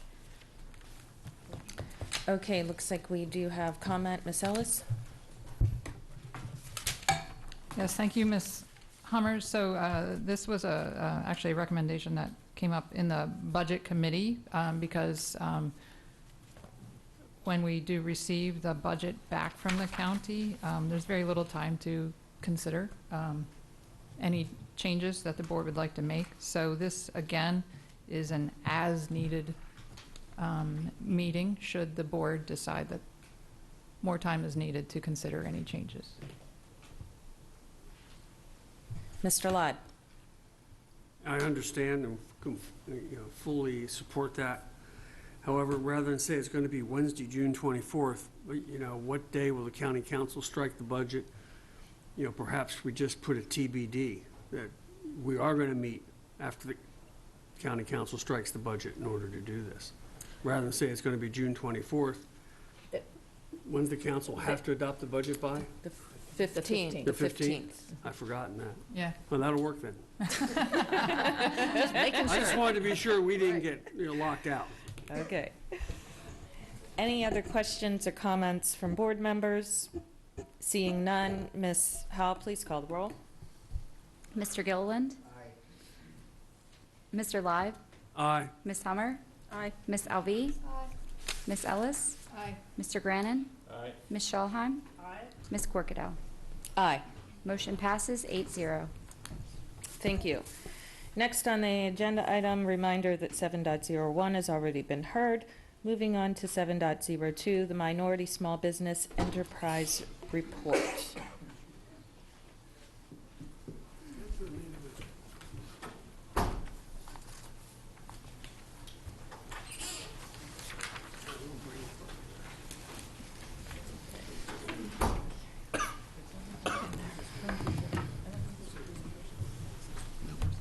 Okay.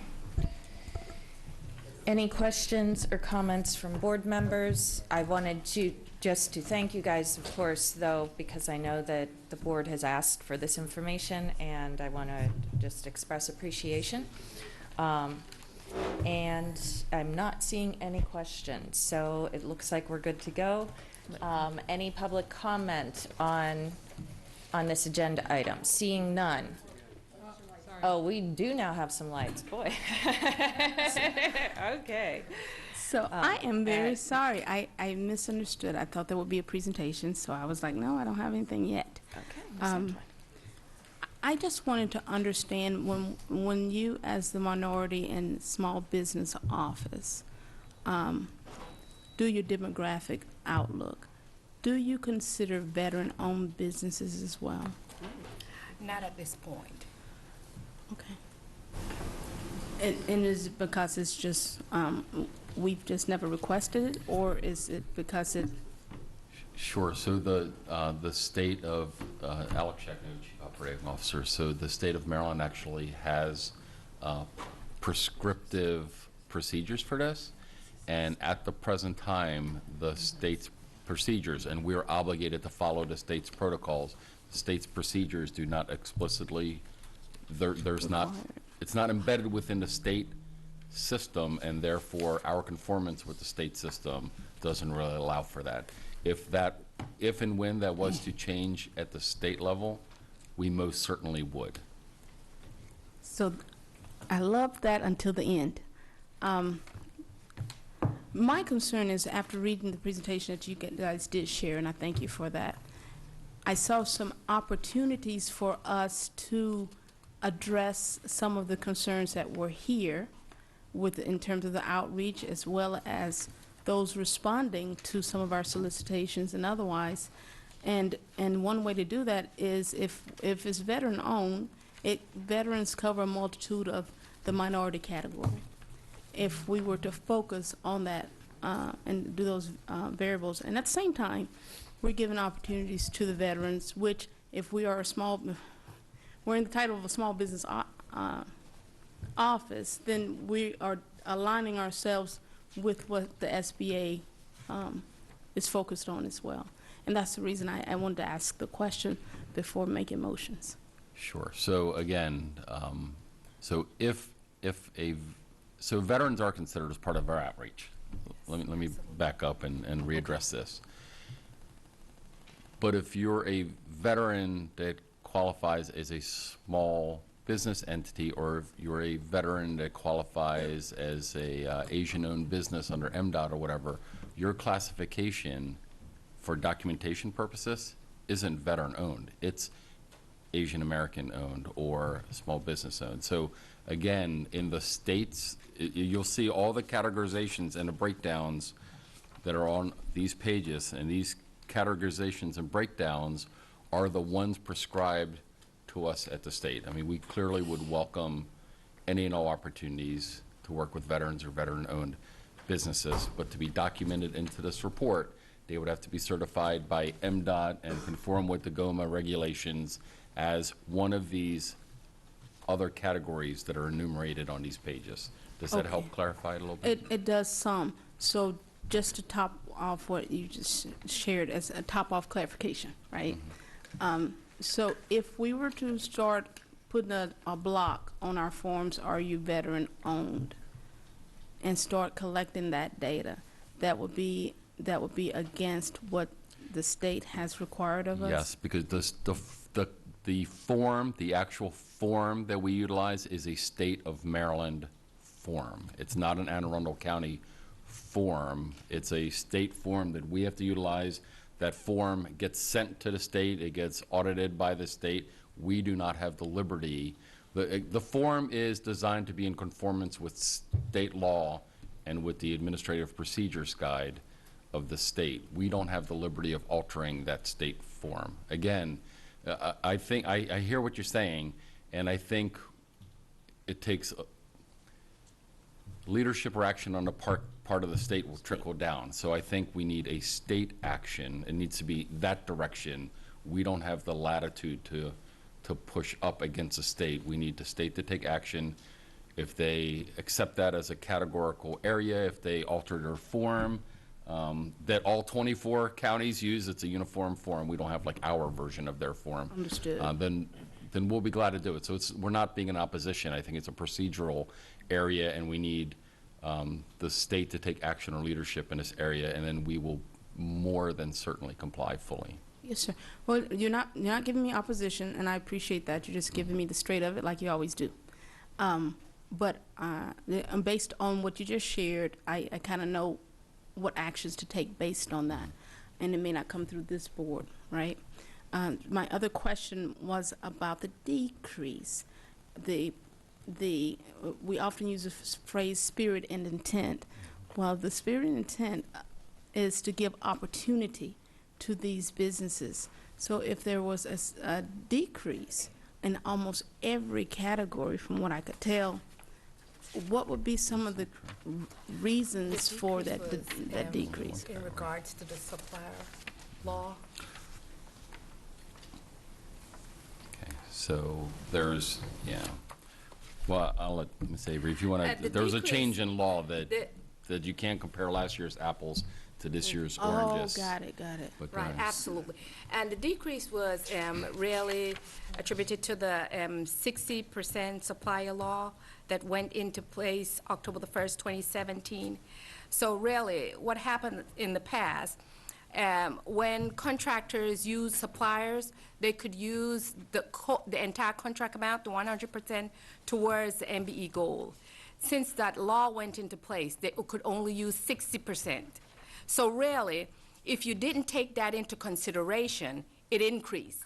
So as noted in the report, there was in the final conclusion of the report, it said that if you did not take that law into consideration, the achievement would be 29.7%, which would be an increase from the previous year. And the code citation, if you go to the bottom of page 3 on the report, it's Senate Bill 309 that drove that structural change, and it was a change statewide. So it's almost like a one-time accounting adjustment. So statewide, not just here in Anne Arundel, upon the effect of this law, there's a one-time accounting adjustment statewide, and then going forward, next year's apples can be counted compared to this year's apples. Absolutely. But this year, because of this structural change driven by Senate Bill 309. You can't do a year-to-year comparison in that regard. But Thank this is a one-time phenomenon. You won't see this Excellent. Thank you. again.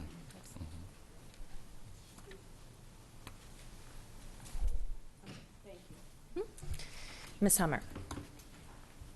Yeah, I just want to thank you. This is great work. I know y'all really focus on this. Mr. Shagnovich, you brought up something. You said that we do reach out to veteran business. It's just not listed on this report. I know when it comes to any of our jobs, we have extensive list that, for contractors, that we send out notices for that come. Are there veterans, like association groups that are specific, like an association to help veterans get jobs that we contact and make sure they get that information? That, I know that wouldn't be under this, but I'm just as So a... we essentially do that across the board. I mean, and you're from that area, so you know that up at Fort Meade, they annually, twice a year, now have large recruitment fairs, and we send personnel up there to try to recruit either military or military dependents, et cetera. So the military is a huge presence here, Ms. Hummer. We're keenly aware between, you know, the naval operations, NSA, and Fort Meade. So honestly, our survivalship as an organization largely depends on our ability to continue to outreach, because it is such a tremendous resource of human capital, of business acumen, et cetera. So we do it, and then we welcome any opportunities to continue to make inroads and outreach to veteran, not just veteran-owned, but military dependent-owned as well. Great. I was sure that was... And the reason I picked the HR side, because that's really where we've seen the most fertile ground. I mean, you know, there's so many military individuals that come here, that are stationed here, and maybe their spouse or an extended family member is looking for employment because they've been displaced as well. So we really try to pursue those opportunities, knowing that it's a great opportunity for a marriage. They need a job, we need talented employees, and we're in a way lucky to have both the naval operations and Joint Force Army operations up in Meade. And if there could be a change in the state law to include that, that would just be a benefit to us, because that's already an area that we really reach out for. Right. So, thank you. Any other questions or comments? Any public comments? Seeing none, thank you guys very much once again. Okay, next item, 7.03, the monthly financial status report. And I believe you stay right where you're at. Okay, excellent. There will be no formal presentation on this. Ms. Ellis. Thank you. I just want to ask about two categories. There seems to be a pretty significant decrease in the spending on the percent spent on instructional salaries and wages.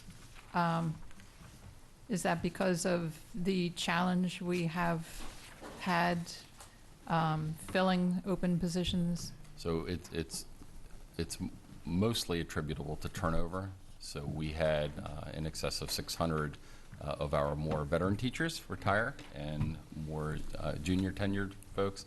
And then layered in on top of that is the amount of new FTEs that we received. They're typically brought in at a lower salary level, so that's the second element. And then yes, to the extent that there are vacancies or departures, whatever, that works in this as well. So we had a significantly higher number of retirees Yes. this past year than the previous. Right. So some of the board members that have been here for a while have heard me use the word sticky feet. So, you know, when times were tougher, right, and, you know, people's retirements weren't going up, or maybe their deferred compensation or IRA, but now that things have sort of recovered, people are making personal decisions that they feel that they are more comfortable or in a better place. And so there's not that, again, that stickiness of hanging on. So folks did, in fact, to weather the downturns and then to recover from some of those economic downturns, folks stayed longer than maybe they initially had planned. But now that that turnaround has occurred, we are now seeing it. So it's a re-leveling in a way. So kind of coming back into calibration. We anticipate there's basically going to be a washout phenomenon. And once we get through this transition, we'll go back to what used to be our normal So steady those state. numbers were low for a period of time, and now Very low. people They are were comfortable very to low. retire. Got it. Yes, ma'am. And then the other category was community services. There's, do you have an explanation for that? Yeah, just for the record, Matt Stansky, Director of Financial Operations. So last year in fiscal 19, there was a much larger match requirement for our Judy Center program. And now that match requirement has sort of gone away, and the grant is picking up the cost of that for fiscal 20. So that is why you see in fiscal 19 a much more larger expenditure through November in FY19, because there was in the general fund a match requirement because the Judy Center grant was reduced, and then now this current year it's been restored, and so now we don't need those general fund expenditures. So is that going to be a savings for us at the end? In other words? Oh, no, we had built that into the budget in fiscal 20. Oh, okay, because I thought it was percent of the funds spent is what It we're is, looking and so, but the match had to be expended early in the year. So Okay. that's why you saw a 60% bump right Got up it. front.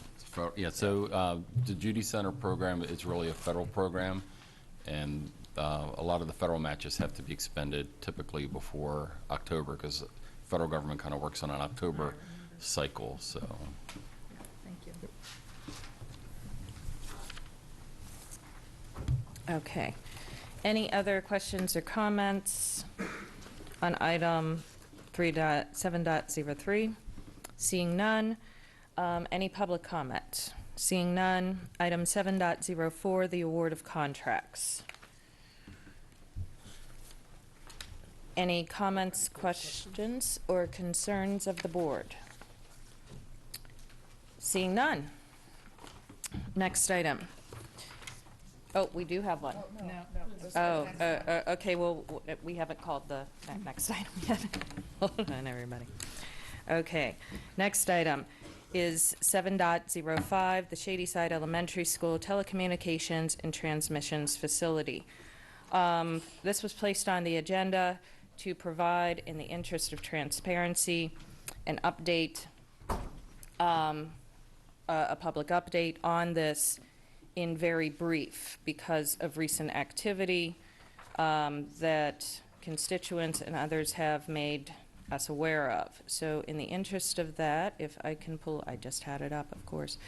If I can pull this back up again, let me find it. Great. So in brief, the permit is still with the county pending approval, and review and comments have been made. And to that effort, I wanted to share, at the request of the county executive staff, a correspondence that we received yesterday evening from them. And so this is coming from Mr. Kitchen, who is a senior staff member of the county executive. I want to take a moment and provide to you in writing the county's positions we discussed earlier. The request was to share this with the board. I made him aware of a desire to share this publicly because we have been discussing this publicly. So that being stated, the email reads as follows, and a copy of this has been provided to all board members this morning. Recently, we have been hearing again from constituents who are concerned over the potential siting of a cell tower at Shadyside Elementary School.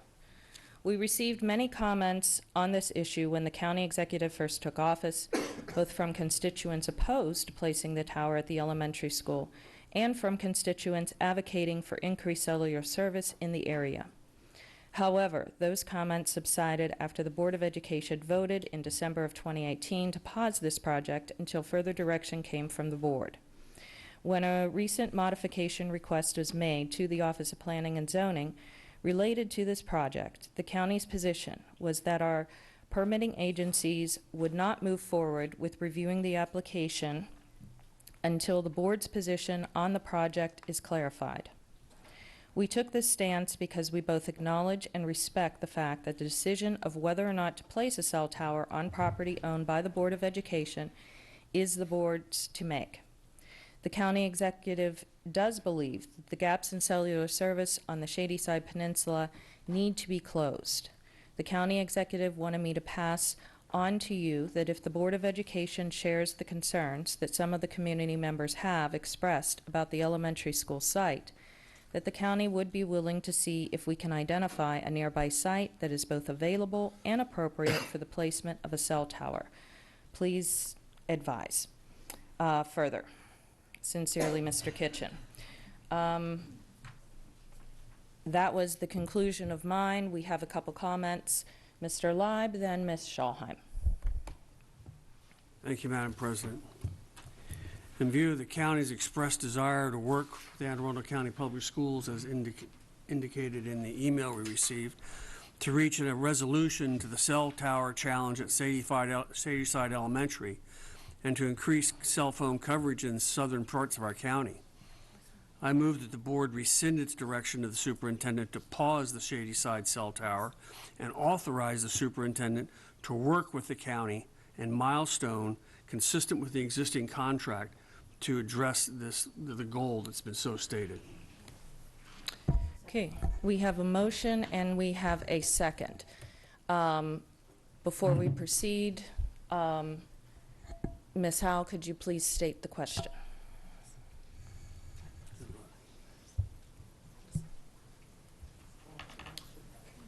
I'm writing it down.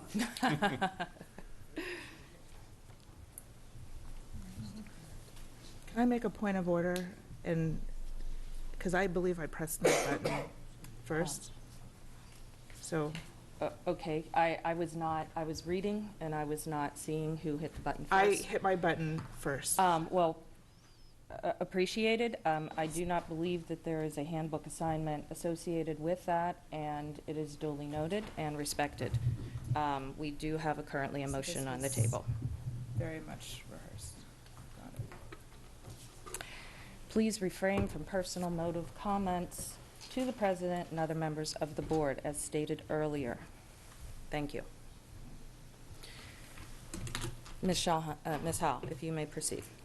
In view of the county's expressed desire to work with Anne Arundel County Public Schools to reach an acceptable resolution to the cell tower challenge at Shadyside Elementary School while increasing cell coverage in South County, I move that the board rescind its direction to the superintendent to pause the Shadyside cell phone tower and authorize the superintendent to work with the county and Milestone, consistent with the existing contract, in support of the goal that has been stated in the county's communication.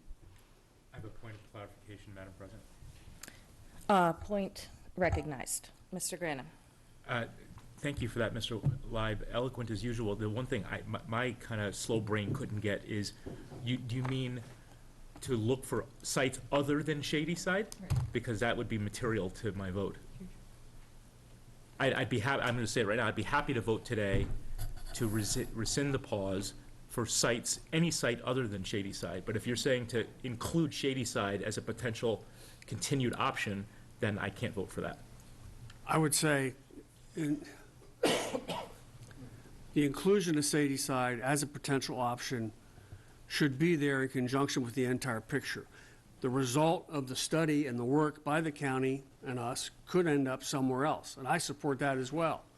But I think we need to have everything on the table as the superintendent and the county embark on finding this resolution. And the follow-up point of clarification is that means that it will come back to the board again for a vote before any final determination? Yes, sir. Okay, thank you. Okay. Well, the statement of the question has been made, so amendments, hard amendments can be made if desired. And upon that clarification, we are now open to debate. Ms. Schalheim. I have a bunch of comments, but material to your motion. It seems clear from the statement read by Ms. Corkadell that the county is now openly saying in public out loud that they are willing to work with us to look at alternative sites. And so I'd like to amend your motion to include formal direction for the county to work with us, or the converse, for Dr. Olato to work with the county to fully vet alternative sites that include the ball field and Discovery Village. We have an amendment to the proposed motion. Do we have a second? Second. Okay, we now may discuss the proposed amendment by Ms. Schalheim. Yes, Mr. Ludd. I would be amenable to that to a point, in that the inclusion of alternate sites, I believe, is appropriate. But to lay out what alternate sites there may be, I would leave that to the experts in the field, to the people that do this, to come up with that, and not pre-designate what those alternate sites could be. Fair enough, so long as they're vetted. Okay, Ms. Schalheim, are you proposing an amendment to your amendment? Sure, okay. that the pause be lifted pending that Dr. Alato work formally with the county to vet all alternative sites. Is the word, I may need a legal on this, is the word pending actually give the staff the ability to work? Because pending would imply a post. All right, and. Okay, okay.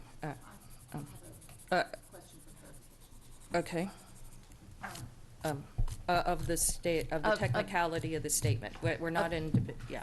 Of this amendment. Okay, yes, you may address Ms. Schalheim. I do. I have a Yes, Ms. clarification Sommer. that maybe, it says, yours says for Dr. Arlotto to work with the county to vet the other things. I don't think that it is, I don't think the school system has the authority to vet properties that we don't own. I'm looking at that, like, I'm with you that every possible site should be vetted.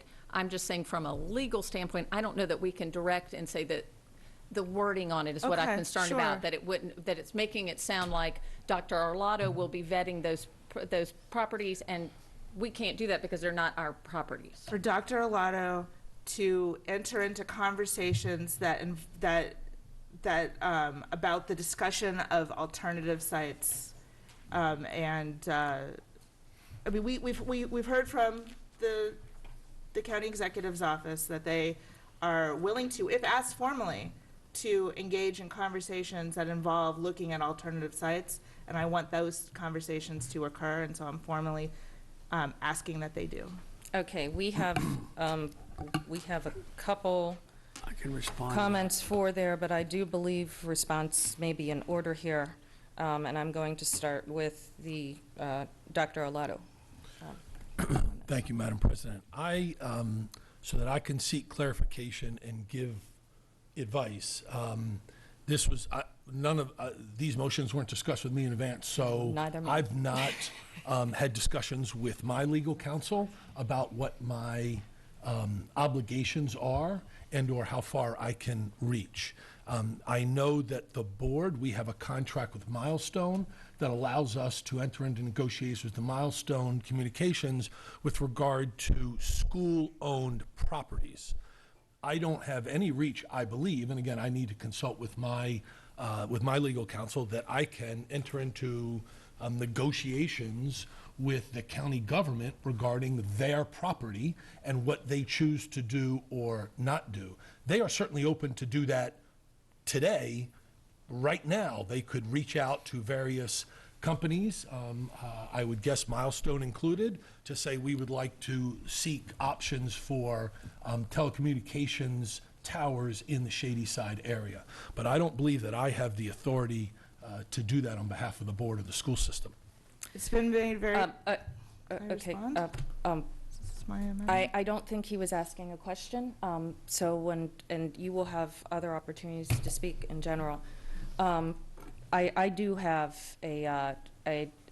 some information that I believe would be relevant to all of this discussion under my purview, and so this question is specifically to Milestone. So we're talking about vetting land, and I'm just a little confused because I was under the impression that in the course post-motion that Milestone and the Office of Planning and Zoning had been having conversations to the effect of vetting in the spirit and interest of the motion based on testimonies that Ms. Schallheim and others had made that last December of 2018. And so this question is specific for Milestone. Have you engaged since December of 2018 in reviewing sites such as Discovery Village, such as the ball fields at Shadyside Park is, I believe, the technical location of that, Franklin State Park, and similar? Sir. Yes, thank you, Madam Chair, members of the board, and Dr. Arlotto. My name is Len Forkas. I'm the president and founder of Milestone Communications. I know there's been a lot of discussion today about policy and procedure, and I can affirmatively state, based on the timeline that's presented to you in this packet, we're in our third year of this project.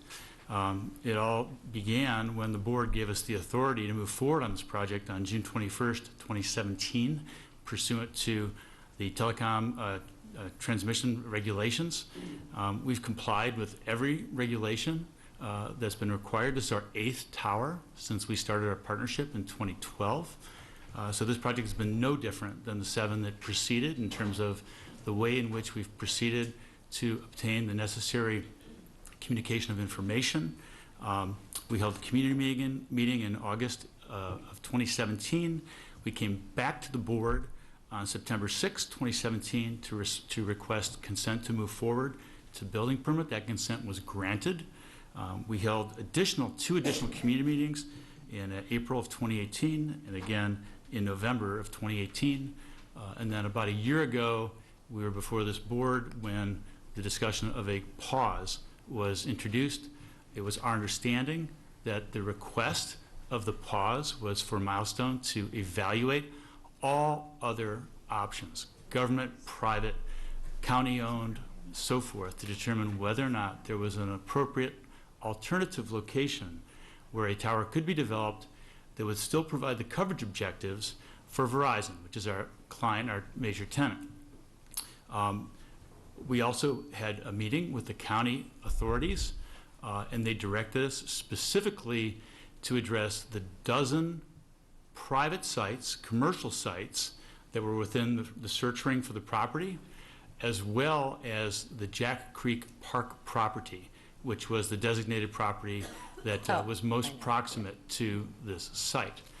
Those were the requirements. I'm here with Matt Penning. We have copies of our response to the county as a result of that communication, and the primary reason that the Jack Creek Park property was not a suitable candidate is because it was purchased with project open space funds, which preclude all commercial use on the property pursuant to a deed restriction.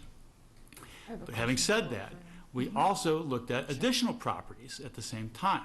We looked at the baseball field, the Shadyside baseball field property. Okay, to be clear, so you did, is this something that you guys worked on, or did you engage with the county or any county agency with this? Well, the first thing we did was we asked our customer, Verizon, which is the customer that determines whether or not we could achieve the coverage objective. That particular property was 3/4 of a mile away from the center of the search ring and failed the RF testing. So there was no basis or foundation for us to engage in any conversations with the owner of the ball field, because that property would not achieve the coverage objective of Verizon. The alternative property was the property that's contiguous to us, which is owned by the county government, which is used as a dredging facility, which has uncontrolled fill on the property. And also because of the setback requirement, even if there were controlled fill dead in the center of the property, we'd have to put it in the middle of the property. It's not physically feasible. So rather than burden the county to evaluate real estate locations that have no bearing whatsoever on our ability to feasibly fill the search ring and achieve the coverage objective of Verizon, we're led back to you to decide whether or not we can continue to proceed with this application at the Shadyside Elementary School site. I can also say that during the time period that all these other sites were evaluated and ruled out, that we worked very carefully, very closely with staff, as well as the county, with respect to forest conservation law. Forest conservation law, according to the county, required a conservation easement to be recorded upon this property, 2 acres of encumbrance on this property. We worked all summer and all fall with the county. They enacted that legislation in November, thereby waiving that as a requirement, and therefore no conservation easement would be allowed or required as a condition of allowing this project to go forward, which is a significant burden that's not going to be needed as a result of the county's policy. And then finally, when we submitted our permits and requested the actual release of that easement, the county communicated to us that they could do nothing more. They would not act on our project until the pause was lifted. So here we are respectfully requesting that you allow us to move forward pursuant to our contract. We allow us to move forward pursuant to... Mr. Hood, with all due respect, that exceeds the question, so Fine. I'm going to ask that that portion of, the latter portion of his testimony be stricken from the record. And I believe we do have other questions. Thank you very much so much for answering them, because we currently do have an active motion on the table, but do respect your opinion, sir, although it is not appropriate for this time. Ms. Shalha, this is going to be on the questions and stuff being asked will be specific to Ms. Schalheim's motion, just to remind everybody. And do you know who went? I'm not when I'm looking at that. I'm not looking at that. So, Ms. Schalheim, you had indicated questions specific to Milestone while they're here. Oh, I have a lot to say. Okay. So, firstly, I would love to see some proof that the ball field was in fact formally vetted, because it's my understanding that that was not the case. And it is within the 2,500 feet. I could have brought the map with me. It's at home. Radius area of where the Shady Side Tower is. But I have a, can I just dive into all of my comments at this point, or? Sure. You may want to separate the questions done for Milestone and then we'll just go on. Oh, well, I need to see proof of that before I could trust it. I mean, the county has said via Mr. Kitchen that they would be more than willing to work with us to find alternative viable sites if asked, and so that is the basis for the motion. I think we should formally ask that other sites be officially vetted and that some proof of that vetting can be brought to us. This is not about cell phone reception, just so we're all clear. You all, people in the audience, people listening at home, this is about the location of the tower. And so I have a fair number of things to say. Can I just go ahead with this? Absolutely. So we talk endlessly about the importance of relationships in this body, relationships being key to connecting with our students, a huge part of creating ideal learning environments as well as enhancing their success. Healthy relationships are also important within this body and between us, Dr. Arlotto, and staff. Trust is a key component of this relationship, without which a healthy relationship cannot exist. Each meeting, when we vote on everything from office supplies to new courses, this body trusts that any affirmative vote will be carried out as instructed, that courses will be developed as advertised, that playgrounds will be funded by PTAs, will be built as described. The same is true when we vote not to proceed, or in this case to pause, pending further instruction from this body, the Shady Side Cell Tower project. I expect that work will in fact be paused from our end. So I can't explain my reaction to learning that our wishes were not followed when we voted nearly 13 months ago to, and I quote, move that Dr. Arlotto take all actions necessary to pause the placement of the cell tower at Shady Side until further direction of this board otherwise, unquote. My interpretation of our motion, which incidentally passed 6-3, including affirmative votes from myself, Ms. Ellis, Ms. Urea, Ms. Antwine, Mr. Grennan, and Mr. Gillenland, was to stop work on this project pending further direction from the board.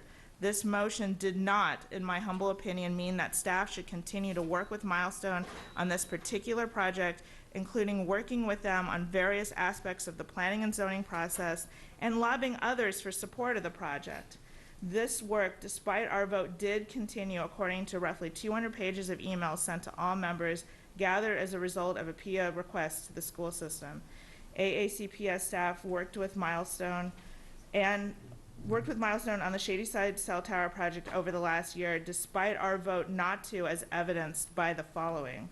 Page 37, February 14th, 2019, an AACPS staffer emailing with a county employee about the Shadyside project, indicating that Milestone didn't want to pursue alternative sites, and stating, quote, "All Milestone is trying to do is rule out your parks," unquote.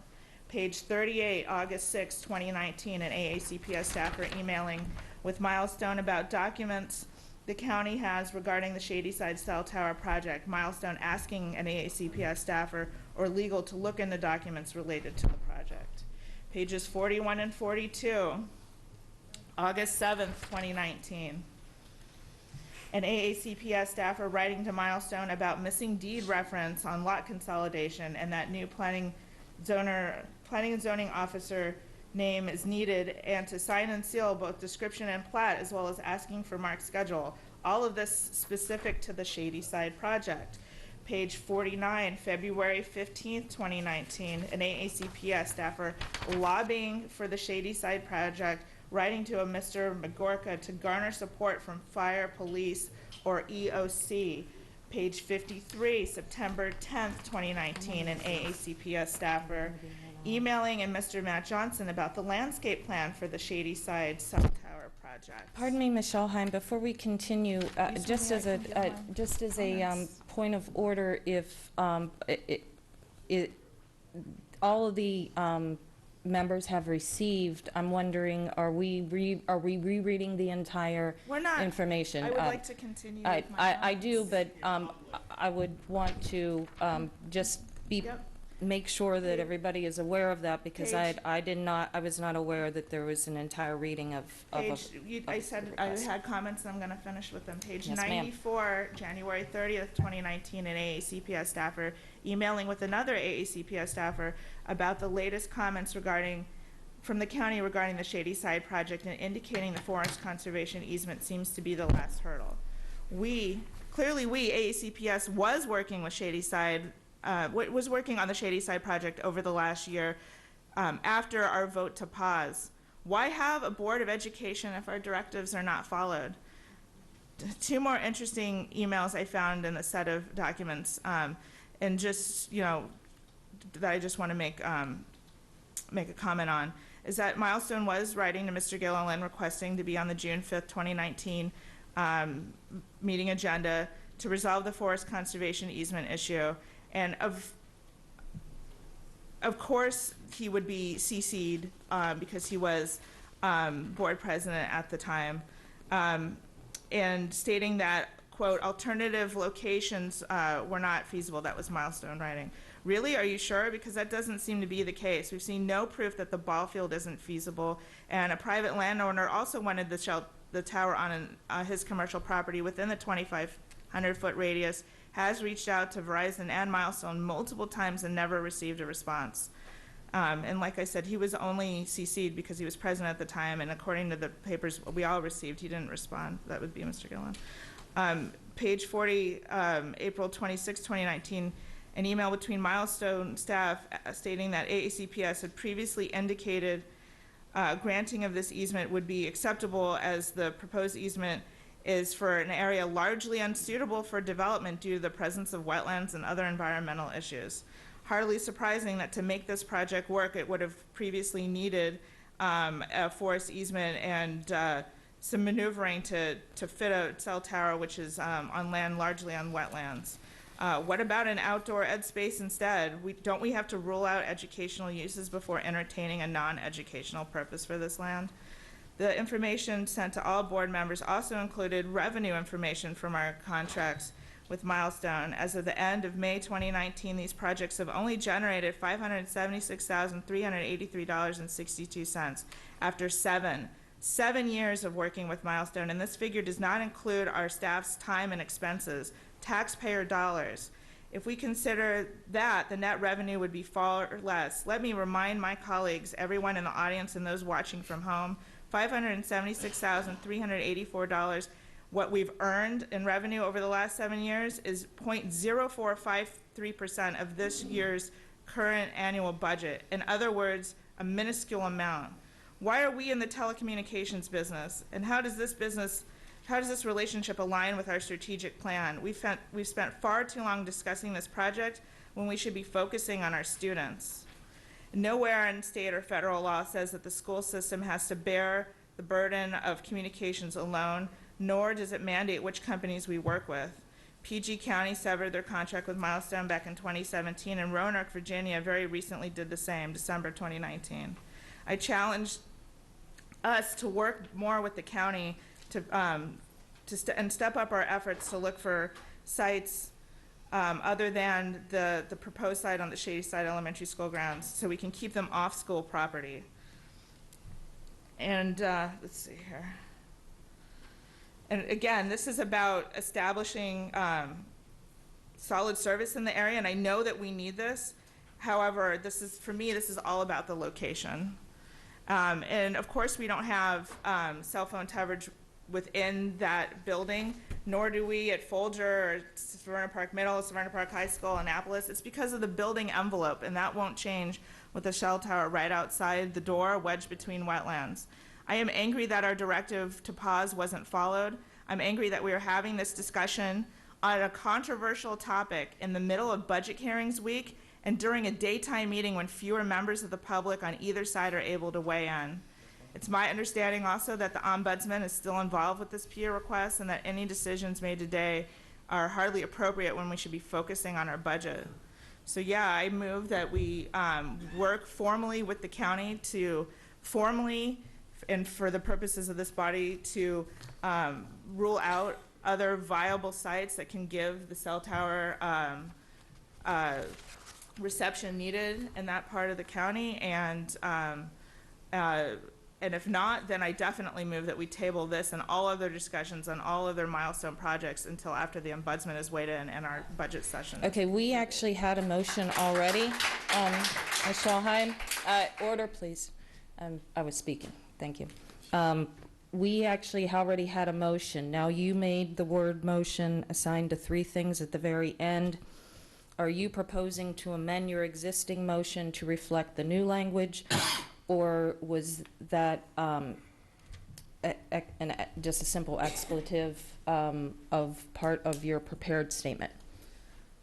Initially, it was part of my prepared statement, but if we can't work formally with the county to vet all viable sites so we don't have to down trees and drain wetlands, then I'm willing to move forward. If not, we should table this discussion until a nighttime meeting where more members of the public on both sides can be present and for transparency purposes. Instead, we're conveniently doing this during budget hearings week in the middle of our budget session and season, and I'm not okay with that. Okay,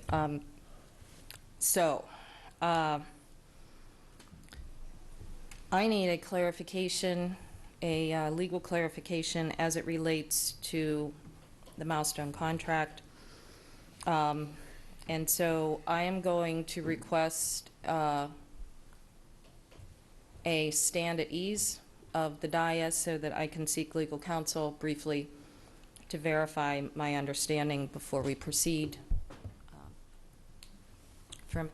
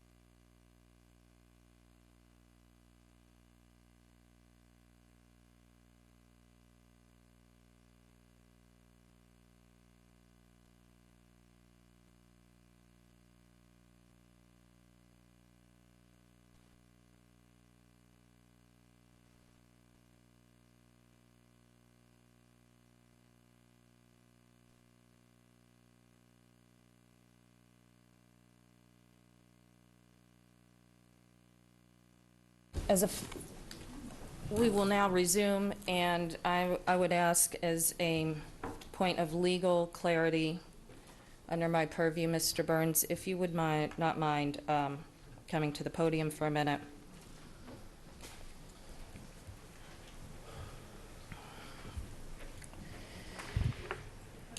I just want to make sure that our motions are not in contradiction with anything legal, whether it be contractual or the law itself. The motion that we currently have, that Ms. Schalheim has presented, has been seconded, and is now currently under debate, is in part, my understanding, a directive to Milestone, because in order for the board to work with the county on that effort, that would be also a directive by extension to Milestone. Is that something that our existing relationship with Milestone affords, or does that trigger something different? If you wouldn't mind. Madam President, Ms. Ellis, Dr. Arlotto, members of the board, Darren Burns, board counsel for the record. First of all, most of today, I think the parliamentary proceedings have been very much in order and been admirable, and they've been done the way you would want to see if you're following Robert's rules. I need to make sure I'm clear, because I just in the last 7 minutes sort of lost a little bit where you are, and I don't want to give advice in a vacuum. Mr. Lime had a motion, which I believe was seconded, and then there was an entertaining of technical and/or friendly amendments, which that has happened through the course of your day. Ms. Schalheim made a statement and also had some things that she would like to see done. I just want to make sure I understand if the board believes it's finished with Mr. Live's motion. Actually, Ms. Schalheim had asked for an amendment. She had made an amendment to his main motion. So we are now debating Ms. Schalheim's amendment. Thank you. Mr. Live's motion would be resumed either as amendment, or if the amendment failed, we would re-divert. This is relevant specific to Ms. Schalheim's motion as it relates to our ability to direct or not under our existing relationship. The reason I ask that question is, again, at the time the board began going in this direction, what was asked for was friendly or technical amendments. I don't believe that part was ever exhausted.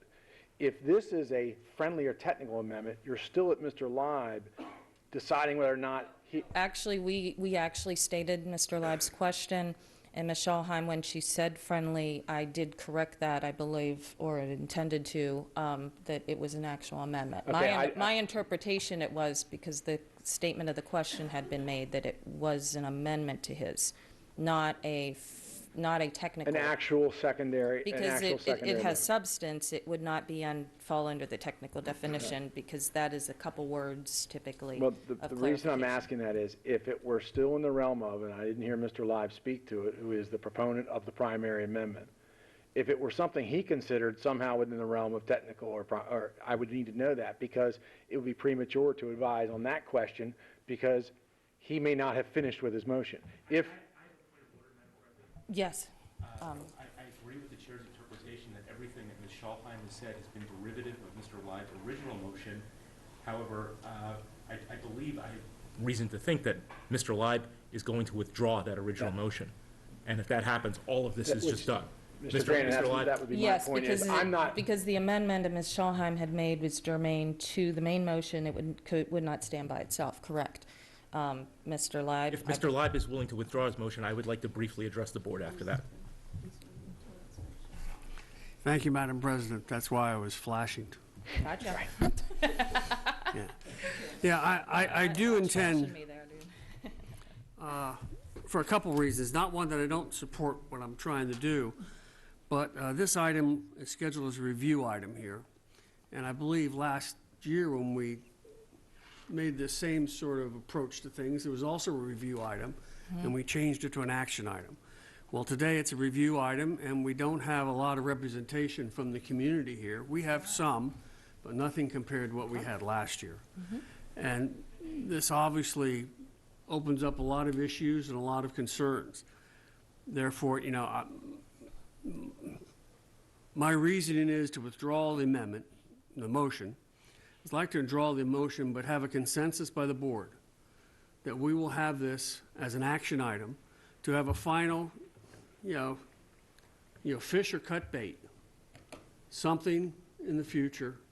I'm looking at the first meeting in February. I know it's a day meeting, but the second one is our budget meeting, and that's always contentious. But I would rather just have this scheduled for an action vote, and we're going to decide once and for all. I mean, to pause is not a business term. Pause is not how you execute contracts. You either do it or you don't. You don't pause.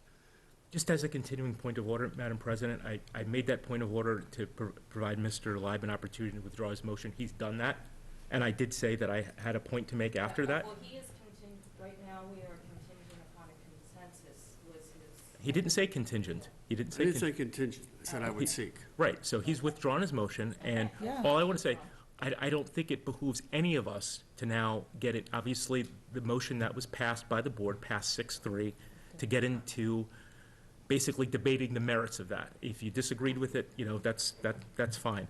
The thing that was brought to this body today and to the public was a letter from a designee of the county executive that said, please provide some direction as to whether the board is interested in vetting other sites. That was what was in the letter.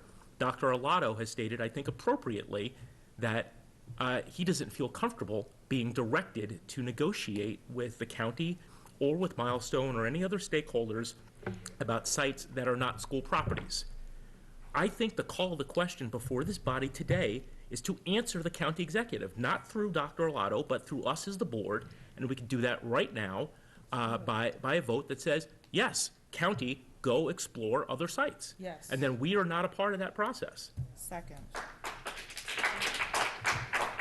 Mr. Burns, since I have you up there, as a matter of clarification, we do not have authority over the county, but we could vote to correspond back the interest and accept the interest of that. Is that not correct? I just want to make sure we do it the right way. You have a range. You could, this board has done this before in various elements. You could pass a resolution, which is in effect a statement by motion.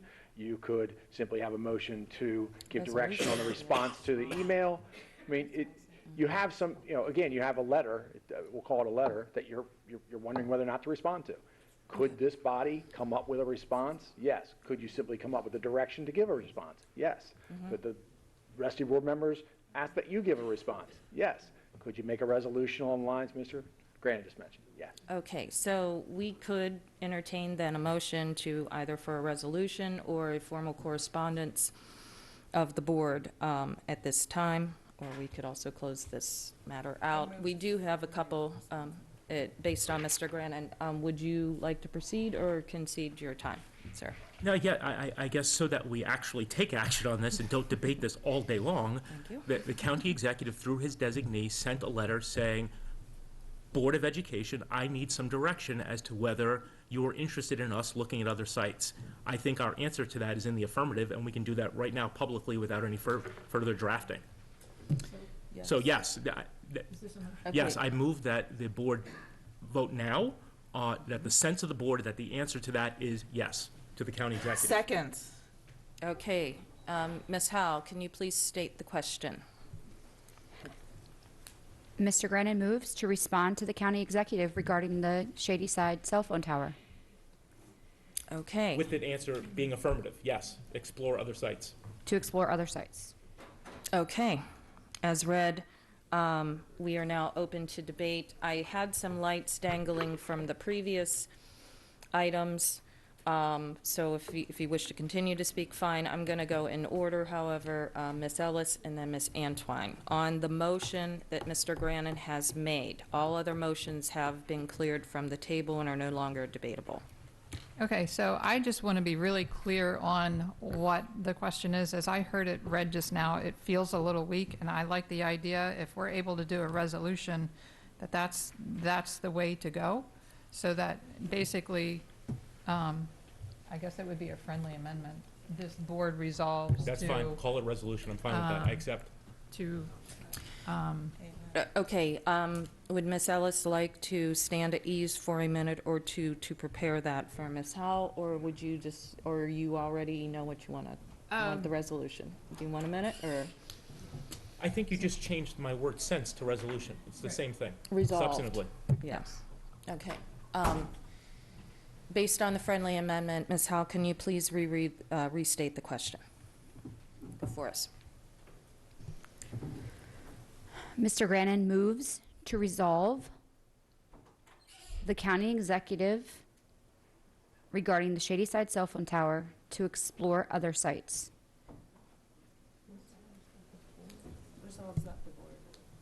Resolves that the board's response to the county executive's inquiry about the exploration of other sites is affirmative. Does that work? That makes sense to me.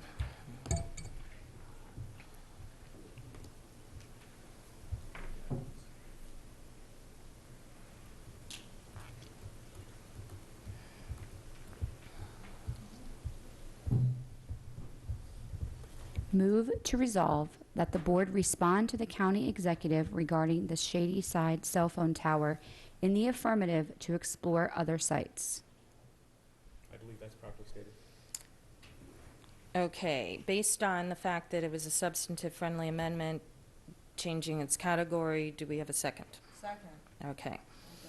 Question as stated, debate, I have Ms. Antwine. Thank you, President Corkadell. So I have a question about the letter that you read, Ms. Corkadell. Could you read specifically what concerning the researching of other sites? I understood what the county is saying they're ready to do that for us, but I just want it reread so I can understand it for sure. Yeah, and don't forget too, you do have a copy in your email as well. Understood. For the record mostly. Thank you. Absolutely. Okay.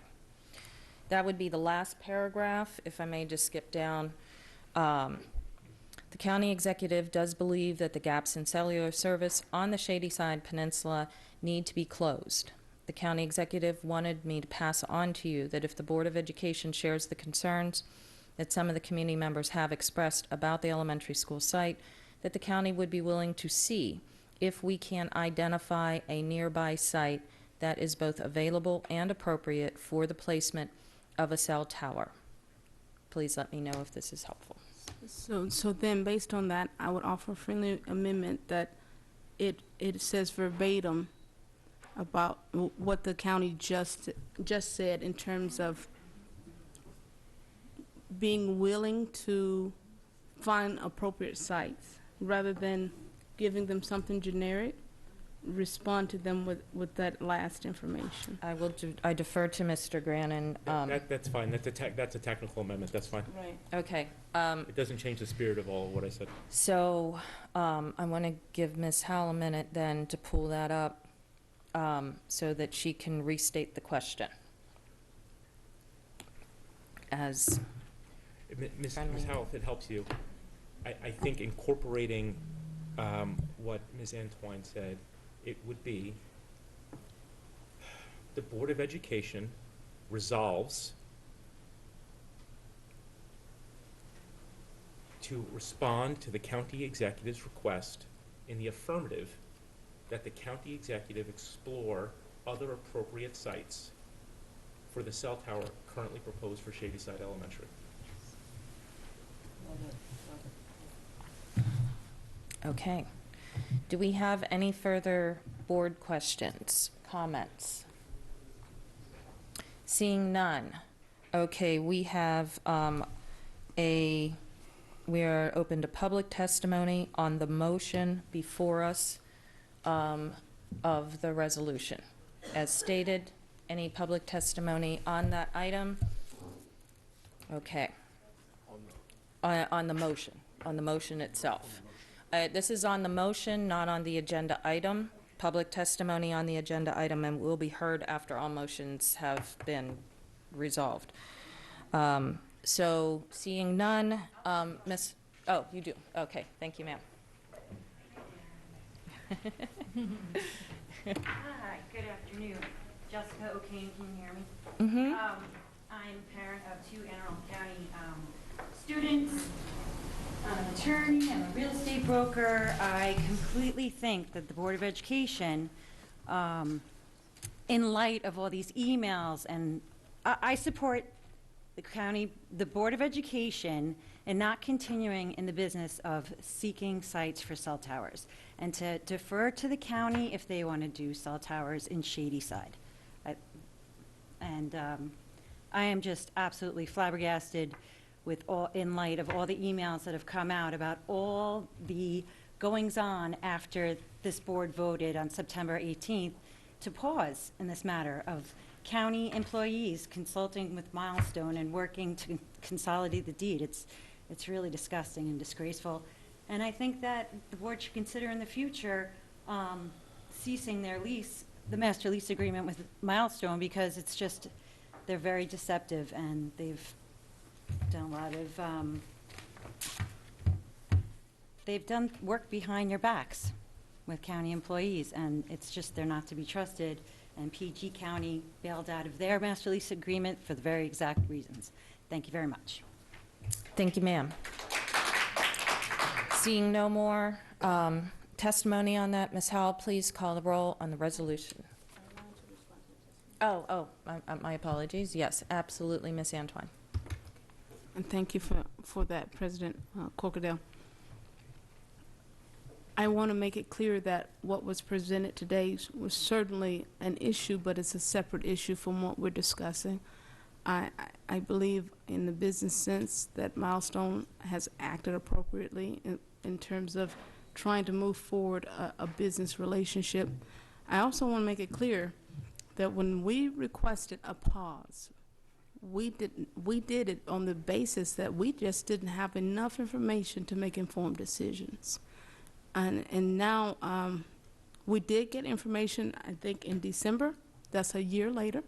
And again today in closed sessions that will help us to make those decisions when this comes back up. I'll also just refer all members again, as part of the package, and one of the other reasons of having this on here is that you are provided with a summary of information and site information as part of the update, including the timeline that may be helpful in the future when this gets revisited on the agenda in the very near future. Do we have any more comments to the like? Hearing none. Ms. Howell, Madam please President. call, Mr. Gilliland, yes. Sorry. Thank you, Madam President. And I know, especially when you have papers laying on top of that, it's hard to see all the lights. Well, I think we need a little wipey, because it's kind of dim in the reflection. I guess the question then is, assuming this motion carries, at what point is it revisited? Because naturally, there's still a contract that has to be determined whether this board wants to proceed with it or negate it.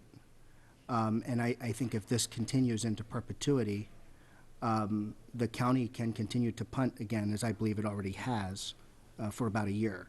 So my concern, and I don't know if this is a question for you, Madam President, just as chair of the meeting or the maker of the motion, I guess the question is, at what point do we revisit? We can't stipulate to the county, because it's not within our purview, that they have a designated time frame to respond to us. It would be a polite thing, but I just don't want to be sitting here in June dealing with this still. I believe that what would be available, well, he referenced myself first, so I'd like to, and then absolutely, you can add. From my perspective, the resolution can be amended at this point by technicality, by formal amendment to the motion, because we have not gone to vote yet. It could also be, and there could also be a new motion presented on the dais immediately following the resolve of this one, to take any further action or to instruct as ways to dispose. They could be handled either way, and either way would be appropriate. Whether or not it would be embraced, I have no idea. None of this has been fully vetted, as Mr. Lyde pointed out, starting off as a review item. So that would be the two choices that the board could make to reconcile your concerns from a parliamentary perspective.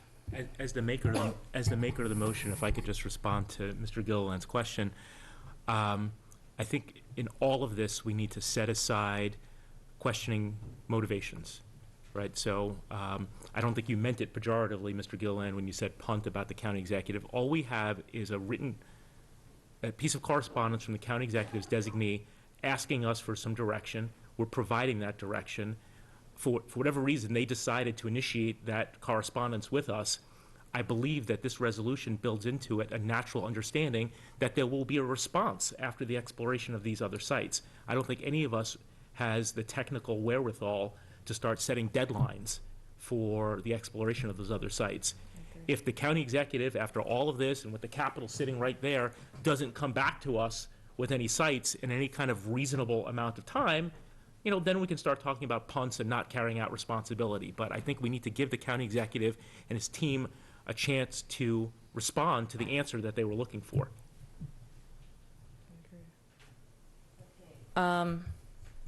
Comment include Ms. Schalheim? Anything further? Okay, we are good. One last call. Because see, when I looked up and then you hit like that, I went to Ms. Howe. Are we good? Okay. Ms. Howe, please call roll on the resolution. Mr. Gilliland? No. Mr. Leib? Aye. Ms. Hummer? Aye. Ms. Alvey? Aye. Ms. Ellis? Aye. Mr. Grannon? Aye. Ms. Schalheim? Aye. Ms. Antwine?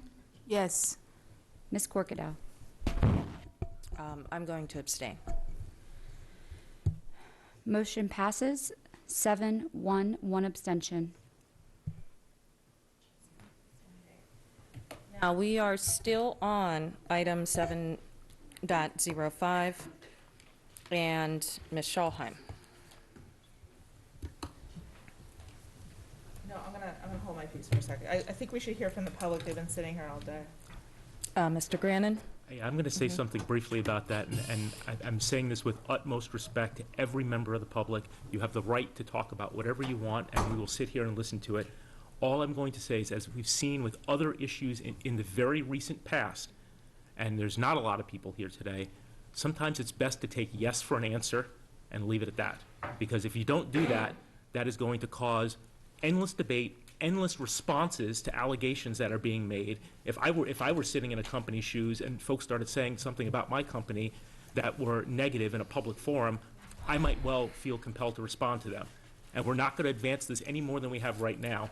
If your objective is to have other options to the cell phone tower at Shadyside, you've gotten that today. I respectfully request that you take yes for an answer and that we move on. Thank you, Mr. Grannon. We cannot address members of the dais, but we do Written have testimony people. would be great. Okay. You okay with that? Okay. Thank you very much, sir. I am going to call the people who have signed up, and under Mr. Grannon's advisement, if we have no more statements about this review item from anyone? Okay. Hearing none. I have for public comment, I believe there's not going to be any more questions today, and we do have some public comment for those seats. Thank you guys very much. Thank you, gentlemen, very much for your time. Okay, I have 4 people who signed up in advance for public comment. Lisa Taylor Soriero, Tracy De Leon, Randi Williams, Robert Anderson. Oh, Rob, okay.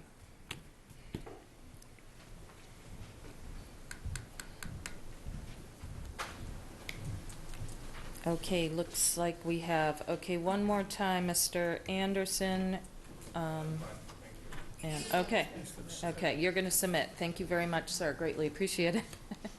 On the interest, and then... Okay. Hi, good afternoon, Dr. Arlotto, members of the board.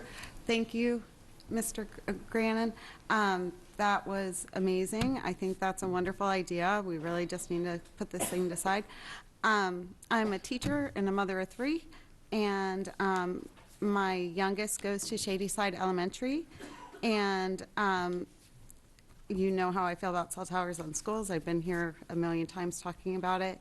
But the thing that I wanted to talk to you about today was the OWL Center that could be on that property.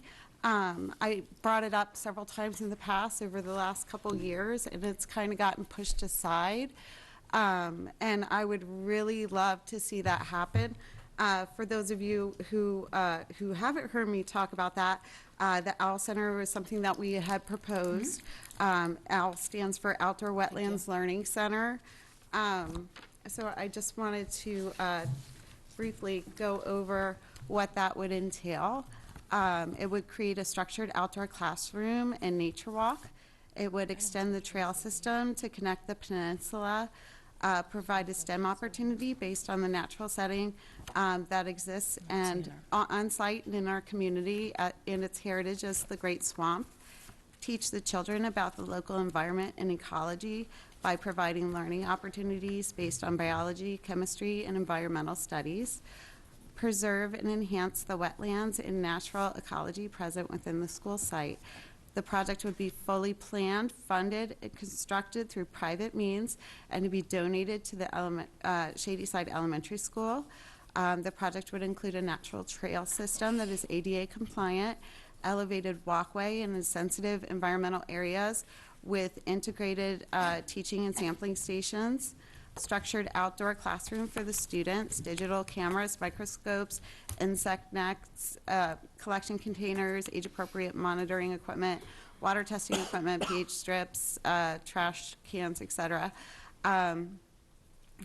Books and school supplies to document the samples, to record their findings, special instruction from outside resources companies, whether public or private entities, planning, engineering, and permitting, and privately funded with no expense to the school system. So the reason why I had all this planned out was because we know that that's, if we decided to put the tower there, that would be in direct violation of your regulations. So I had originally intended to bring the copy of your regulations, and I have a copy of their lease agreement, where it says that if the site can be used for educational purposes, then they can't do that. So that's all I had to say, but thank you. Thank you, ma'am. Okay. Ms. Williams. Hi, thank you for the resolution today. President Corkadell, Dr. Arlotto, members of the board. I'm Randy Williams. I'm a registered nurse. I'm the mother of a senior at Southern High School, and I'm a resident on Idlewild Road, fairly close to the location of the proposed cell tower. So I attended Shadyside Elementary School in 1971 in its first year. I wanted to give you a little bit of the history, but then I wanted to describe the wetlands and the reason why you need to take it off the chopping block for the cell tower at your next decision-making process. In order to do the OWL project, you need to know what's there. Shadyside Elementary School and Discovery Village, between those two locations and our new Shadyside Trail, have everything that's available at Arlington Echo. And you would save lots of money by not having to rent that property. Let's see where, okay. So just north of the actual site is the Shadyside Trails. Right now it's flooded, so it needs some raised little walkways. It has a beautiful pond adjacent to the ball field, which Miss Ellis in the past addressed that forest conservation, she didn't want to get rid of the ball fields. It's surrounded by beautiful grassland, the wetlands grass, and it's just it's like a magical little pond. The wetlands itself in the forest area, I have spent a lot of time there because I've been running my dog there for years. So I've been on that property since I was a kid, and I spend a lot of time there on the weekends, walking through the forest. And the actual wetlands forest there has little areas of streams, some dry area with some trees, and the area that's to the east of the property is bogs, wetland streams, alive with cattails and all types of wetlands creatures that the kids would just love to explore. And then to the south, we have a large amount of surveyed wetlands, little streams. And to the east, that's to the east. To the west, we have a contiguous stream that runs between the site and the elementary school. And recently, the kindergarten wing was put in. And when they did the kindergarten wing, they put in a fire road. And when they diverted the water kind of away from where it should have gone, they created a new wetlands, which is right next to the playground. I'm not really crazy about that because it constantly floods the road and the old path that we used to use on the sidewalk. We don't have sidewalks, so we just kind of walk on the grass when you're taking a walk. Maybe you all need to look at that, but it's a beautiful wetland that's now created on the site additionally to what we already have. We have remained wet since September of last year. We have not dried up, and all the surrounding neighbors are flooding. So we've got a beautiful property that needs to be established as an outdoor learning center for the kids. Thank you. Thank you, Ms. Williams. We do have one additional testimony. Ms. Howes?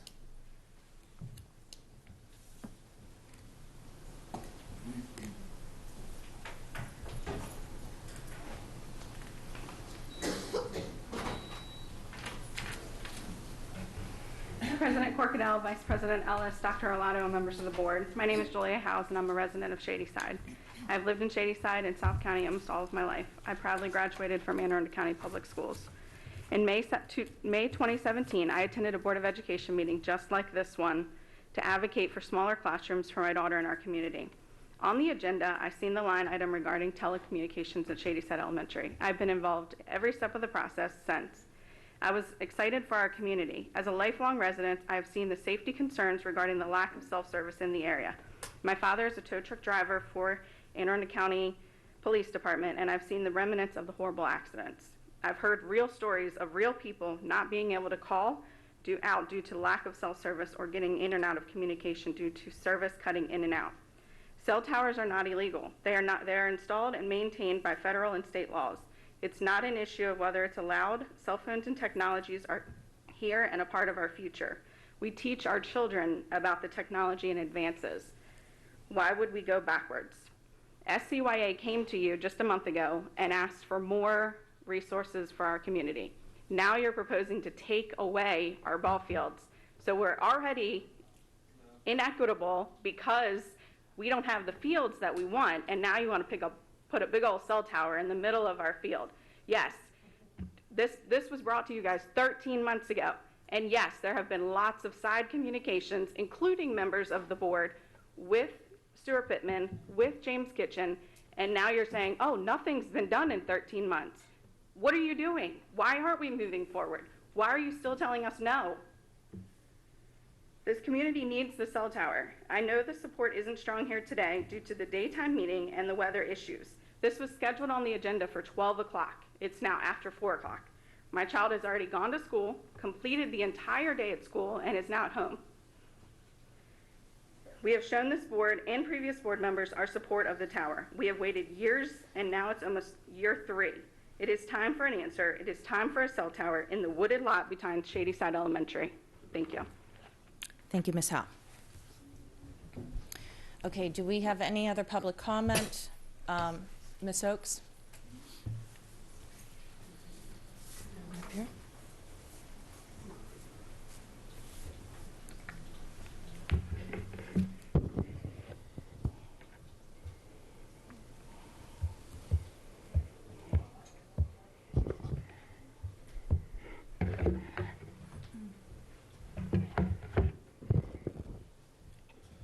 Good afternoon. India Oakes, parent of a 4th grader at Hillsmere Elementary and Board of Education candidate. I feel like I am on repeat with all the testimony I have given over the last 3 years on the placement of cell towers on school property, but I will never stop speaking out when it comes to protecting the health and safety of all our students and teachers. Hopefully you all had a chance to read my written comment submitted on Monday, so I just wanted to quickly touch on 2 points. First, one item I did not include in my letter pertains to language under Board Regulation FB-RA C-4F, which states, absent action by the board to preclude the project from proceeding, the vendor shall then prepare the application that meets AACPS requirements and applicable construction codes.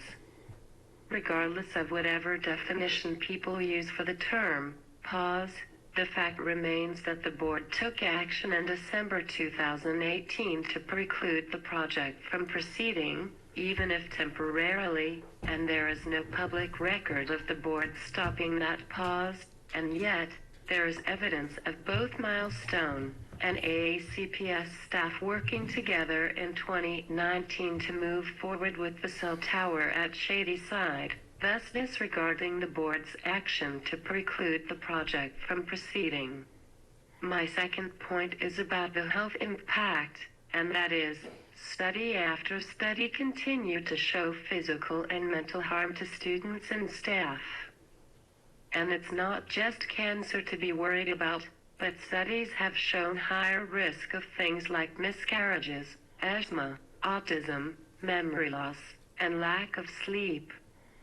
If the International Association of Firefighters voted 13 years ago against having cell towers near fire stations in order to protect our first responders, before the full impact of such placement can be understood, why are we risking our most vulnerable populations of children and staff, just for a mere fraction of revenue? As a reminder, seeking approval from the board for each placement means the board has the right to say yes or no on any requested location, and so please continue to pause the project at Shadyside Elementary, and thank you for advising the county to work with Milestone on alternate sites. And finally, please hold your staff accountable for disregarding a directive from the board. Thank you. Thank you, Ms. Oakes. We have a comment, Mr. Gilliland. Thank you, Madam President. And I just want to clarify one thing I think Mr. Grannon said, and I know certainly the lens from which he said it. My comment was directed at the county as an entity, not to the county executive. So I just wanted to get that on the record. The other thing I will say, I stand behind my vote simply because of while I respect the spirit of the motion, I stand behind it just because of the open-endedness and perpetuity, which is why I voted no. Having said that, I am still happy to sign my name or affix my signature to the resolution that goes to the county executive. Thank you, Mr. Gilliland. Greatly appreciated. Seeing no more comments, we are moving on to our next business item, which is a review 7.06 Chesapeake High School Telecommunications Transmission Facilities. Dr. Arlotto, is there anything that you guys have? Okay. Review item for the board. It's a review item. Got you. Any presentation? No. Okay, we have. To answer all questions. Okay, we have no presentation, but we do have we do have staff available to answer questions for the information that was submitted to the board with their package. It looks like we already have a couple questions. Ms. Schallheim, then Mr. Grannon. It is still budget season. It's still what was supposed to be budget hearing week, both of our budget hearings, although one of them got postponed.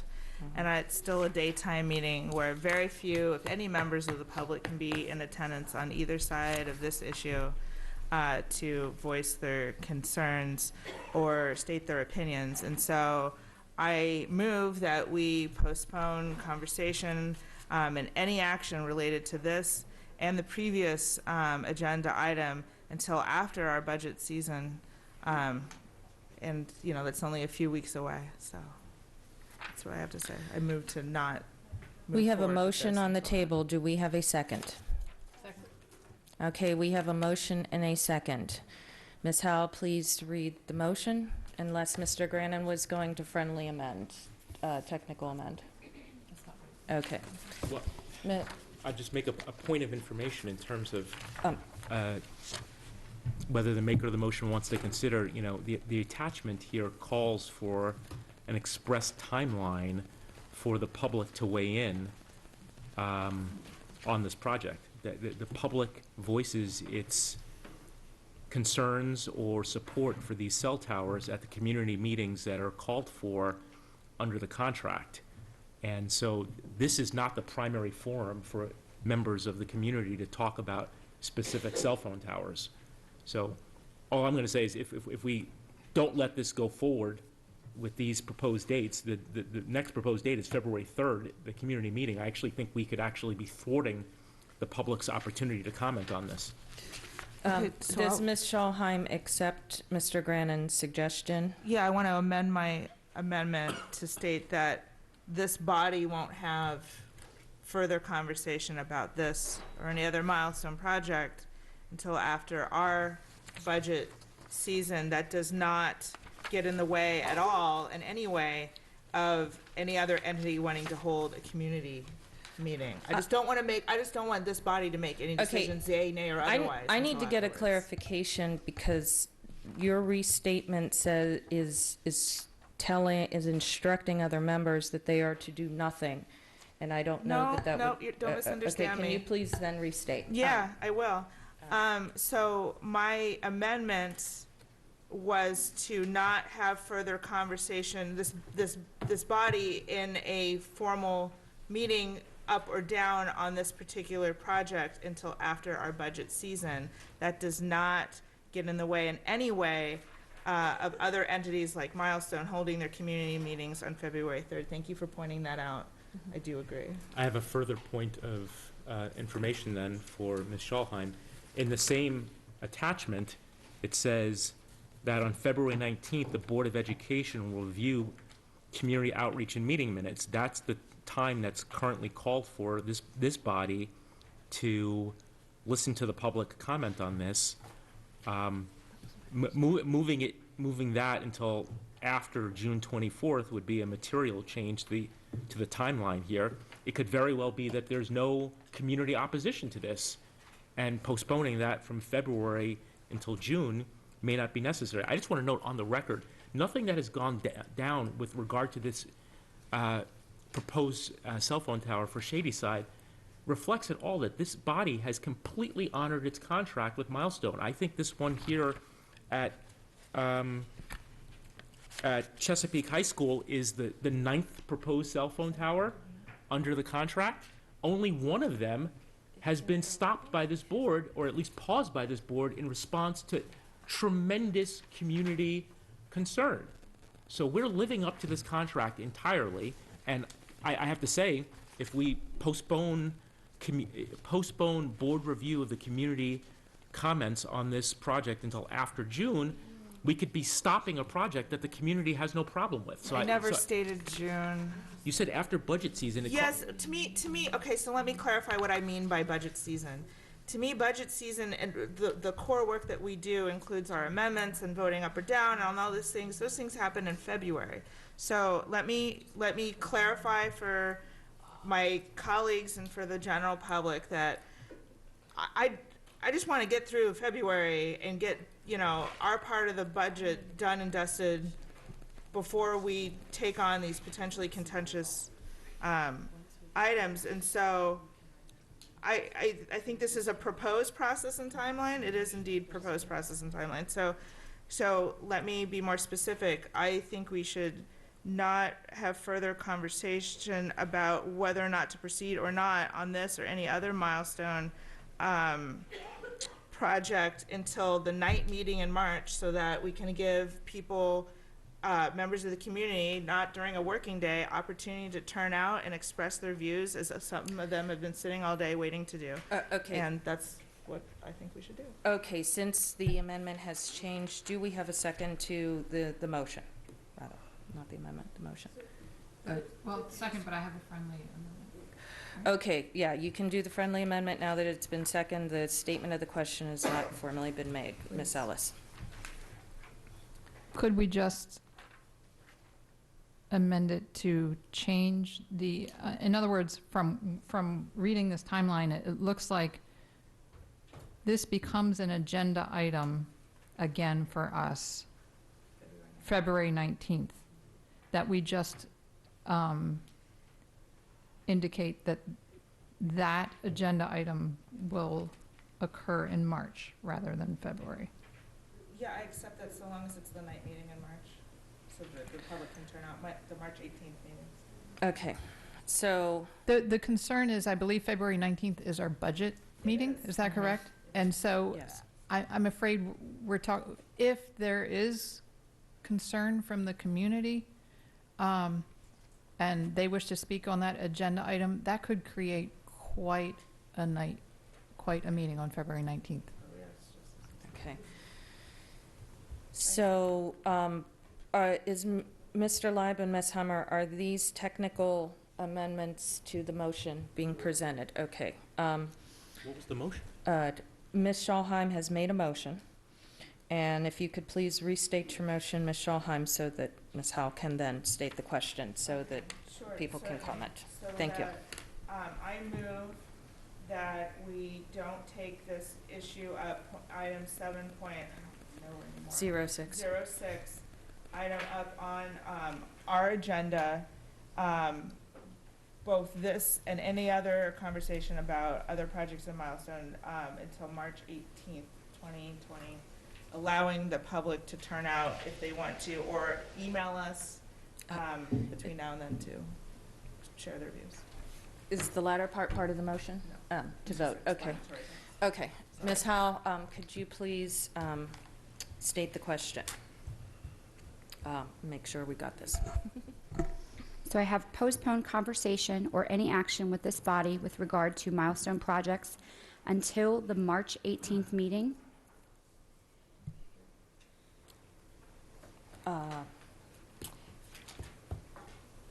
Yes. When I had asked Ms. Schalheim for clarification of comment, you had clarified it for the purposes of public meetings. When you restated it, you said all comments. I don't believe our body has the power or authority to stop any individual member. Can we get that edit? No, I'm asking you to edit it to reflect that, because your reiteration had said, and what she just said comments. I would like to get a clarification. I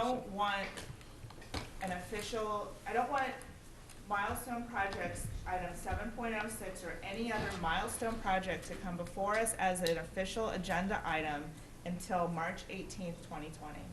Could you clarify both public and closed, or just public? Does it matter? Yes, it does, ma'am. It does. I don't know. Open meeting. What we discussed, I don't have purview over what we discuss in closed session, so I don't know what you mean by closed.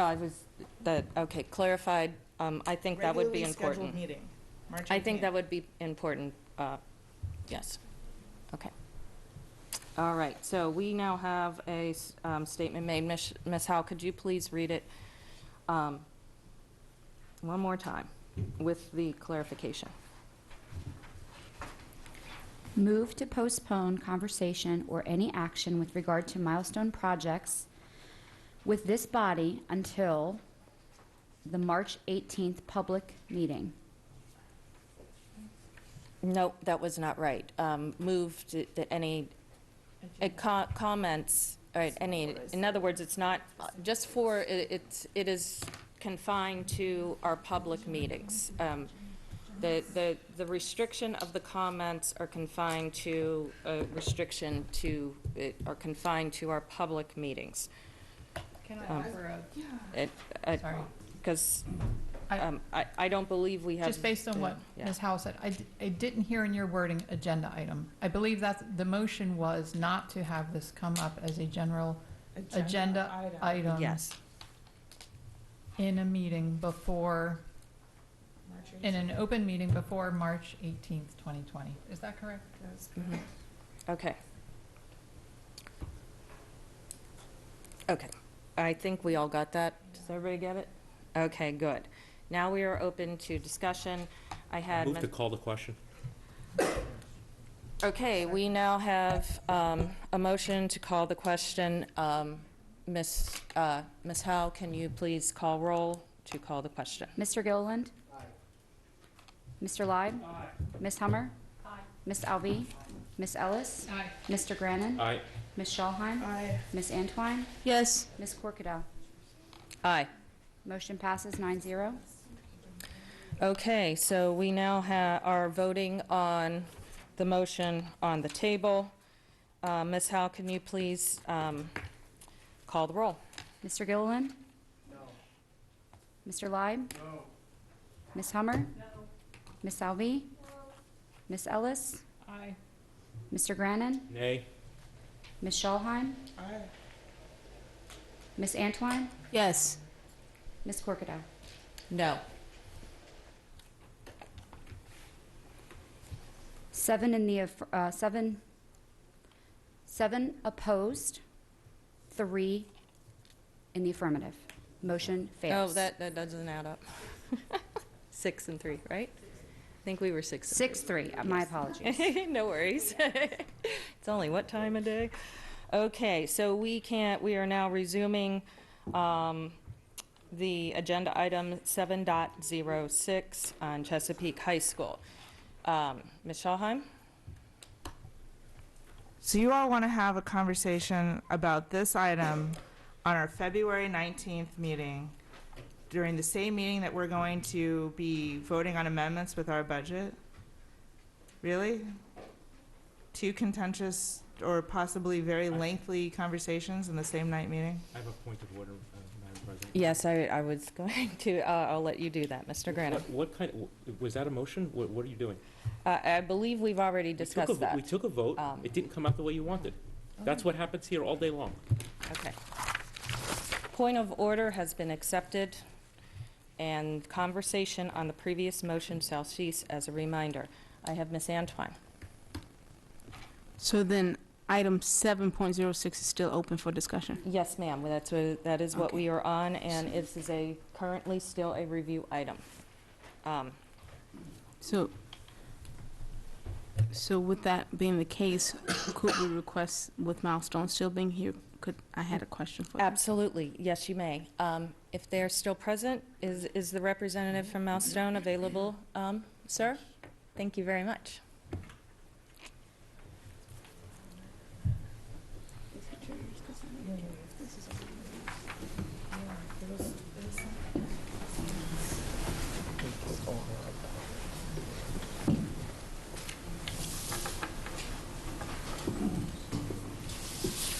Mr. Forkas, thank you all for being here and for your diligence in our school system and the work that you've done thus far.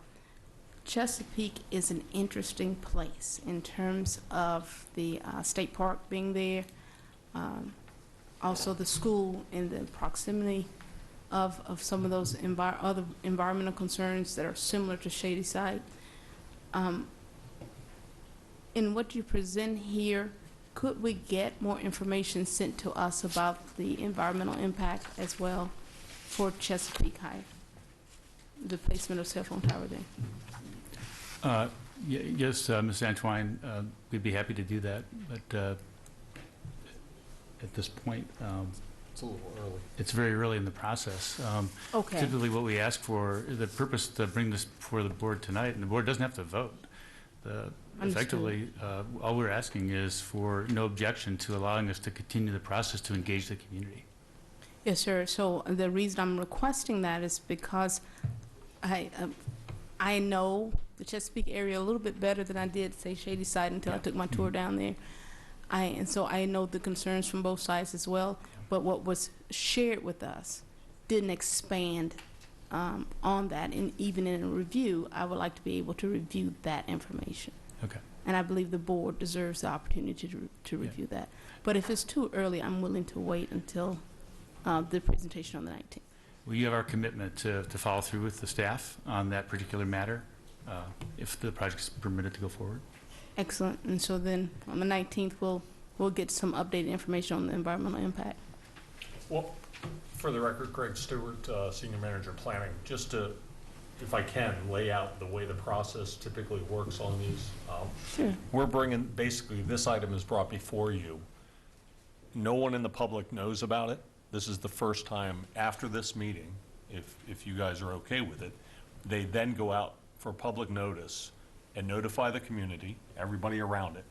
And then Milestone will hold a public information meeting to explain the project to the public and basically try to get feedback, any comments. We then bring those, any comments that are raised by the public, they are brought back before this board. And it says on or about February 19th. Certainly, again, that can move based on board meeting availability.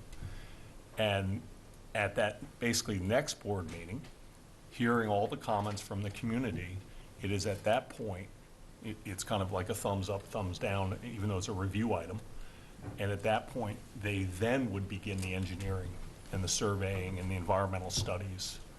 Understood. So at this point, there's, yes, there's there been wouldn't field be walks. anything to send to Mr. us before Gillian, the 19th. He went is out what there you're sharing. with the PTA last month, I guess it was, and we kind of looked at the site, met with the school, and it's been vetted as far as the location. And again, there's no wetlands in this area. It's up on top of a hill. But certainly that's something that will be looked at in the future. But right now, it's strictly trying to get it out to the public so they can have an opportunity to look at it. Thank you for that. As a follow-up to Ms. Antoine's question, I believe there would be perhaps another opportunity for board members, if they chose, to perhaps visit the site with you guys for more interaction. Is that, my understanding the process was we weren't quite ready to the final call for that, but that would be, that's part of the process and would be an opportunity. Is that not correct? Well, part of the policy, the way it's the regulation reads, basically the first meeting they have is with myself and the school. We then have a follow-up meeting after that, and we invite the board, one of the members, and Mr. Gillian did attend, along with the PTA president showed up, and we go over, and the principal again, and we go over the whole process, basically the whole project. We actually walked out to the site location, and based on that meeting, that's why we're here today. I didn't hear, there were no objections based from that small group to say, let's bring it to the board, the full board. Okay. And that's what we are. But yes, absolutely. There's Okay, yeah, zero I issues just wanted with to, site yeah, visits, it arranging seemed things. like it would be a Right. good, friendly It's- thing yeah, to do. just easy. If Let us know. everybody's amicable, regardless of that. Okay, thank you very much. Okay, we have Ms. Ellis and Ms. Shawhan. Thank you. So the meeting in which, the board meeting in which Board of Education reviews community outreach and meeting minutes. So who's providing us with those meeting minutes? Milestone. Milestone. So in interest of fairness and full transparency, if there were concerns raised by the public, how can the public feel assured that their concerns are being fairly represented to the board by the party interested who has a business interest? So the minutes are prepared by them. They're also provided to the county. The board, it's a public meeting. All 9 of you are invited to attend. And if your own ears, the conversations or concerns, either pro or con. So we'd welcome you to attend a public meeting. Thank you.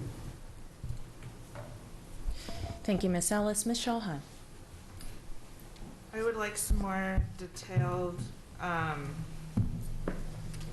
description of the site, including, as the crow flies, the distance between this tower and our students' heads, classrooms, etc.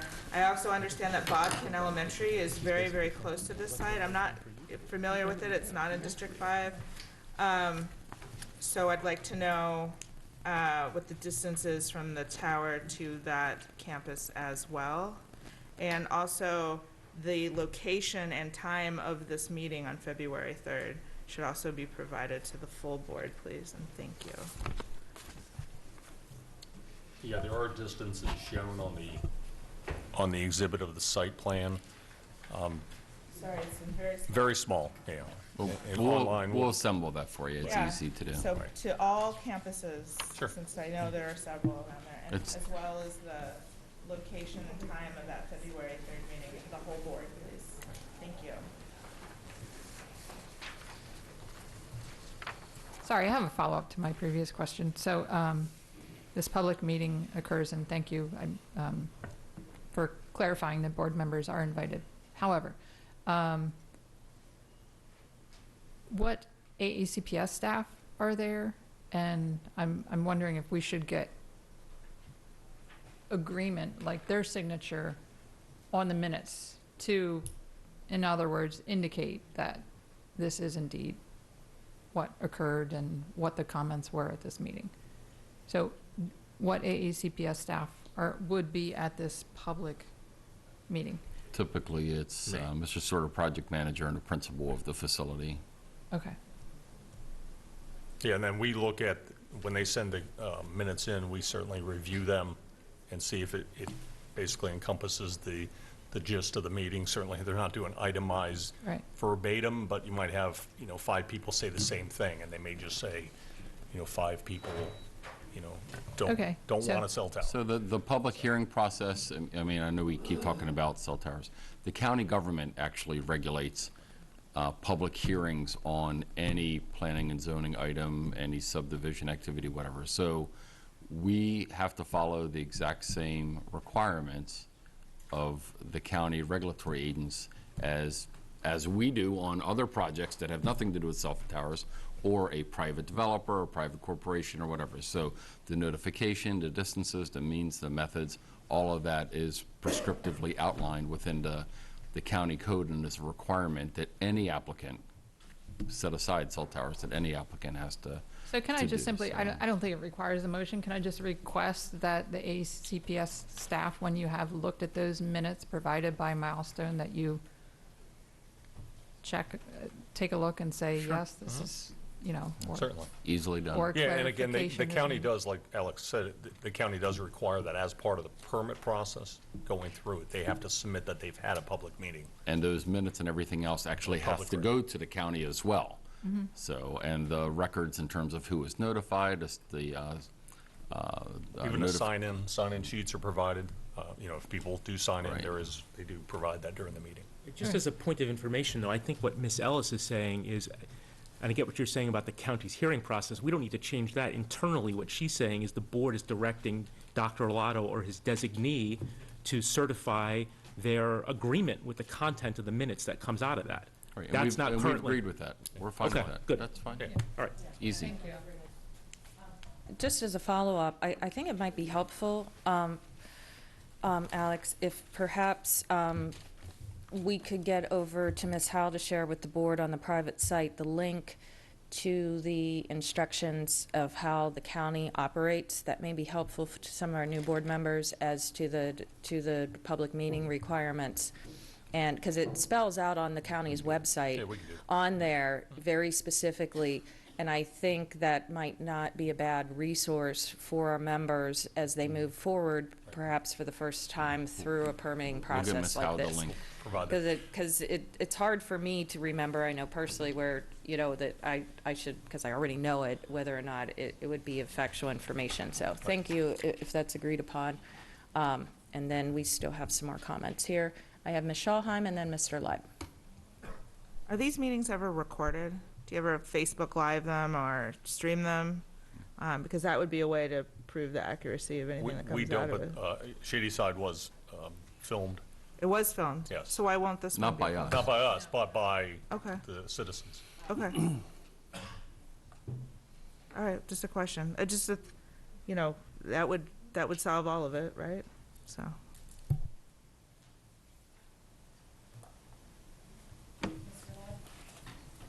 Thank you. I am one board member that does not think that we should be requiring our staff to certify in writing that the minutes that are coming to us from a public meeting that they've held are true and accurate. I take the word of my staff when Mr. Sachnovich says, yes, this is an accurate thing, or Mr. Stewart says. I just don't believe that sets the right tone that we should have with our staff and with our citizens. It just rubs me the wrong way. When folks come in here, they come in here in good conscience and good faith. And I question when we lay requirements like this, we're not showing our good faith in their good faith. So it's just something that rubs me the wrong way. You may have them do it, and Alex says it's fine, but that's not a good way to conduct ourselves. I'm sorry.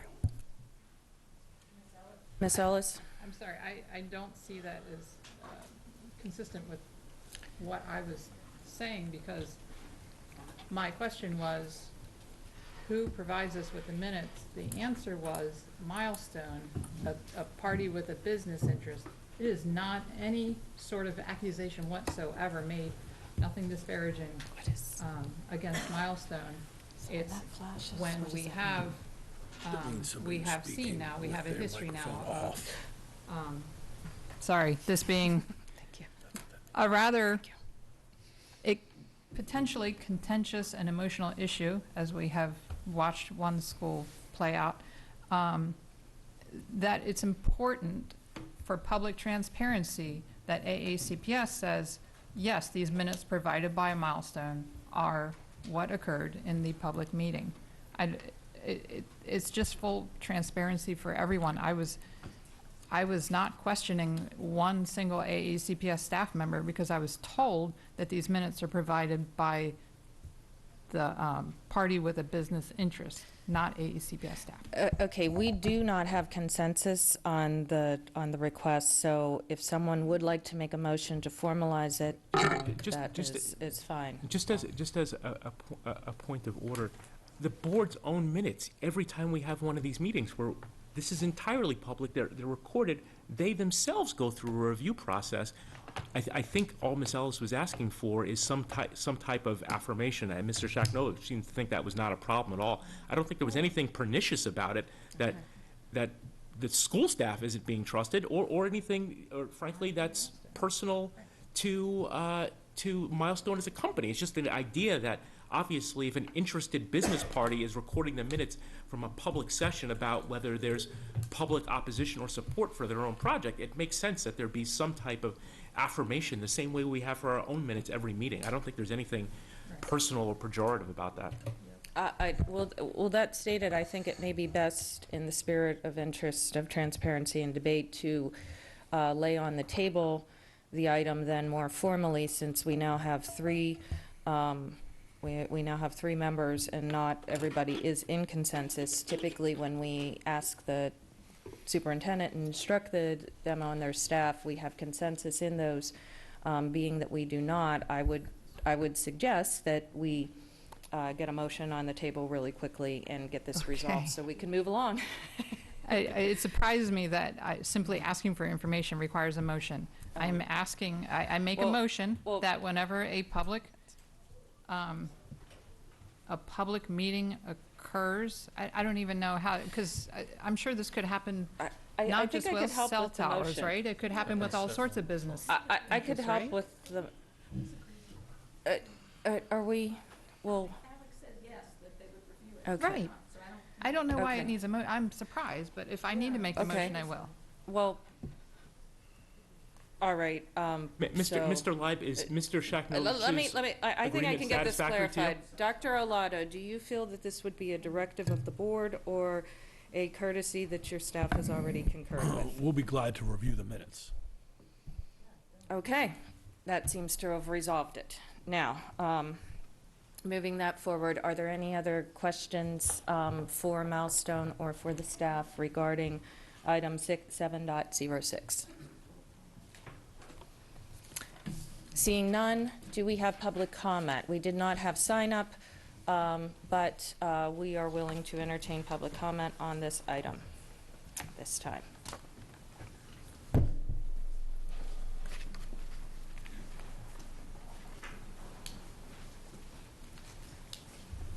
Good afternoon, members of the board. As you know, my name is Jessica O'Kane. I am the cell towers at Antelope Public County Schools. What I would like to get feedback for right now, and I think that you all need clarification, is what notification does Anne Arundel Public Schools provide to their stakeholders with respect to this project? Does it, in fact, just rely on the county's requirements for notice, or in addition to, which you can say that they should, is each student notified of this, as well as their parent or legal guardian at this particular school and surrounding schools? Because just putting out, I would like clarification on that, and it should be the most notification possible. You can have a robocall go home. You can have, there are various and many ways in which this very important and sensitive subject on people's school grounds should be notified, and I'd like clarification for that. What Anne Arundel Telecommunications school policy is for public notification of their stakeholders at these particular schools. Thank you. That's a question for Mr. Shacknovich, right? Well, typically, the public wouldn't ask of the staff, but a member can ask on, as a follow-up to the public, which I presumed is what Ms. Schulheim already hit her button for. Absolutely. Dr. Arlato or Mr. Shacknovich, can you please provide us clarification as to how stakeholders are notified and when? It's in the board policy regarding telecommunications towers. I don't have it in front of me, but there's board policy that spells that out. It does go beyond what the county requires, and I don't have what the county requires, so I can't quote that to you. The county requires X, we require X plus Y. So we go beyond what they require for their typical permitting processes. I don't have it in front of me. Do you know what the letters are? Because I think we can Google, she can. It's on Michelle, it's FBRA. Okay. Can we have that brought before us now? So it's FBRA, which I know we can bring before you. We can also direct you how to Google it on our website too. Okay, so we're in public testimony. Are we requesting a new agenda item to review a policy? No, or, not at all. I'm not hearing. Well, there's multiple Sorry, people speaking. just as a point of just a clarification. Just as a point of information, the question was posed to Dr. Arlato. He outlined a general answer and said, "I don't have the policy in front of me." To me, that naturally says if we have our board counsel there, or the board Ms. Ortiz.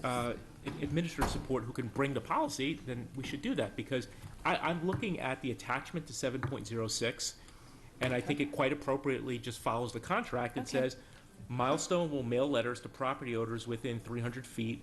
Milestone mails out a follow-up postcard. It's all about what Milestone does, and that might be pursuant to the contract, but I like this idea that we should be letting everybody in that school cluster know that there's going to be a meeting.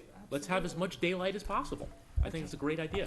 Okay, I think we have a couple questions raised we probably need to reconcile before we resume public testimony. Mr. Cheknovich. It is covered in the reg and this house pulled it up. So we use our multi-channel media. We send out calls. We send letters home with the students. We send website notifications. So we treat it almost like this morning's 2-hour delay. We multi-channel, we through Mr. Mosier's help.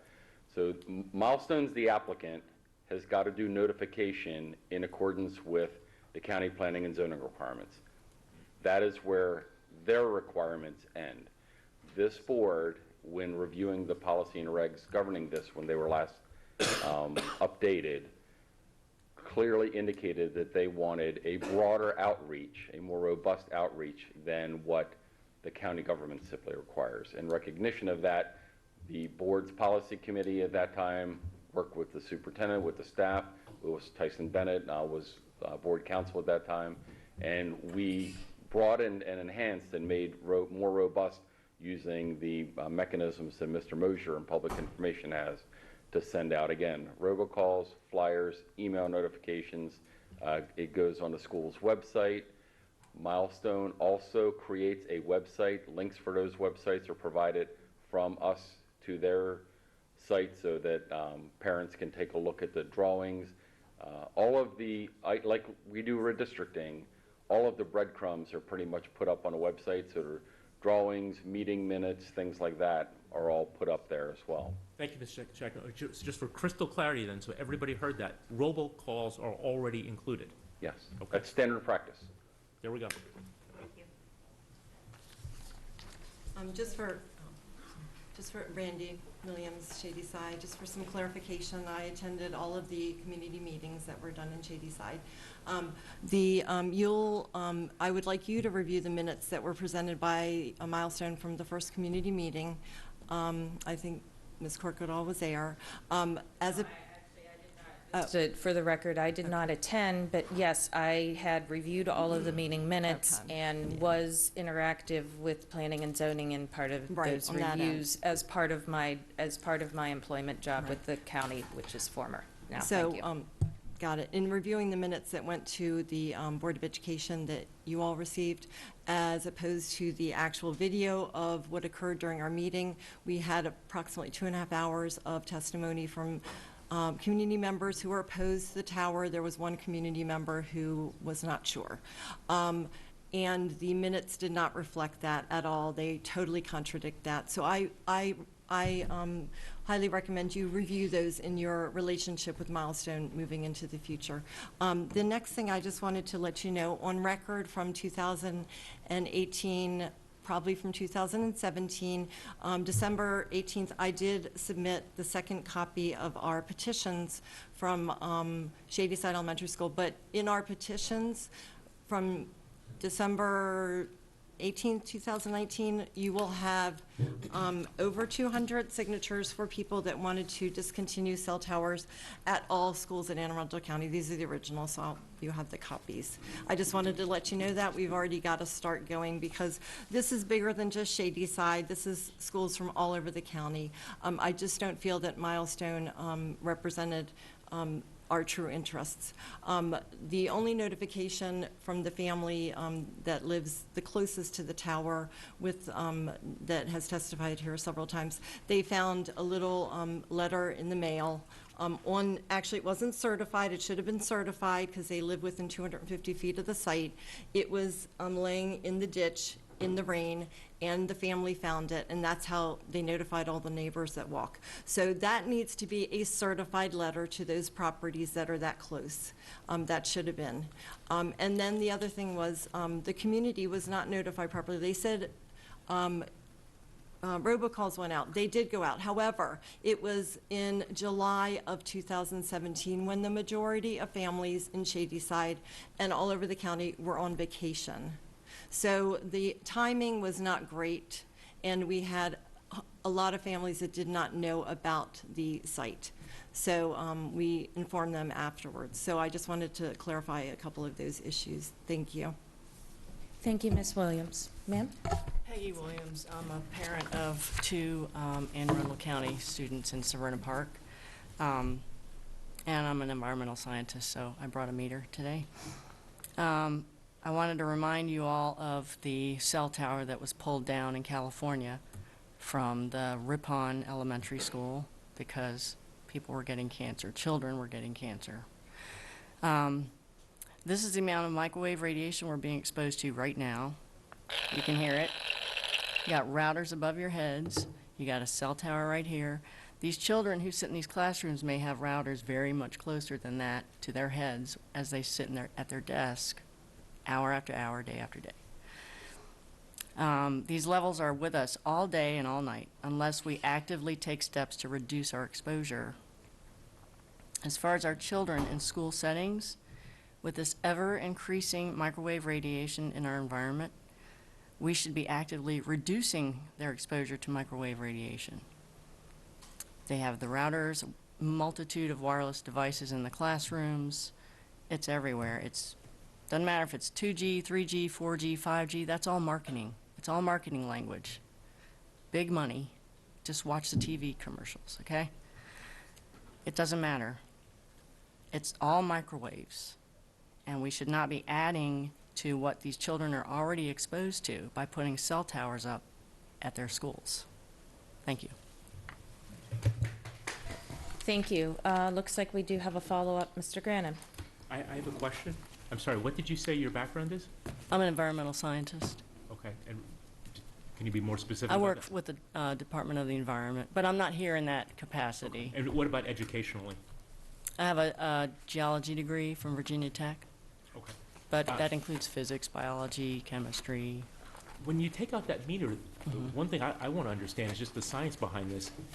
The natural question I would have then is a cell phone tower is not going to change that because there's already exposure from all kinds of other elements that are in the building. So is what you're saying scientifically a cell phone tower would make that worse? Yes, because you not only have all the radiation coming from the devices in the room and the routers, then you have another layer of radiation coming from the cell towers. And then if you want to add the 5G, then you're going to have another set of frequencies that are carrying data, massive amounts of data. And it's just, you're in a soup of electrosmog that have an effect on us biologically, even though it's not thermal. It's not a thermal kind of exposure.